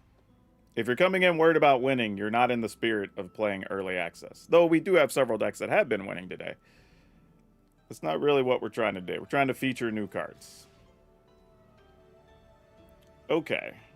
I am going to use the token to try to block. And I'm doing this, so if they do want to bounce something or whatever, it would have happened to the token, and I don't know. But alright, we go to 10. I mean, they're going to play the other one soon anyway, I'm sure, for extra value. Do we find anything we can sacrifice for something? That's what's important. Alright, thing's a 3/3. Oh, and you had the answer anyway. Yeah. Dang it. Alright. Well, now things aren't going to go as well for us. Alright, we have Zealot. Does that keep us alive? Probably not. Opponent just has too many cards. Like, Wan Xin Tong is so good.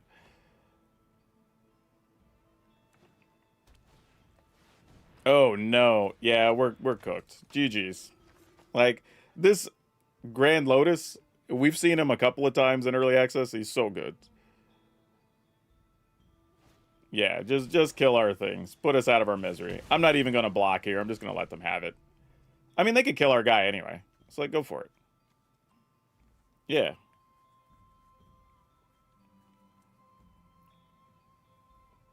Alright, I'm just going to let them have it. They got it.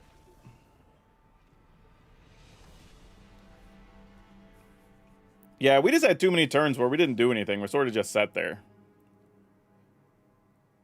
Says you're excited about the new set yourself. I can't wait to have fun with some of the crazy shenanigans. There are a lot of shenanigans to be had. That much is accurate. If you want to play shenanigans, this is the set for you, for sure. There's a lot of wild and quirky things afoot. I don't even know why a foot became a thing, because we don't say like a hand or an elbow or a knee. Actually, that's not true. We take a knee, but it's not really a word, a knee. We just take a knee, not a knee. Yeah, I don't know. That's weird. I just thought about that. Weird musings when you have to sit here and talk to people forever. But all right, what do y'all want to see after this? What other types of decks are you looking to see that you may not have seen today? We might have one available.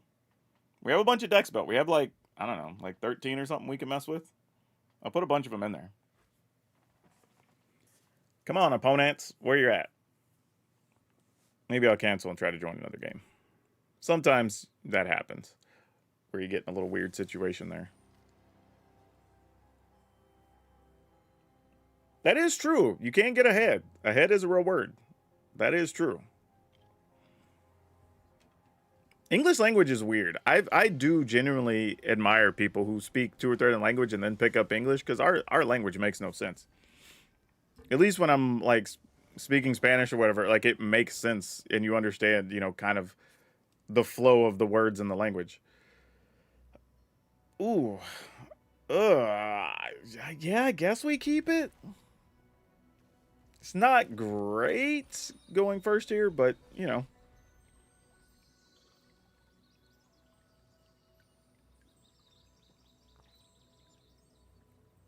I think what's weird is, since I intend to only play Freebooter next turn anyway, I'm not even going to search for a land to increase the odds, albeit small. Well, we did draw a land.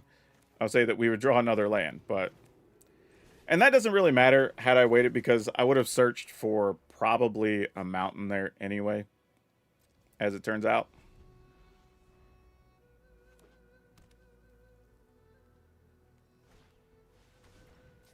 Oh, looks like some more Bifong shenanigans. Oh, whoa, whoa, whoa. Craterhoof behemoths. That's not what you want to see. We're here, we're going to get a swamp. Let's play this guy. I guess I'll attack. I don't really care if that dies. Hey, new followers. Thank you. Cool, I'm down. I do need that, actually. Like, I don't want that, but we kind of need that. Oh, actually, it doesn't even matter, because we're going to... Oh. Because we're going to use the Fable Passage. Yeah, I got too crafty this game. Badger Mole. Okay. Are you just trying to... Maybe you're not doing Hunter shenanigans. You're just trying to hardcore cast monsters? I mean, that's possible.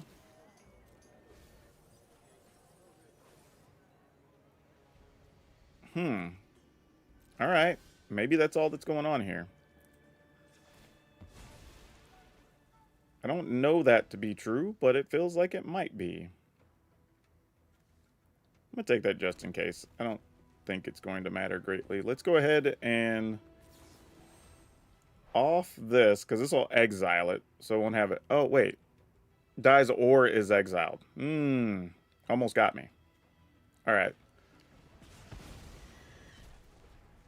Sure. Though, we could kill it during their upkeep if you wanted it to come back to the battlefield tapped. So there are a couple of silly, quirky things you could do with that. Dredger's Insight. Yeah, sure. I don't know what the opponent's doing now. Especially after seeing Craterhoof for it. We're just going to die to some kind of mess. That's all I know. I don't know what's going on. We're going to die to some silly things.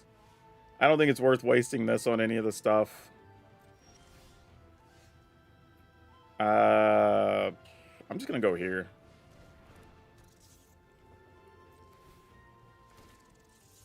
I guess I'll get rid of Craterhoof. It's like the scariest thing that's over there. Would you double block? Yeah, probably would.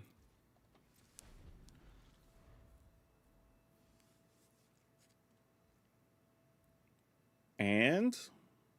Oh no, here comes the reanimation part. Well, the good news is we got rid of the crater hoof. The bad news is there's about to be a bunch of monsters here. But it looks like it's only overlords, really, and nothing else threatening. I mean, there's this guy, but whatever. Beseech. What are we going to go get? Bifong's dudes? No, because you didn't sack anything, did you? No. Okay.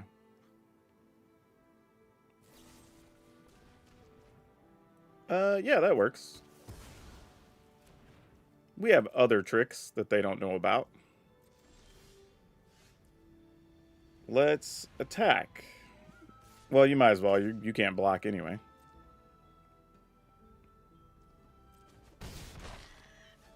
Alright, let's go here. In the turn. Still just overlords. Alright. What are we going to go get? No, Badger Mole. Yep. Badger Mole is back. Growing more lands.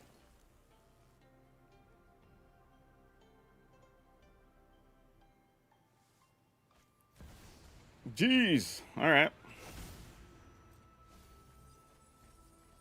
Oh, there's a Terror of the Peaks. Man, opponent was doing some things. I see with Foggy Swamp, Terror of the Peaks.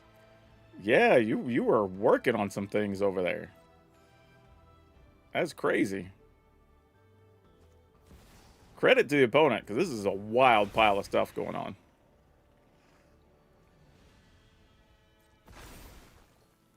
Yeah. About that. Yeah, I think we're just going to get rid of the Terror of the Peaks. Because that's one way we could definitely die here. So we don't want that to happen.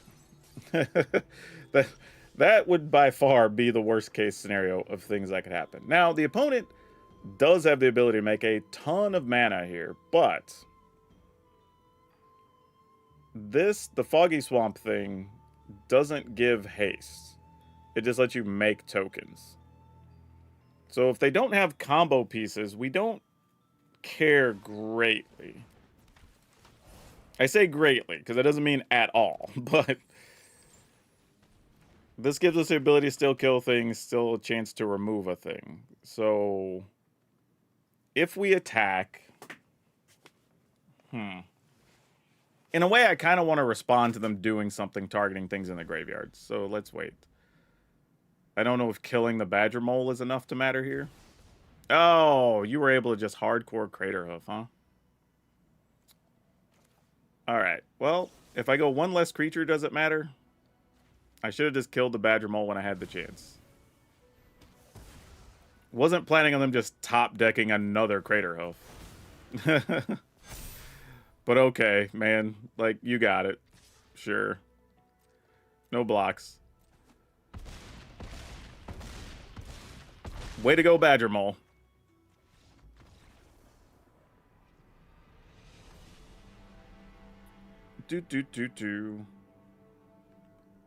Have I run water bending a day? No, and I don't know if I will, honestly. I think we have a deck that has like a couple of water bending cards in it.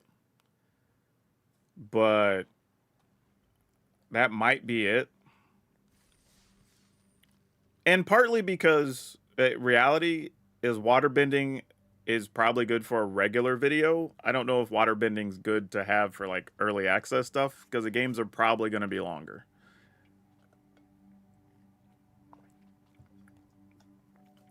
And unless your games have like a bunch of interaction, they're not that fun to watch for like early access when everybody's like trying out cards.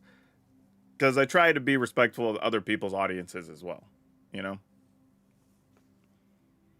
Oh, I think there's actually some decent waterbending stuff. I just think for the types of decks that they lend themselves toward, they're not the most active, fast-paced, interactive things, you know?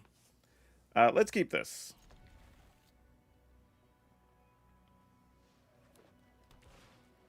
All right, Momo. I was hoping somebody might actually do just a straight up Flyers deck. They are. Awesome. Because that actually looks like a real deck. So kind of cool if people are messing around with it. I mean, the bad part is our creatures being on the ground are going to do almost nothing. Alright, we'll try to kill this. They must need blue mana. I will... I was thinking... You know what? Here's what we're going to do. We're going to put this on black. And then I'm going to play this. And I'm going to leave up Shoot the Sheriff.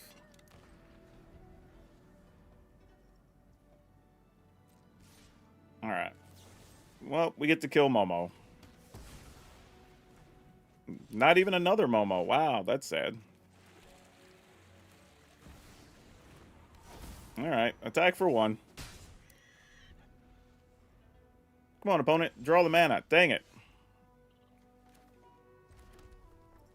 Yeah. I was kind of hoping they'd at least draw what they needed there. Alright, well, might as well start making airships. Don't need that.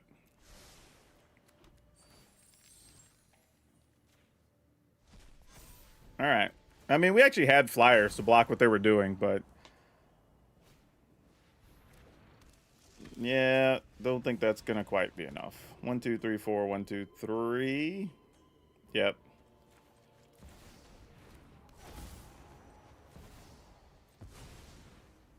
And then we don't even have to sacrifice anything. Because we already sacked a treasure.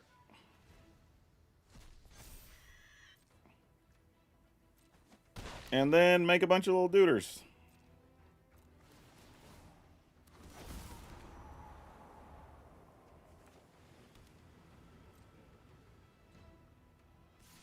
Yeah, might as well get in there.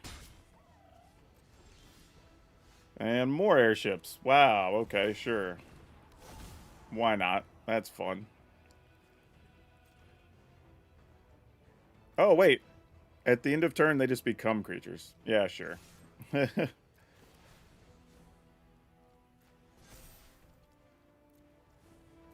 was like, I have 8 by just playing the other one, which was silly. But I have to have the trigger happen first for that to matter.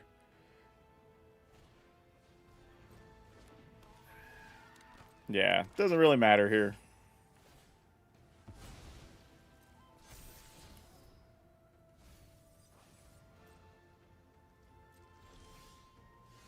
Oh, well that's fun. Let's just get a card.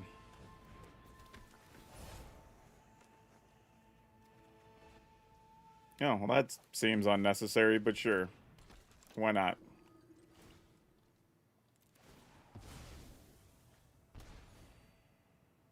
Yeah, sure. Man, whatever.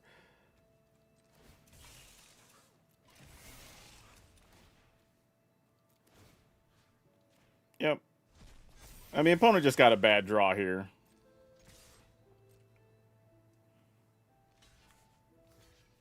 And then they just die to Sephiroth before any of the cool stuff even happens.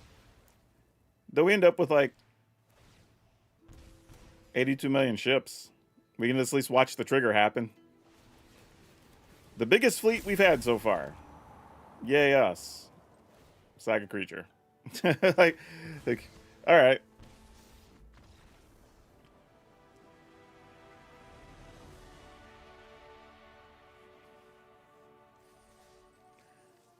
But yeah, I think all the bendings are playable. I think they at least are balanced around different things, but again, water bending is mostly going to be like the tricky stuff, the card draw, the bounce things, you know, whatever. And that just makes for longer games, which is fine. I mean, totally viable way to play Magic. Just not necessarily great for early access content for everybody. We will keep this.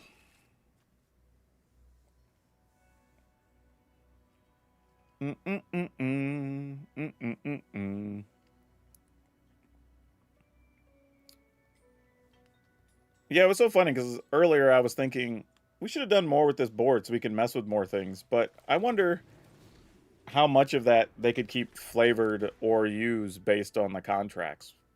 Because I don't know that answer. But you know, if you want to just mess up the cabbage guy's little thing, you can. Oh, I actually destroyed his cart. Oh, I clicked it too many times. Okay, never mind. That is kind of sweet.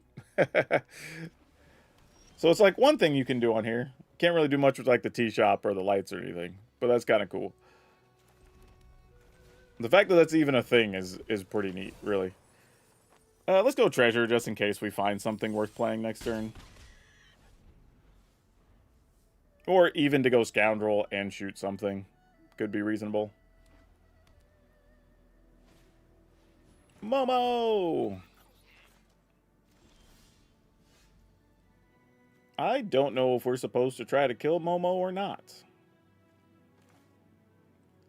I think the goal is to do this, and I'm going to discard and draw a card. I feel like that's correct here. Well, that didn't really help us. But I'm going to leave up mana here.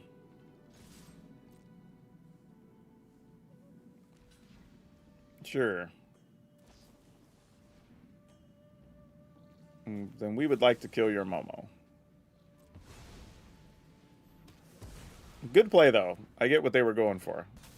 I respect it.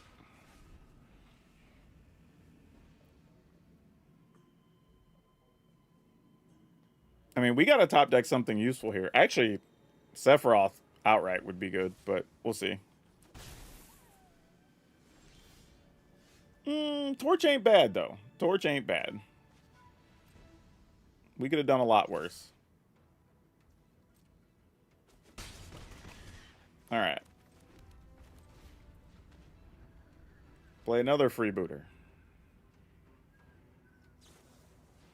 They're like, no, you don't get to have a freebooter. You have to pay more for it. Which is fair. I mean, I might still pay more for it.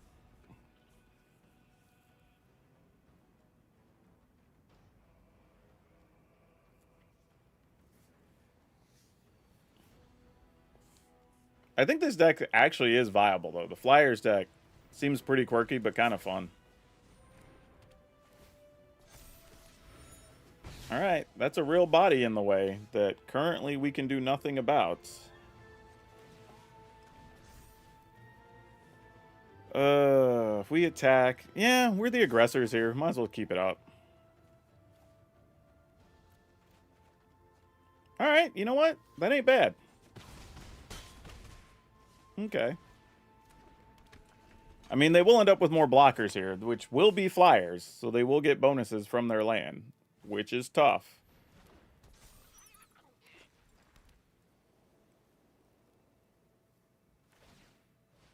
Alright. You know what we need? We need our Phoenix fleet is what we need here, so we can actually block some of these Flyers. But I think we're just dead now. So even if we get it, it might be too late. If we do this, that only leaves us 3 mana. Oh no, I could sack, because we can't block those anyway. Get treasure, fleet. Alright, that's something. I think we're still dead, though. We could take 3/3/3, assuming they don't have anything else. Nope.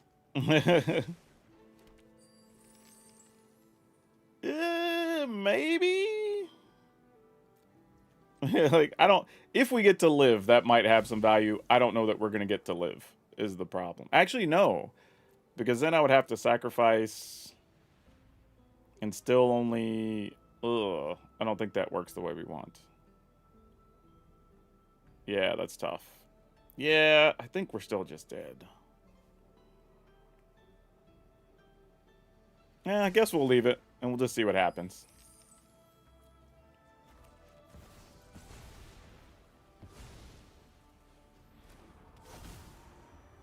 But if they play anything else that pumps or whatever, we just die, right?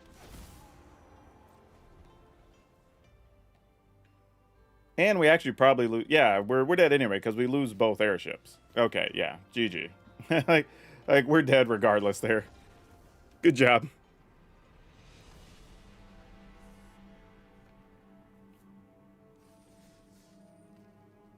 Do. All right, let's talk about this one. Dun dun dun dun dun. Okay. Let's look at this. Let me move these over just a little bit so there's a little separation. All right, so I do think the changes we made were beneficial. I don't know if the deck actually needs like 4 Sephiroth and 4 Immersturm Predator.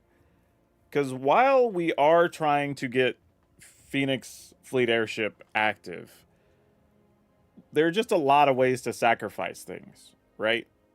So we don't need to lean on these so hard. And being heavy toward 3 and 4 is also rough because you're not doing a super impactful thing on 3 unless you've already hit some of these other things. So I would probably be leaning more toward, like, well, I will say this too. Immersturm Predator still works against the graveyard decks. So you don't necessarily cut all those. But I could see removing a Sephiroth, playing another Zealot, or cutting down something else to play 4x Zealot, because just the sacrifice effect is more beneficial in a lot of cases. And being able to get rid of artifacts is also important, right? So if you have a leftover treasure from either of these, I think that actually has a lot of value too. So if you were to do this, maybe one less Predator, one more Zealot, and some maybe an additional removal spell. Or, like I said, cut a Sephiroth, add something else in. I really didn't mind Zuko. Zuko was mostly fine. Got us cards, got us mana, did some things we needed.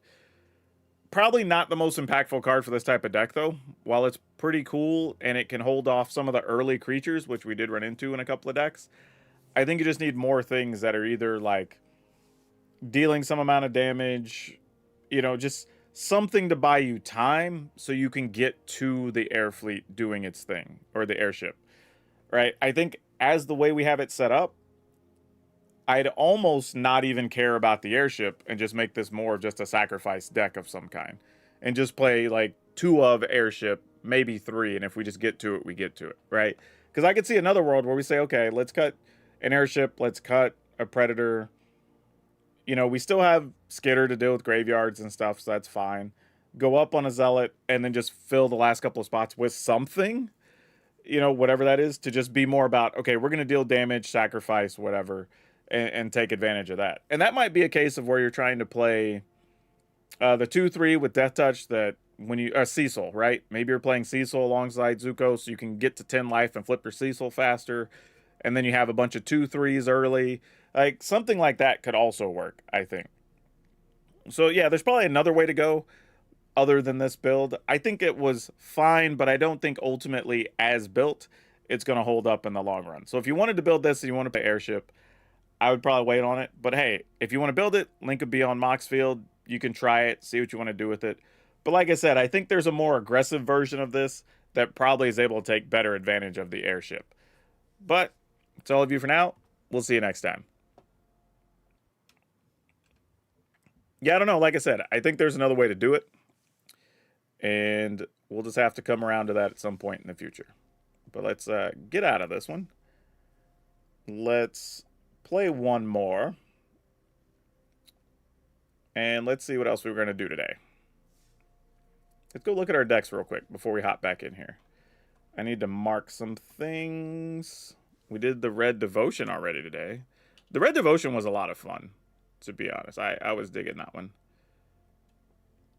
And then we did the airships. We do have... I think I know what I want to do. We're going to see if we can get firepower off. Let's do that.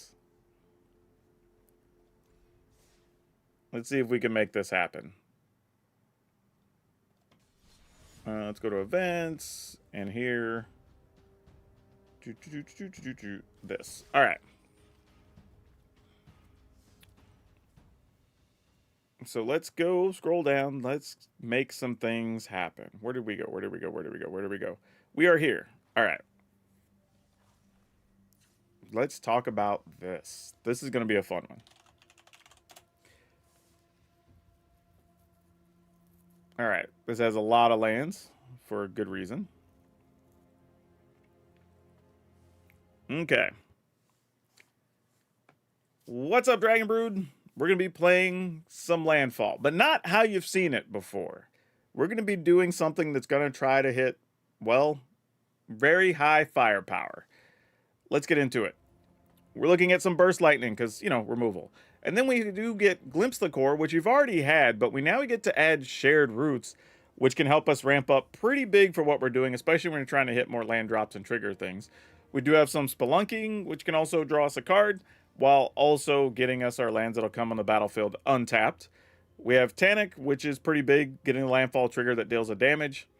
Ice Till Explorer also can get us the ability to play multiple lands a turn. We do have Map the Frontier, which can go get 2 lands, which is nice. And then hopefully if we've done all the ramping we need to do, Lumra is going to be super big to hit just over the top. And then the card we were talking about most is Faded Firepower here. It's 3 red and X. And with this, you can just flash it in at the end step. Let's say we make it 3 as an example. If a sorcery we control would deal damage to an opponent or a permanent an opponent controls, it deals that much damage plus an amount of damage equal to a number of counters on here. So to do 3+.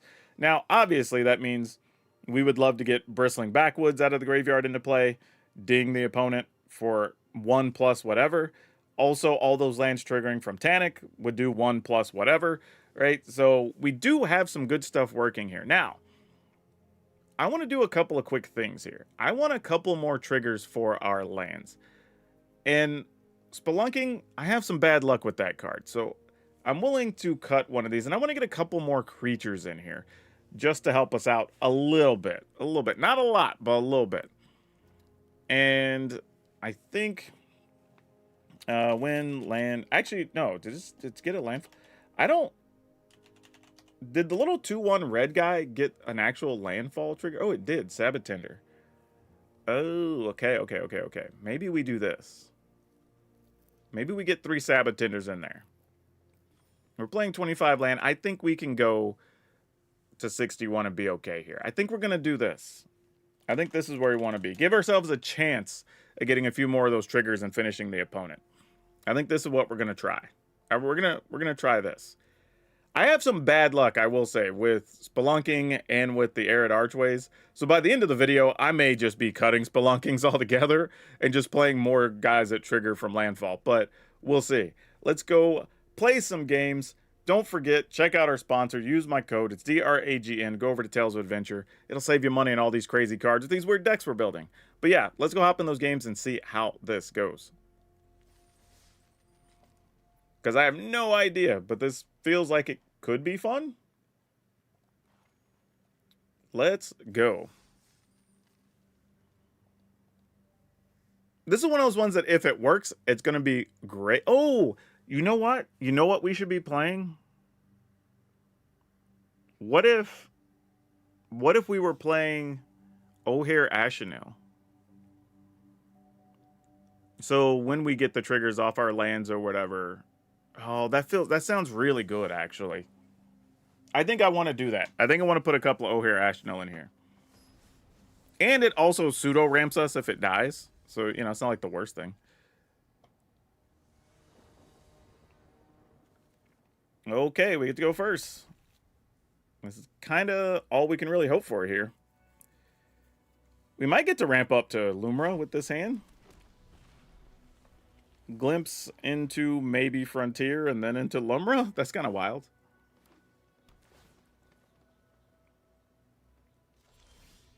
Alright, well, we will Glimpse the Core. And go get us a Forest. Though now we have Ice Tail Explorer. That's something. Badger Mole. Well, I do not have a removal spell for Badger Mole in hand. And I did not draw one. So that's super disappointing. I guess this is the best we can do here. Badger Moles are everywhere right now, y'all. In the early access, everybody's loving that card. I would argue that it's slightly overplayed right now, and probably will be for the first week, but the card is good. Alright, there's Toph, which, whenever you cast a spell, Earthbend. Yeah, that's a problem. All right, well, let's go ahead and get rid of you. Let's go ahead and do this. Go get that. All right, no attacks.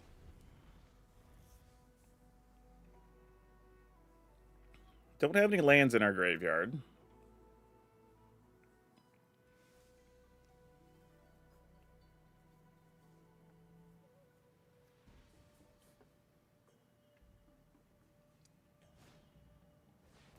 Earthbending Ascension. Yep. Man, if I had anything that just dealt damage to things. Yep, that's a 3-treat. Yep. I guess I block. Oh, you're doing the thing with the unblockable land. Love it. Okay. Let's get... I guess I'm just going to get this and a... Maybe I just get 2 backwoods. Oh, crap. I didn't even mean to click those. Well, you're late to the party. Well, we'll see what happens.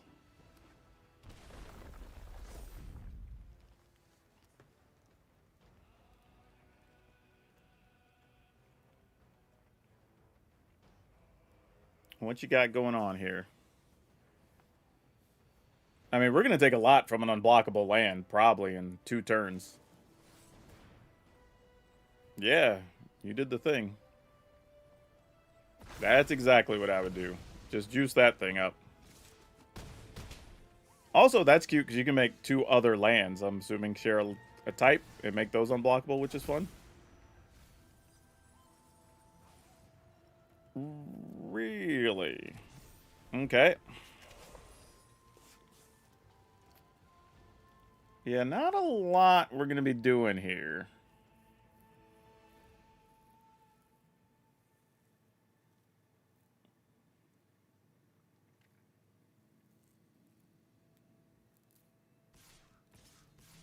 Oh, why does this feel like a trap? Oh, they probably just have another Toph, if I were guessing. If not, like, you just blast it for 5? Yeah, that's fine. Like, we can live with that, I guess.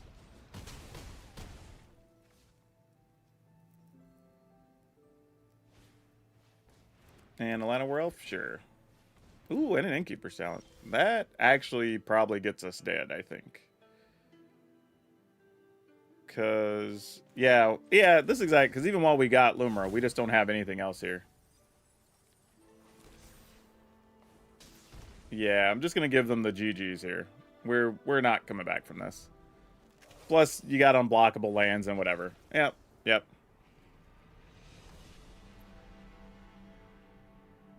Do. That's about how that deck wants to function, though. They got a pretty solid draw for what they were trying to do. We, unfortunately, did not. So we did not get to do our thing. Well.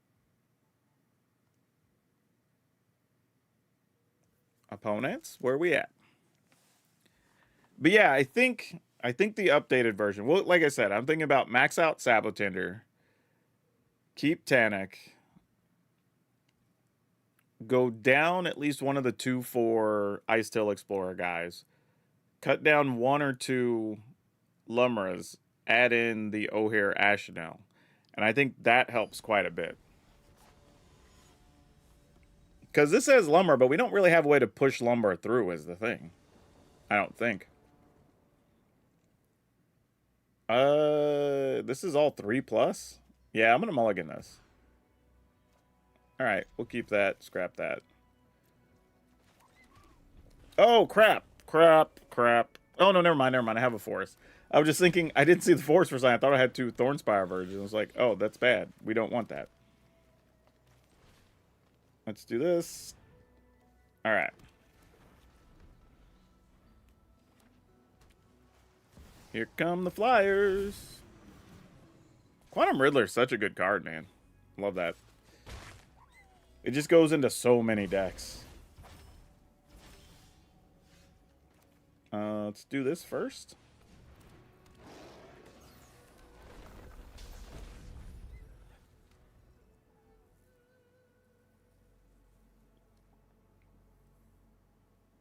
Yeah, I don't know why. And don't get me wrong, like, Spelunking's one of those cards that I understand is good. Like, I read the words and I go, yes, I understand why people play this card. For whatever reason, every deck I've ever played with Spelunking just doesn't work out for me. I don't know if it just doesn't fit my playstyle or just whatever the case is. Like, just never seems like it works out for me. Like here, this is getting counter. Oh, it didn't even get counter. I was expecting it to. All right, go to Ataxies, maybe? Nope, you're just going to tap a thing down. That's fine. But yeah, I just feel like I never get enough value out of it. Like, I'm just always, like, behind where I want to be playing the card. Just one of those types of things. You know what? I'll try. Maybe you have a counter here. I'd rather you counter that than other stuff we want to do. Alright, there's letting that die. Oh, because you just have another Momo. That makes sense.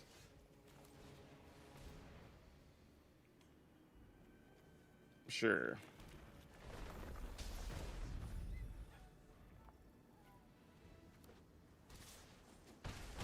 Alright. Well, we don't have triple red yet. I wasn't thinking about that.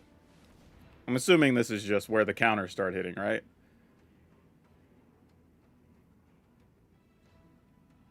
Because I would counter it. No, same thing. It's basically a counter. No attacks. I mean, plus side, we get to do it cheaply next turn. So that's something. But we're still pretty close to dead. Yeah, I guess we still try to fire this off. Sure, you have an interrupter, man. You got me. Alright, GG's.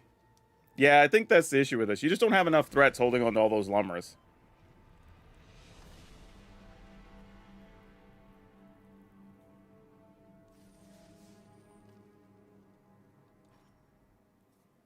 Alright, here's what I think we're going to do. Because while Lumra is good, Lumra doesn't have trample or anything. We don't have anything to give Lumra trample to just, like, push through. So I'm going to cut a couple of those down. I'm going to go up on the Sabbath Tender. I'm going to cut an Ice Tail Explorer. Cut down one firepower. I don't... See, I'm still back to Spelunking. Just... Actually, now we need Map the Frontier less. Except for just triggering a couple of things. So let's go O'Hare Ashenell. Let's play a couple of those. And then I still explore. You play additional. You just get to play the land, so it's not even tapped or anything. So yeah, I'm out on explorers then, or keeping the explorers. I'm out on the Map the Frontiers. And then can we get any quality burn spells here that could help? Or should we just be on more... Well, torches don't really matter because we're just dealing 2 with torch. So it's like, what do we have to just deal damage? I mean, Bolt Wave's not great. I guess we get combinations of fire magic, which could work. Because our stuff is generally larger toughness. So fire magic for 2 or 3 could be legit. I'd be willing to try a couple of those. And then we still have firepower. We have room for another new card. What other new card do we want to play in here? Because I think that's... let's see. Can we do set TLA? Does that come up? Okay, sweet.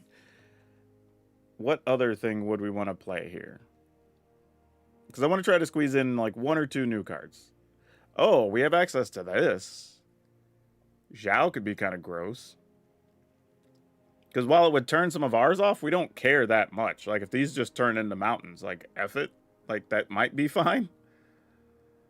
I think we could be okay with that. But I don't know if there's anything else we want. Or I don't actually. Ooh. Is there anything that cares? Do we have landfall earthbending? Oh, there's an earthbender ascension, but it's only if you earthbend, right? Whenever a land you control enters a quest. When you do, if 4 more counters are on this, it gains trample. Okay. Probably not the card we want. Yeah, I feel like there's got to be something else. I just don't know what something else is. Is there something in this set other than that has landfall? No, that's literally the only thing in green or red that has landfall. That's not going to help us. What if we have anything that just says land?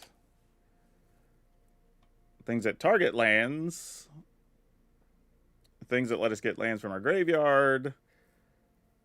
I mean, we could play our own badger moles, I guess, to use the firepower. That's not the grossest thing. All right, so what if we go wild? What if we cut those spelunkings and we just go 3 badger mole? We could go 4 badger mole and then just try to firepower and get stupid. But badger mole plus Zhao is almost a thing anyway.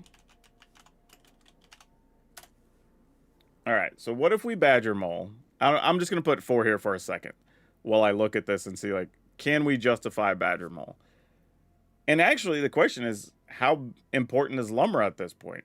Because we're not really milling anything to the graveyards. So the only Lumra triggers would be just Lumra. You know what I mean? Like, she has put her own lands there for us to get them back. Whereas we still get the possibility of hitting the Bristling Backwood, which is kind of nice. But I don't know if that's what we're looking to do. Huh. So what if we... Man, I don't know. Yeah, I still does mill from playing lands, for sure. That is the only way we're putting stuff in the yard. That is totally legit. All right, maybe we're not playing Zhao here. But we did get the deck up to 19 creatures. Let's try this. If not, we will come back to the Zhao plan, if this doesn't work. All right.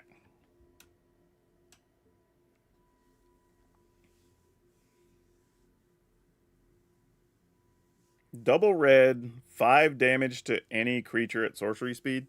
I'm not in love with that. Because a lot of times right now, the combos are instant speed that are killing us. Like, there's... Even the ones we've played are basically instant speed combos. We'll keep this. And I think we'll shared routes to go get a mountain, most likely.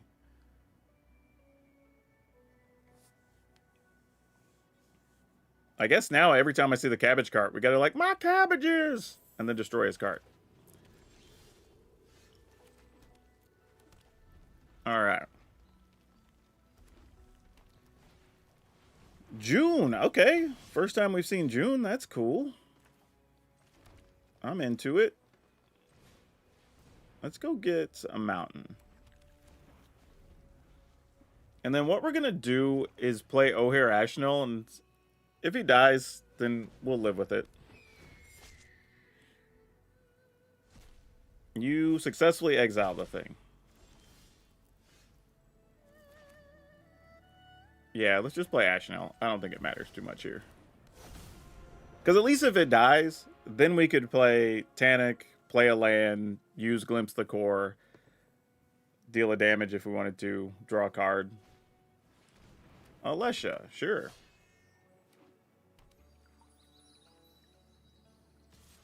Can't do anything about that.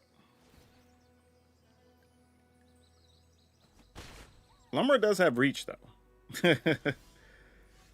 Alright, so we get to do this. And then we can play a land to ping, which is 4. Then we can Glimpse the Core to go get another forest, which is 4. And then we get to draw a card.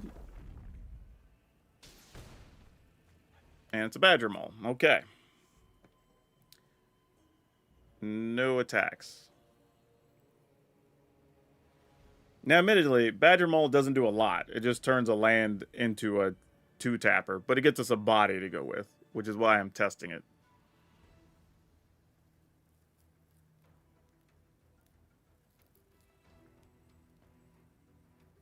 And obviously, we will block with O'Hare Ashenel here.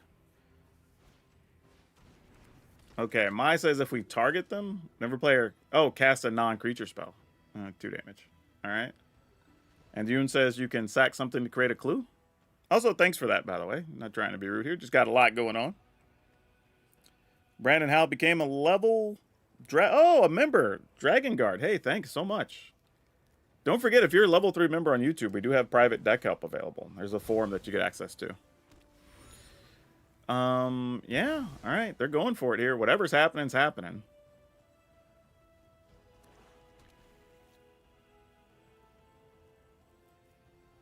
I mean, we block Alessia with O'Hare Ashenel, right?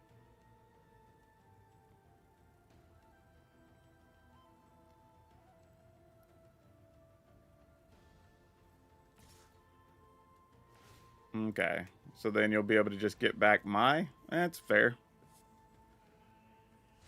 Sure. I'm into it. Sounds good.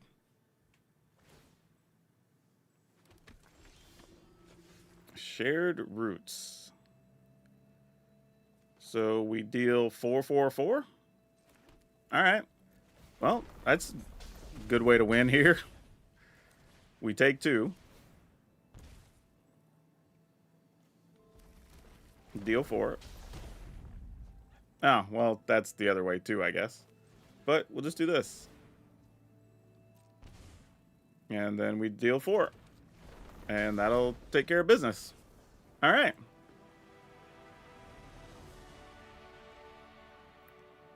Tanic was a disgustingly strong commander for... Oh, yeah. It's real good for brawl stuff. No, you don't have to apologize for letting membership lapse, man, for any reason. Like, if people can't afford something, take care of all your stuff first. Like, while I appreciate it, and it allows me to keep making the billion pieces of content I make all by myself, I appreciate it. But, yeah, you got to take care of yourself first. Cash grab would be fun with the mill and Lance energy. Kinda. Shane's birthday tweet for 45 months. Thank you so much, Shane. That's crazy. That's almost 4 years. When you get to 48, I need to send you a care package. I think you're the longest tenured person right now. I need to make sure you're taken care of.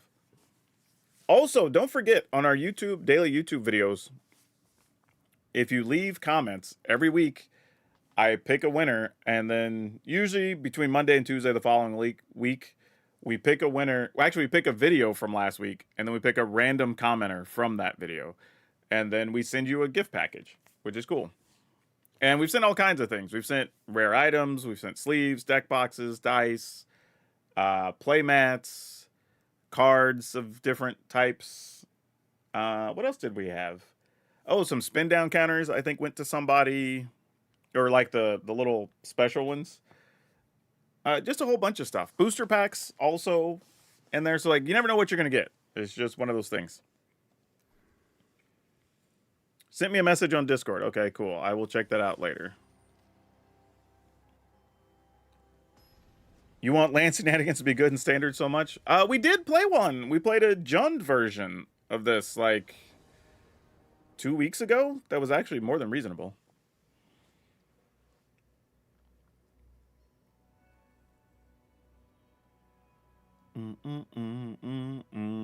What are we doing with this? We're going to keep it.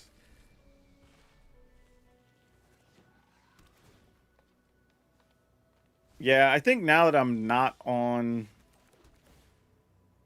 Spelunking, I don't think we can air at Archway either.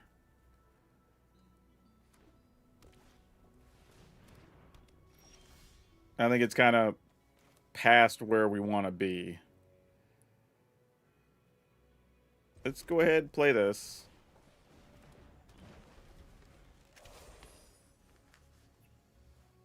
But we do get to replay Bristling Backwoods. So that could be worth something. We'll see. Opponent, you're gonna let us have a Sav? I was gonna say, there's no way you're letting just have a Sabatender, right? Like, that was about to be crazy.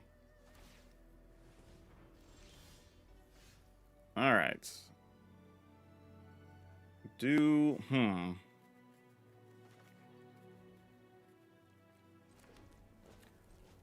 other thing I like about Badger Mole here is if our land dies, or is otherwise exiled, it does also come back and trigger damage and can help with our landfall options. Maybe really that's it. Maybe I should just be looking at other earthbending options. They're like, nah, F your Badger Mole, friend. Let's see. If we tap these for 2, we could play a backwoods. All right.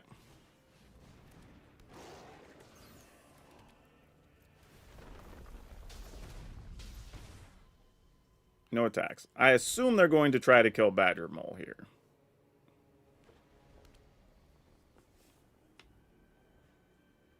Which, of course, we'd like to rope-a-dope and hit the O'Hare Ashnell off of this, but we'll see.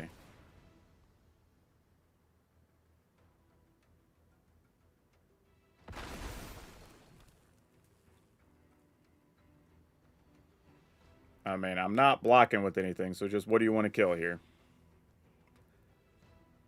Yep, that Toph is real big. Get another card. Oh, they already drew cards for the turn. Never mind. Yeah, I assume that's where we were going. That made perfect sense. Oh, did they not draw? Oh, we get 2 there instead of 1. That actually makes more sense. Okay, so we have 1, 2, 3, 4, 5, 6. So we can... We Badger Mole. Make this a thing. Then pay 2. And then Arid Archway bounce a thing. Think that's what we want to do? It's just, what do we bounce? I guess it just has to be one of these others. We do get to Surveil also. I guess this is fine. Alright, no attacks. We do get to block and reuse the Bristly Backwoods, so that's something. Even if they kill our Badger Mole.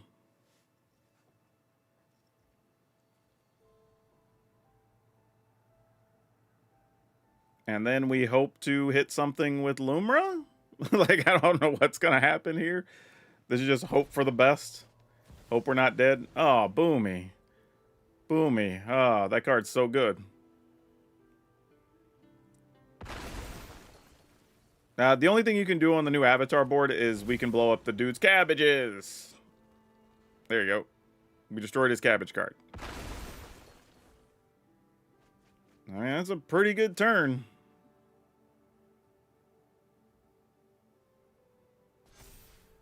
Unfortunately, Boomy does not have haste. But we're probably dead next turn either way, so we'll just block 7. Actually, wait a minute. 1, 2, 3, 4, 5, 6. So 1, 2, 3, 4, 5, 6. And then I'm doing nothing else for the turn.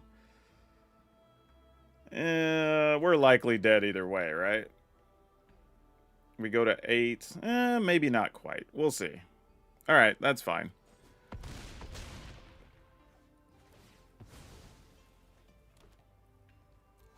Alright, we only ding them for 1. We actually have a couple more mana, because I miscounted there. It's 2, 3, 4, 5, 6, 7. So we have 8. So we could do this first. Or actually, maybe we're supposed to play a land in 2, 3, 4, 5... 2, 3, 4, 5, 6? So we have maximum blockers, maybe? Alright, we found some lands. So that's not nothing. The other Tanic wasn't really what we were hoping for. Yeah. No attacks. Actually, we can't win anyway. Because Boomy's going to get to attack twice. Because they can untap Boomy with the Ridgeline. So, like, we could block Boomy. Yeah, we're just dead. I'm sitting here trying to think if there's any quality blocking scenario here. Like, Lumber can block 2 things. But everything else has to chump for us to not die. I mean, it's not a great time. And Secret Tunnel can't be blocked anyway. So that's a whole other problem. Yep. And that's assuming we even get to block a second time here. I mean, this can't be blocked. So it's whatever. Block 7. I mean... Yeah, Badger Mole, you kind of done what you're going to do here. I mean, we have a backup Tanic, which we could maybe block with. Maybe I'm supposed to. I'm just trying to think. 2, 4, 5, 6, 7, 8, 9. This will come back. That's 10. Yeah, I guess. Like, I don't... I'm just like, is this a thing? Probably not. Like, I don't know. Yeah, that guy dying's whatever. Like...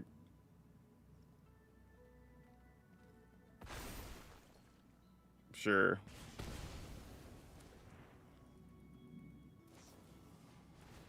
Yeah, and that's where it is. Because Boomy has trample. Alright, GG's. That does it. Alright. Man, we were close that time. Though, let's do one more thing with the deck.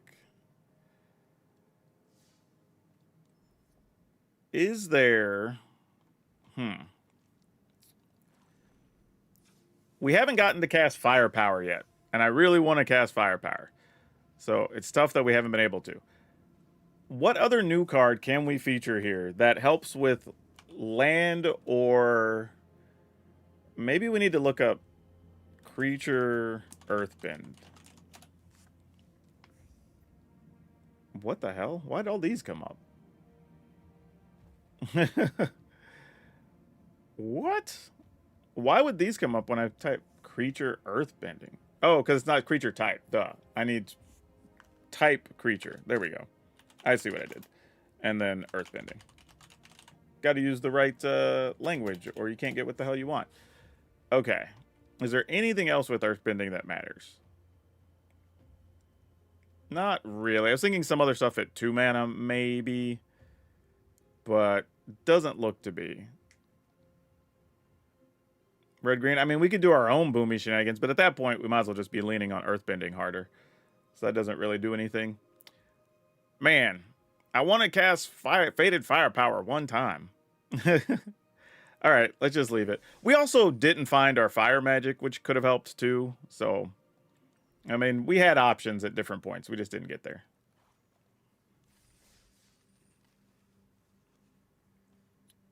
Is this the new set? Yes, it is the new set. It is the early access event, streamer event, as they call it, for the new set.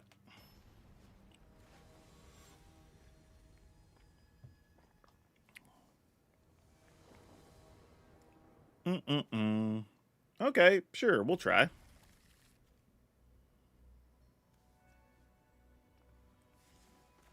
Let's go.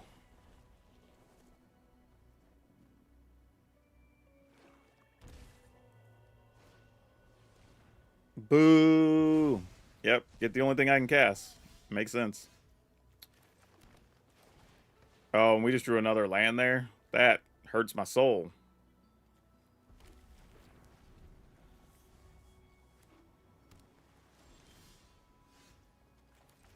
Alright. Might as well go searching. Maybe I'll just find a Loomer or something straight up. Just do the business the hard way. Hey, I actually have a use for this.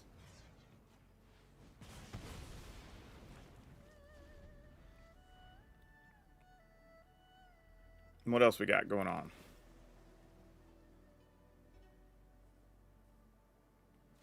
I mean, I don't know. I'm as excited for the set as I am any other set.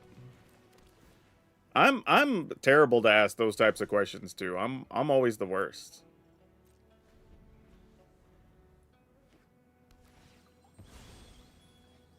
I just give me cool cards to play with. I don't really care what's on them, what they look like. Just give me something fun. That's all I care about.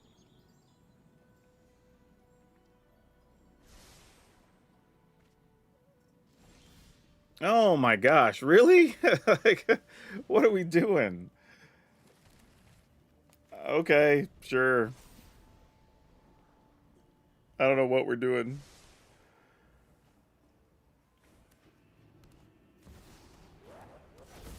Yeah, you got me.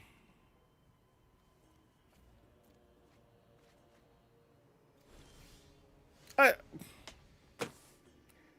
really we've we've drawn only one, actually technically two cards that were either not lands or ways to fetch for land. All right, sure. You got it.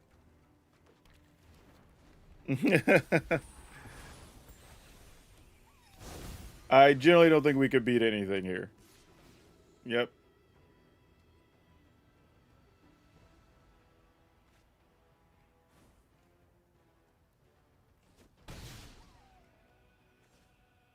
And this will probably be Tanic now that I don't have a... Exactly. I was going to say a way to not even get things. Yeah, GG's. We're not doing anything here.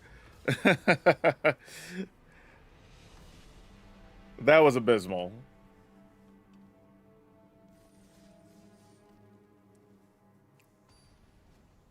Mm-mm-mm-mm-mm-mm.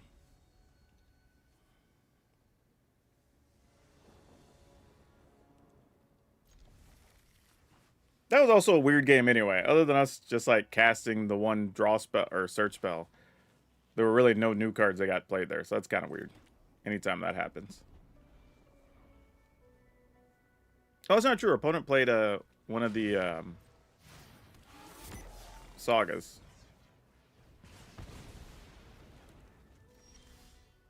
All right. Well, let's do it.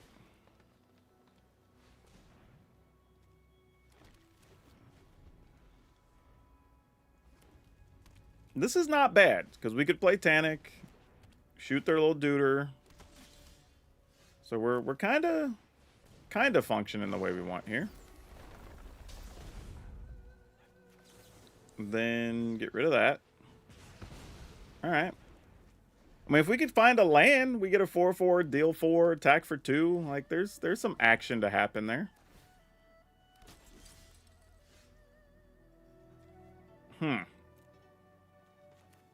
Well, I guess we just do this. No attacks. I'm just going to sit back, try to prevent as much damage as we can here.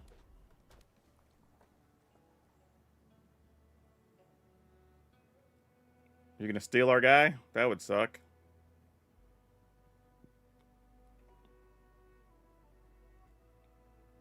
I mean, I'll gladly block with it, let me tell you.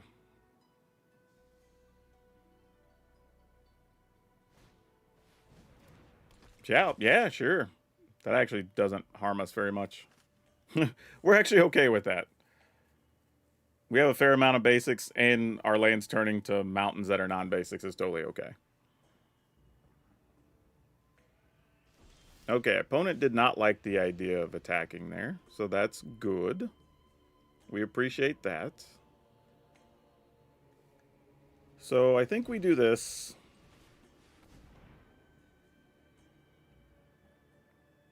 Big 4 toughness things do kind of annoy Little Red quite a bit.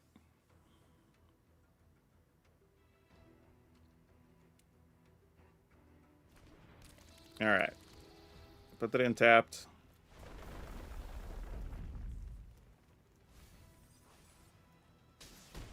Okay. I don't think we need to attack, honestly. If we have them in a situation where they're afraid to attack or whatever, that benefits us. So we might as well just sit tight.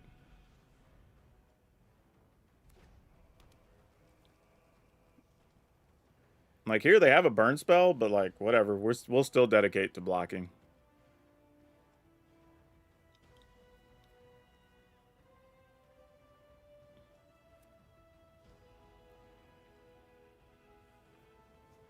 We are okay either way you want to do it. Sounds good.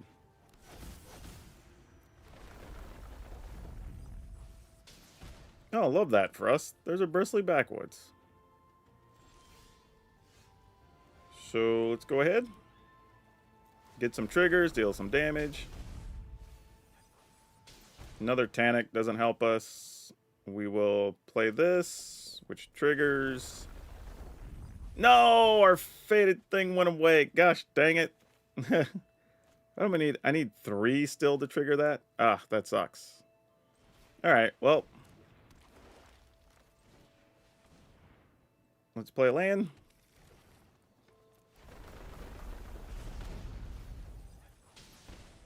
Alright, that's not bad.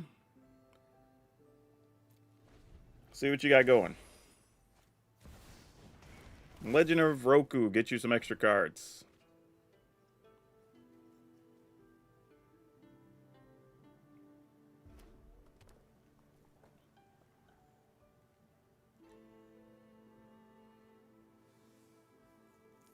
They attack, we block. They get to fire off some things.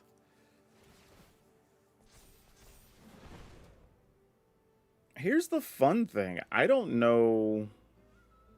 They're going to get rid of the Sabbath Tender. So, because they can already still cast the Witchstalker Frenzy. So here, I think we just take it and let them decide what they want to kill. Yeah, that makes sense. No blocks. Come on, Lumbra, off the top. Nope, you are not a Lumbra. But I also don't hate that either.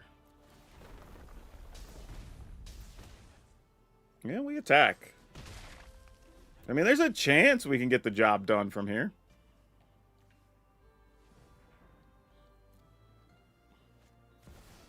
Alright, you get access to more cards. That's real. Ooh, and you have a way to bank some mana, too. Alright, we might be on Lumra or no.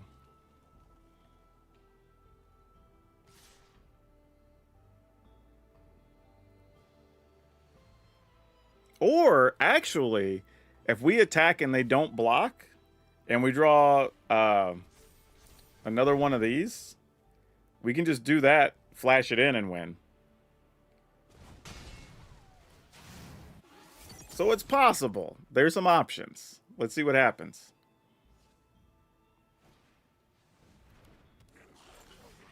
That it. Ooh, you know what? We could bounce a Bristly backwoods. I think we're still getting close to dead here. But let's return this. Don't need that really.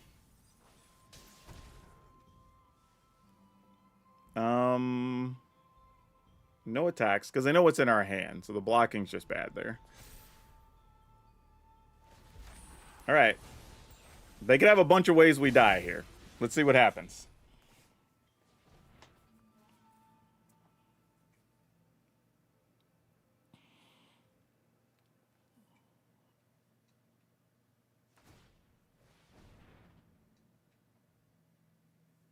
Sure. That thing could do all it wants to do. Alright, you're going to have infinite mana here, basically. Do you have your own faded whatever?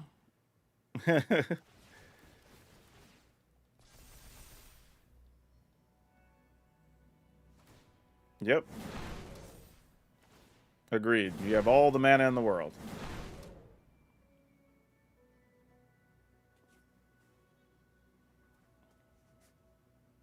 We're just going to pump it in and make a bunch of dragons? Oh, no, you actually had something to do with it. Sure. Alright, now I don't think we can win. Because we'd have to hit some exactas here that aren't going to happen.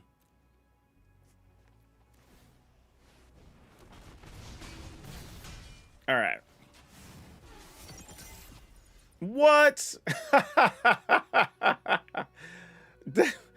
I mean, if there's a way, like, bruh, like, damn opponent, my bad. I'm, ah, you know, I,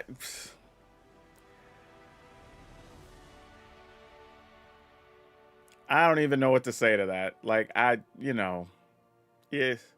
yeah, like, things happen sometimes.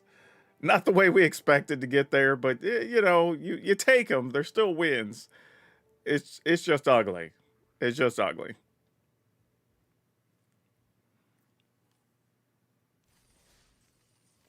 I wasn't even thinking about that as one of my possible outs. Like that's so funny. But hey, whatever works, man. You never know what's gonna get there sometimes. Yeah, that's just magic. Sometimes cards come up that way.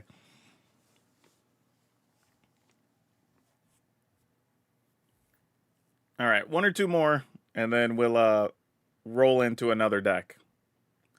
Oh, it was definitely Xaxes.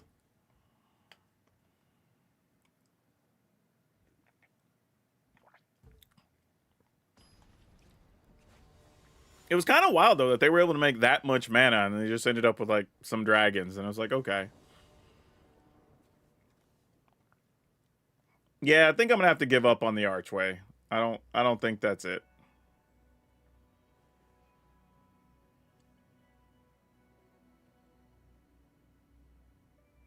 Yep, that's exactly it. You take them how you can get them. But yeah, I think if we're not going to go as far as playing Spelunking, we don't need the Archways. Even though it does let us bounce some lands, I don't think it's the right card. Limra, you gots to go, at least for the time being.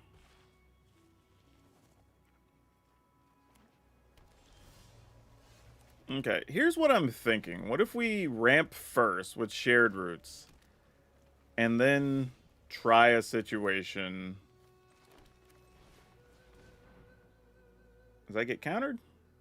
Or are you just going to flash in a flyer? It'll quench ya. I just watched that episode yesterday. Ghost Vacuum? It's actually not terrible against us, believe it or not. It actually does something at least. More counters?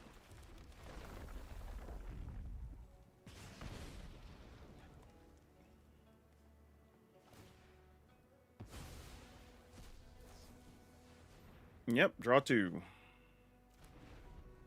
Oh, so this is a lesson pile. Though, what's funny is this wasn't really a lesson. I'm not sure that he actually learned anything. Yeah. Deal a point. I will attempt to go attacking. Alright. I have a feeling this is not going to hit the battlefield. Oh, it did. Whoa. Whoa. Okay, then.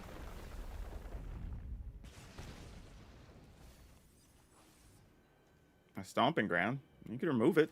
I mean, I can't play it. Bounce this, I guess.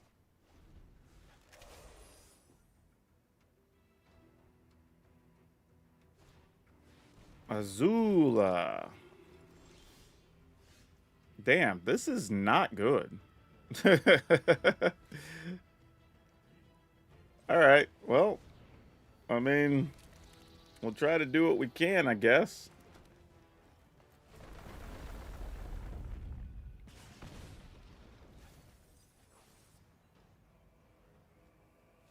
Yep.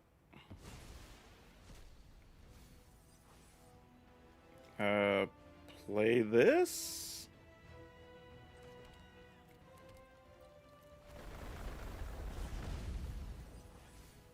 No, really? We're just not even hitting anything. That sucks.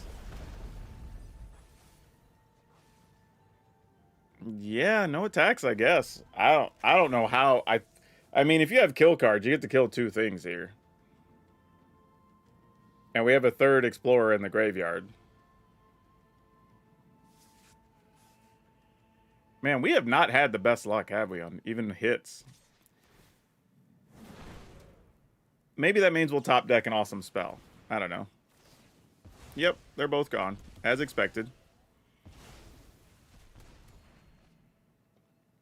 Yep, no blocks. Do what you're gonna do. You got it. Come on, Lumra. That is not it.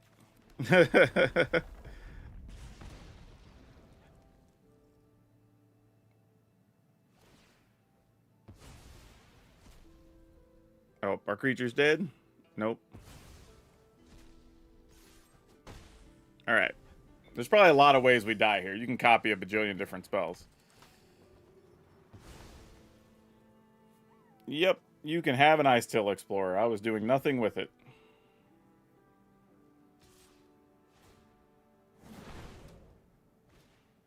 You got it. Have two of them.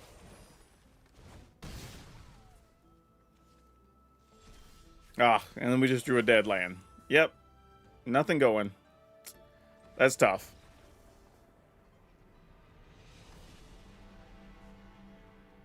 Yeah, like, Quench is, like, such a normal... Like, that's just a thing they fall back on. Like, for some reason, it's a belief that, like, counters need to exist. So we'll make every variety of you pay 2 more type counters, which is weird, but I don't know.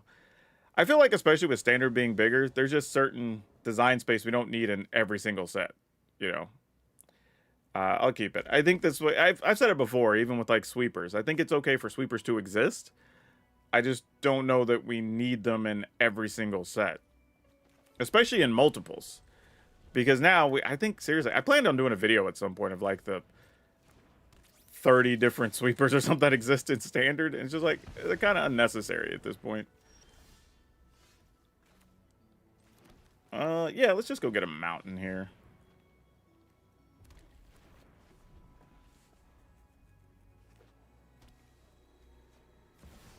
Look, it's a badger mole. Ooh, I see you, Lumra.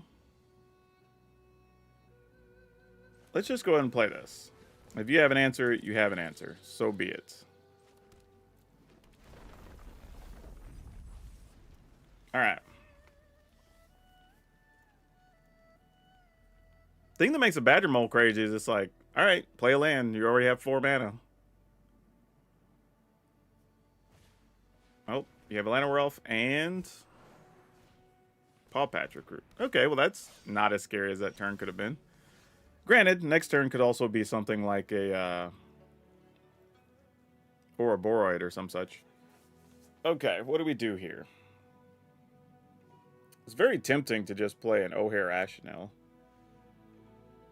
But if we play this, we could maybe flip a land.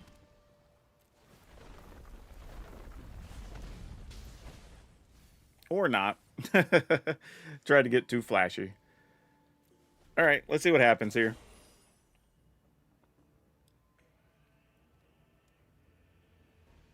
Hopefully it's not Ouroboros. And of course it was.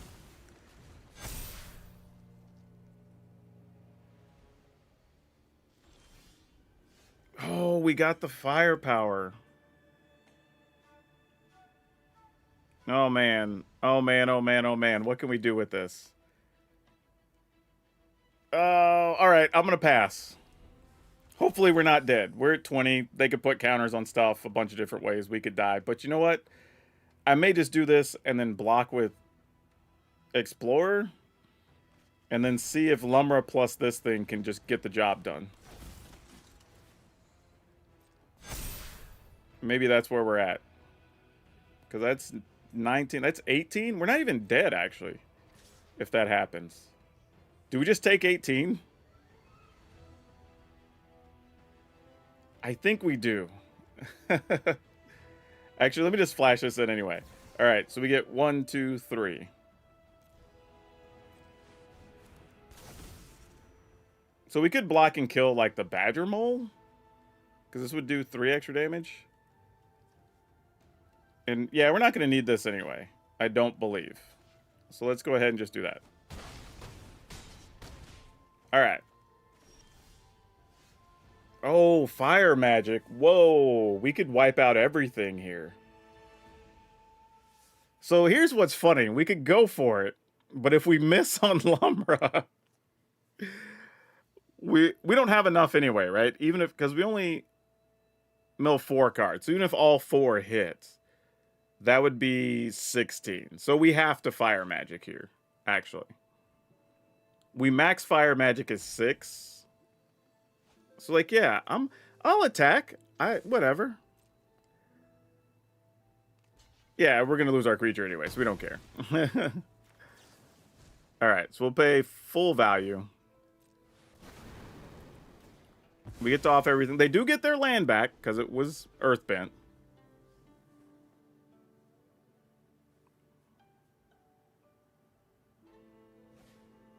No, earthbending is not a landfall trigger.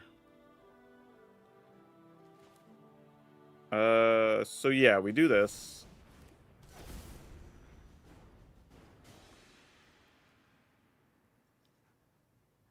That was a sick turn. I'm not gonna lie. That was a great top deck.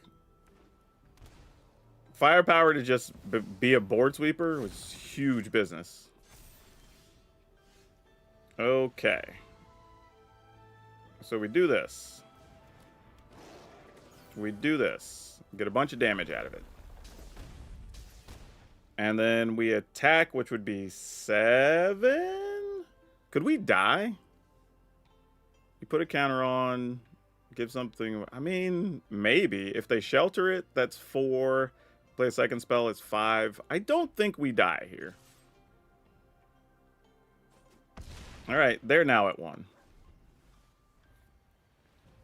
I mean, it could be famous last words, right? But let's see what happens. All right.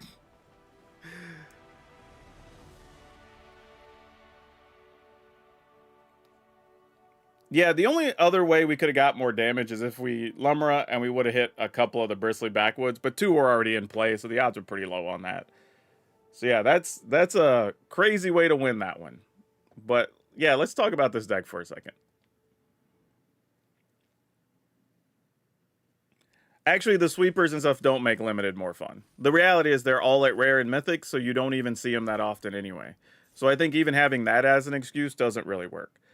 And I also believe that the folks in R&D are smart enough and creative enough that they could come up with other things to keep it fun even without those.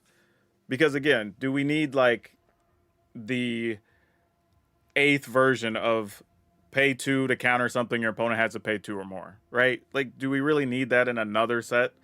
Like, sure, it's a common slot, but it's also just like understanding that literally the overwhelming majority of people that play Magic play Constructed, and that's just not going to hold any value, you know, at the end of the day. Yeah, all right. So let's talk about this. I think where we're at, we need to just say, hey, we're not going to play any Arid Archways. I think since we got rid of the other deal, I don't think that really does anything. Now, I do think we could get away with playing some Ba Sing Se, maybe. Wow, I spelled that wrong. But a couple of those could work, because we do fetch out enough basics that this should be untapped the majority of the time. And I guess if we wanted to play a legit just creature land, we could get away with that as well and be okay. I mean, we'd go up to 25 lands. I guess more basics works. I think it's fine. I mean, we swapped out colorless land for colored mana, so it shouldn't really still be an issue. I think the problem is, like, Badger Mole Cub is neat in the sense that it's kind of ramping the deck, and then if our land dies, we at least get to trigger our landfall stuff. But I just don't know if it's good enough. At the end of the day, I think we need something else in that 2 mana slot, and I don't know what it needs to be, sadly. Because we don't have anything else that aligns the way we want. And we don't have anything else that, like, does incremental damage. Because I feel like if you had that, that's where you'd want to be. Just something that's just a little bit more damage, I think could be really, really good here. I wish there was something else in the new set that worked with this. I would be super excited by that, but I just don't see it, sadly. Let's go set TLA. Let me swap here. I actually like deck building with this screen. I know a lot of people, for whatever reason, you know, like doing it horizontally, but man, vertically is so good for deck building. Yeah, I want there to be just one more thing. Like, again, we could play our own Zhao and then just turn off some of their stuff, but if we're going to be playing Fire Magic, that makes it a non-issue anyway. How many creatures? We're at 16. Maybe we're supposed to be playing a third Fire Magic and then just like random bonus card. Oh, actually, what about the Green Saga that makes this one? Draw cards equal the greatest power. A lot of times it's just going to be one or two. That's not that good. It does let us Earthbend, which is kind of neat. Lands you control, trample, and hexproof. Not quite enough. Not good enough. I feel like there's still one more thing missing, and I don't know what it is. I wish I knew. Let's let you mill cards, create a food, put a counter on something, draw cards with 3 else. Yeah, we're not doing the lesson thing. Yeah, I don't know. I guess I'll just go some more Fire Magics and call that good for now. Obviously, it can still kill our Sabotinder, but we have other things that we can try to win the game with. So, I don't know. Yeah, I think this is where we end up. But, yeah, give everybody another clean look at this. I think this is better than where we were. I think you would still struggle with the control decks, obviously. I think if we want to go 60 first now with this build, you go ahead and just play the extra Lumra now. Because now you're trying to like, okay, can we trigger stuff with Firepower, O'Hare, Ashenel, blah, blah, blah, blah, blah, right? Give ourselves more shots. But yeah, so this is interesting because we started in one place, we went to another spot, and then we kind of came back to the middle a little bit on this one. But yeah, if you like it, you've been looking for a way to make this work. We did actually get this on the battlefield one time, and it was crazy. So maybe you want to play an extra one of these. I don't know, but this card was wild. But yeah, there'll be a link. It'll take you over to Moxfield like usual. Have fun with it. Don't forget, check out the sponsors, but it's all of you for now. We'll see you next time. Crazy work. Yeah, this was a lot of fun.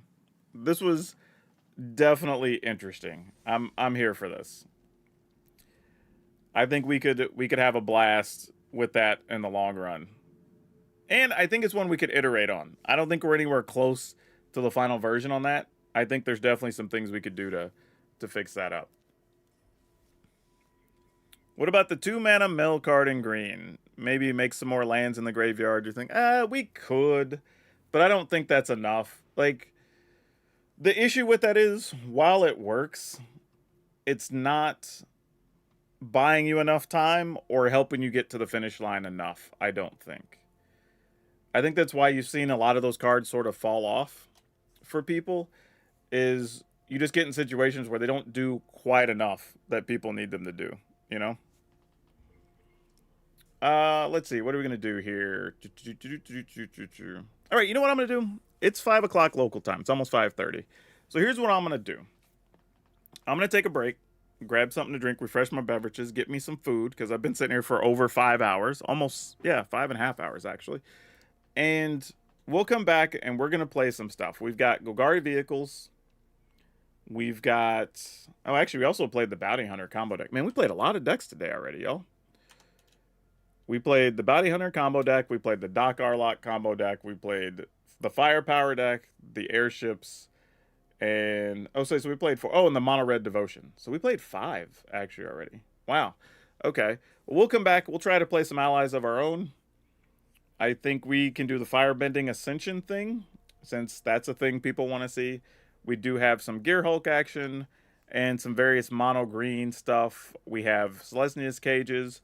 And if y'all just want to see something else, y'all let me know when we get back. So everybody, take a break, go grab a bite, chill out, watch some other streamers in the meantime, and we'll be back for the late session probably in another hour and a half. Give myself a reset here so we could be good to go. But yeah, it was fun having everybody. We will fire this up again here. And like I said, an hour and a half to 2 hours. We'll be right back at it. Oh, no. Oh, no. You just raided me. We're about to take a break here. We've been on for so long. But for those of you that did come over from the raid, thank you. Much appreciated. I am Power Dragon. I literally put stuff on YouTube every single day. So if you want to watch cool standard ideas or even just learn about the format, we have some deck building guides. Monday and Tuesday before the set releases, we actually do our not overrated, underrated. We just did overrated, underrated cards, if you can check those out. But we do what to craft and not to craft. So be sure to check me out on YouTube as well if you haven't. So yeah, all right. Again, I'm going to take a quick break, and then I'll be back, folks. So enjoy your downtime, get reset, give yourself a chance to get away from a screen, and then we'll be back at it.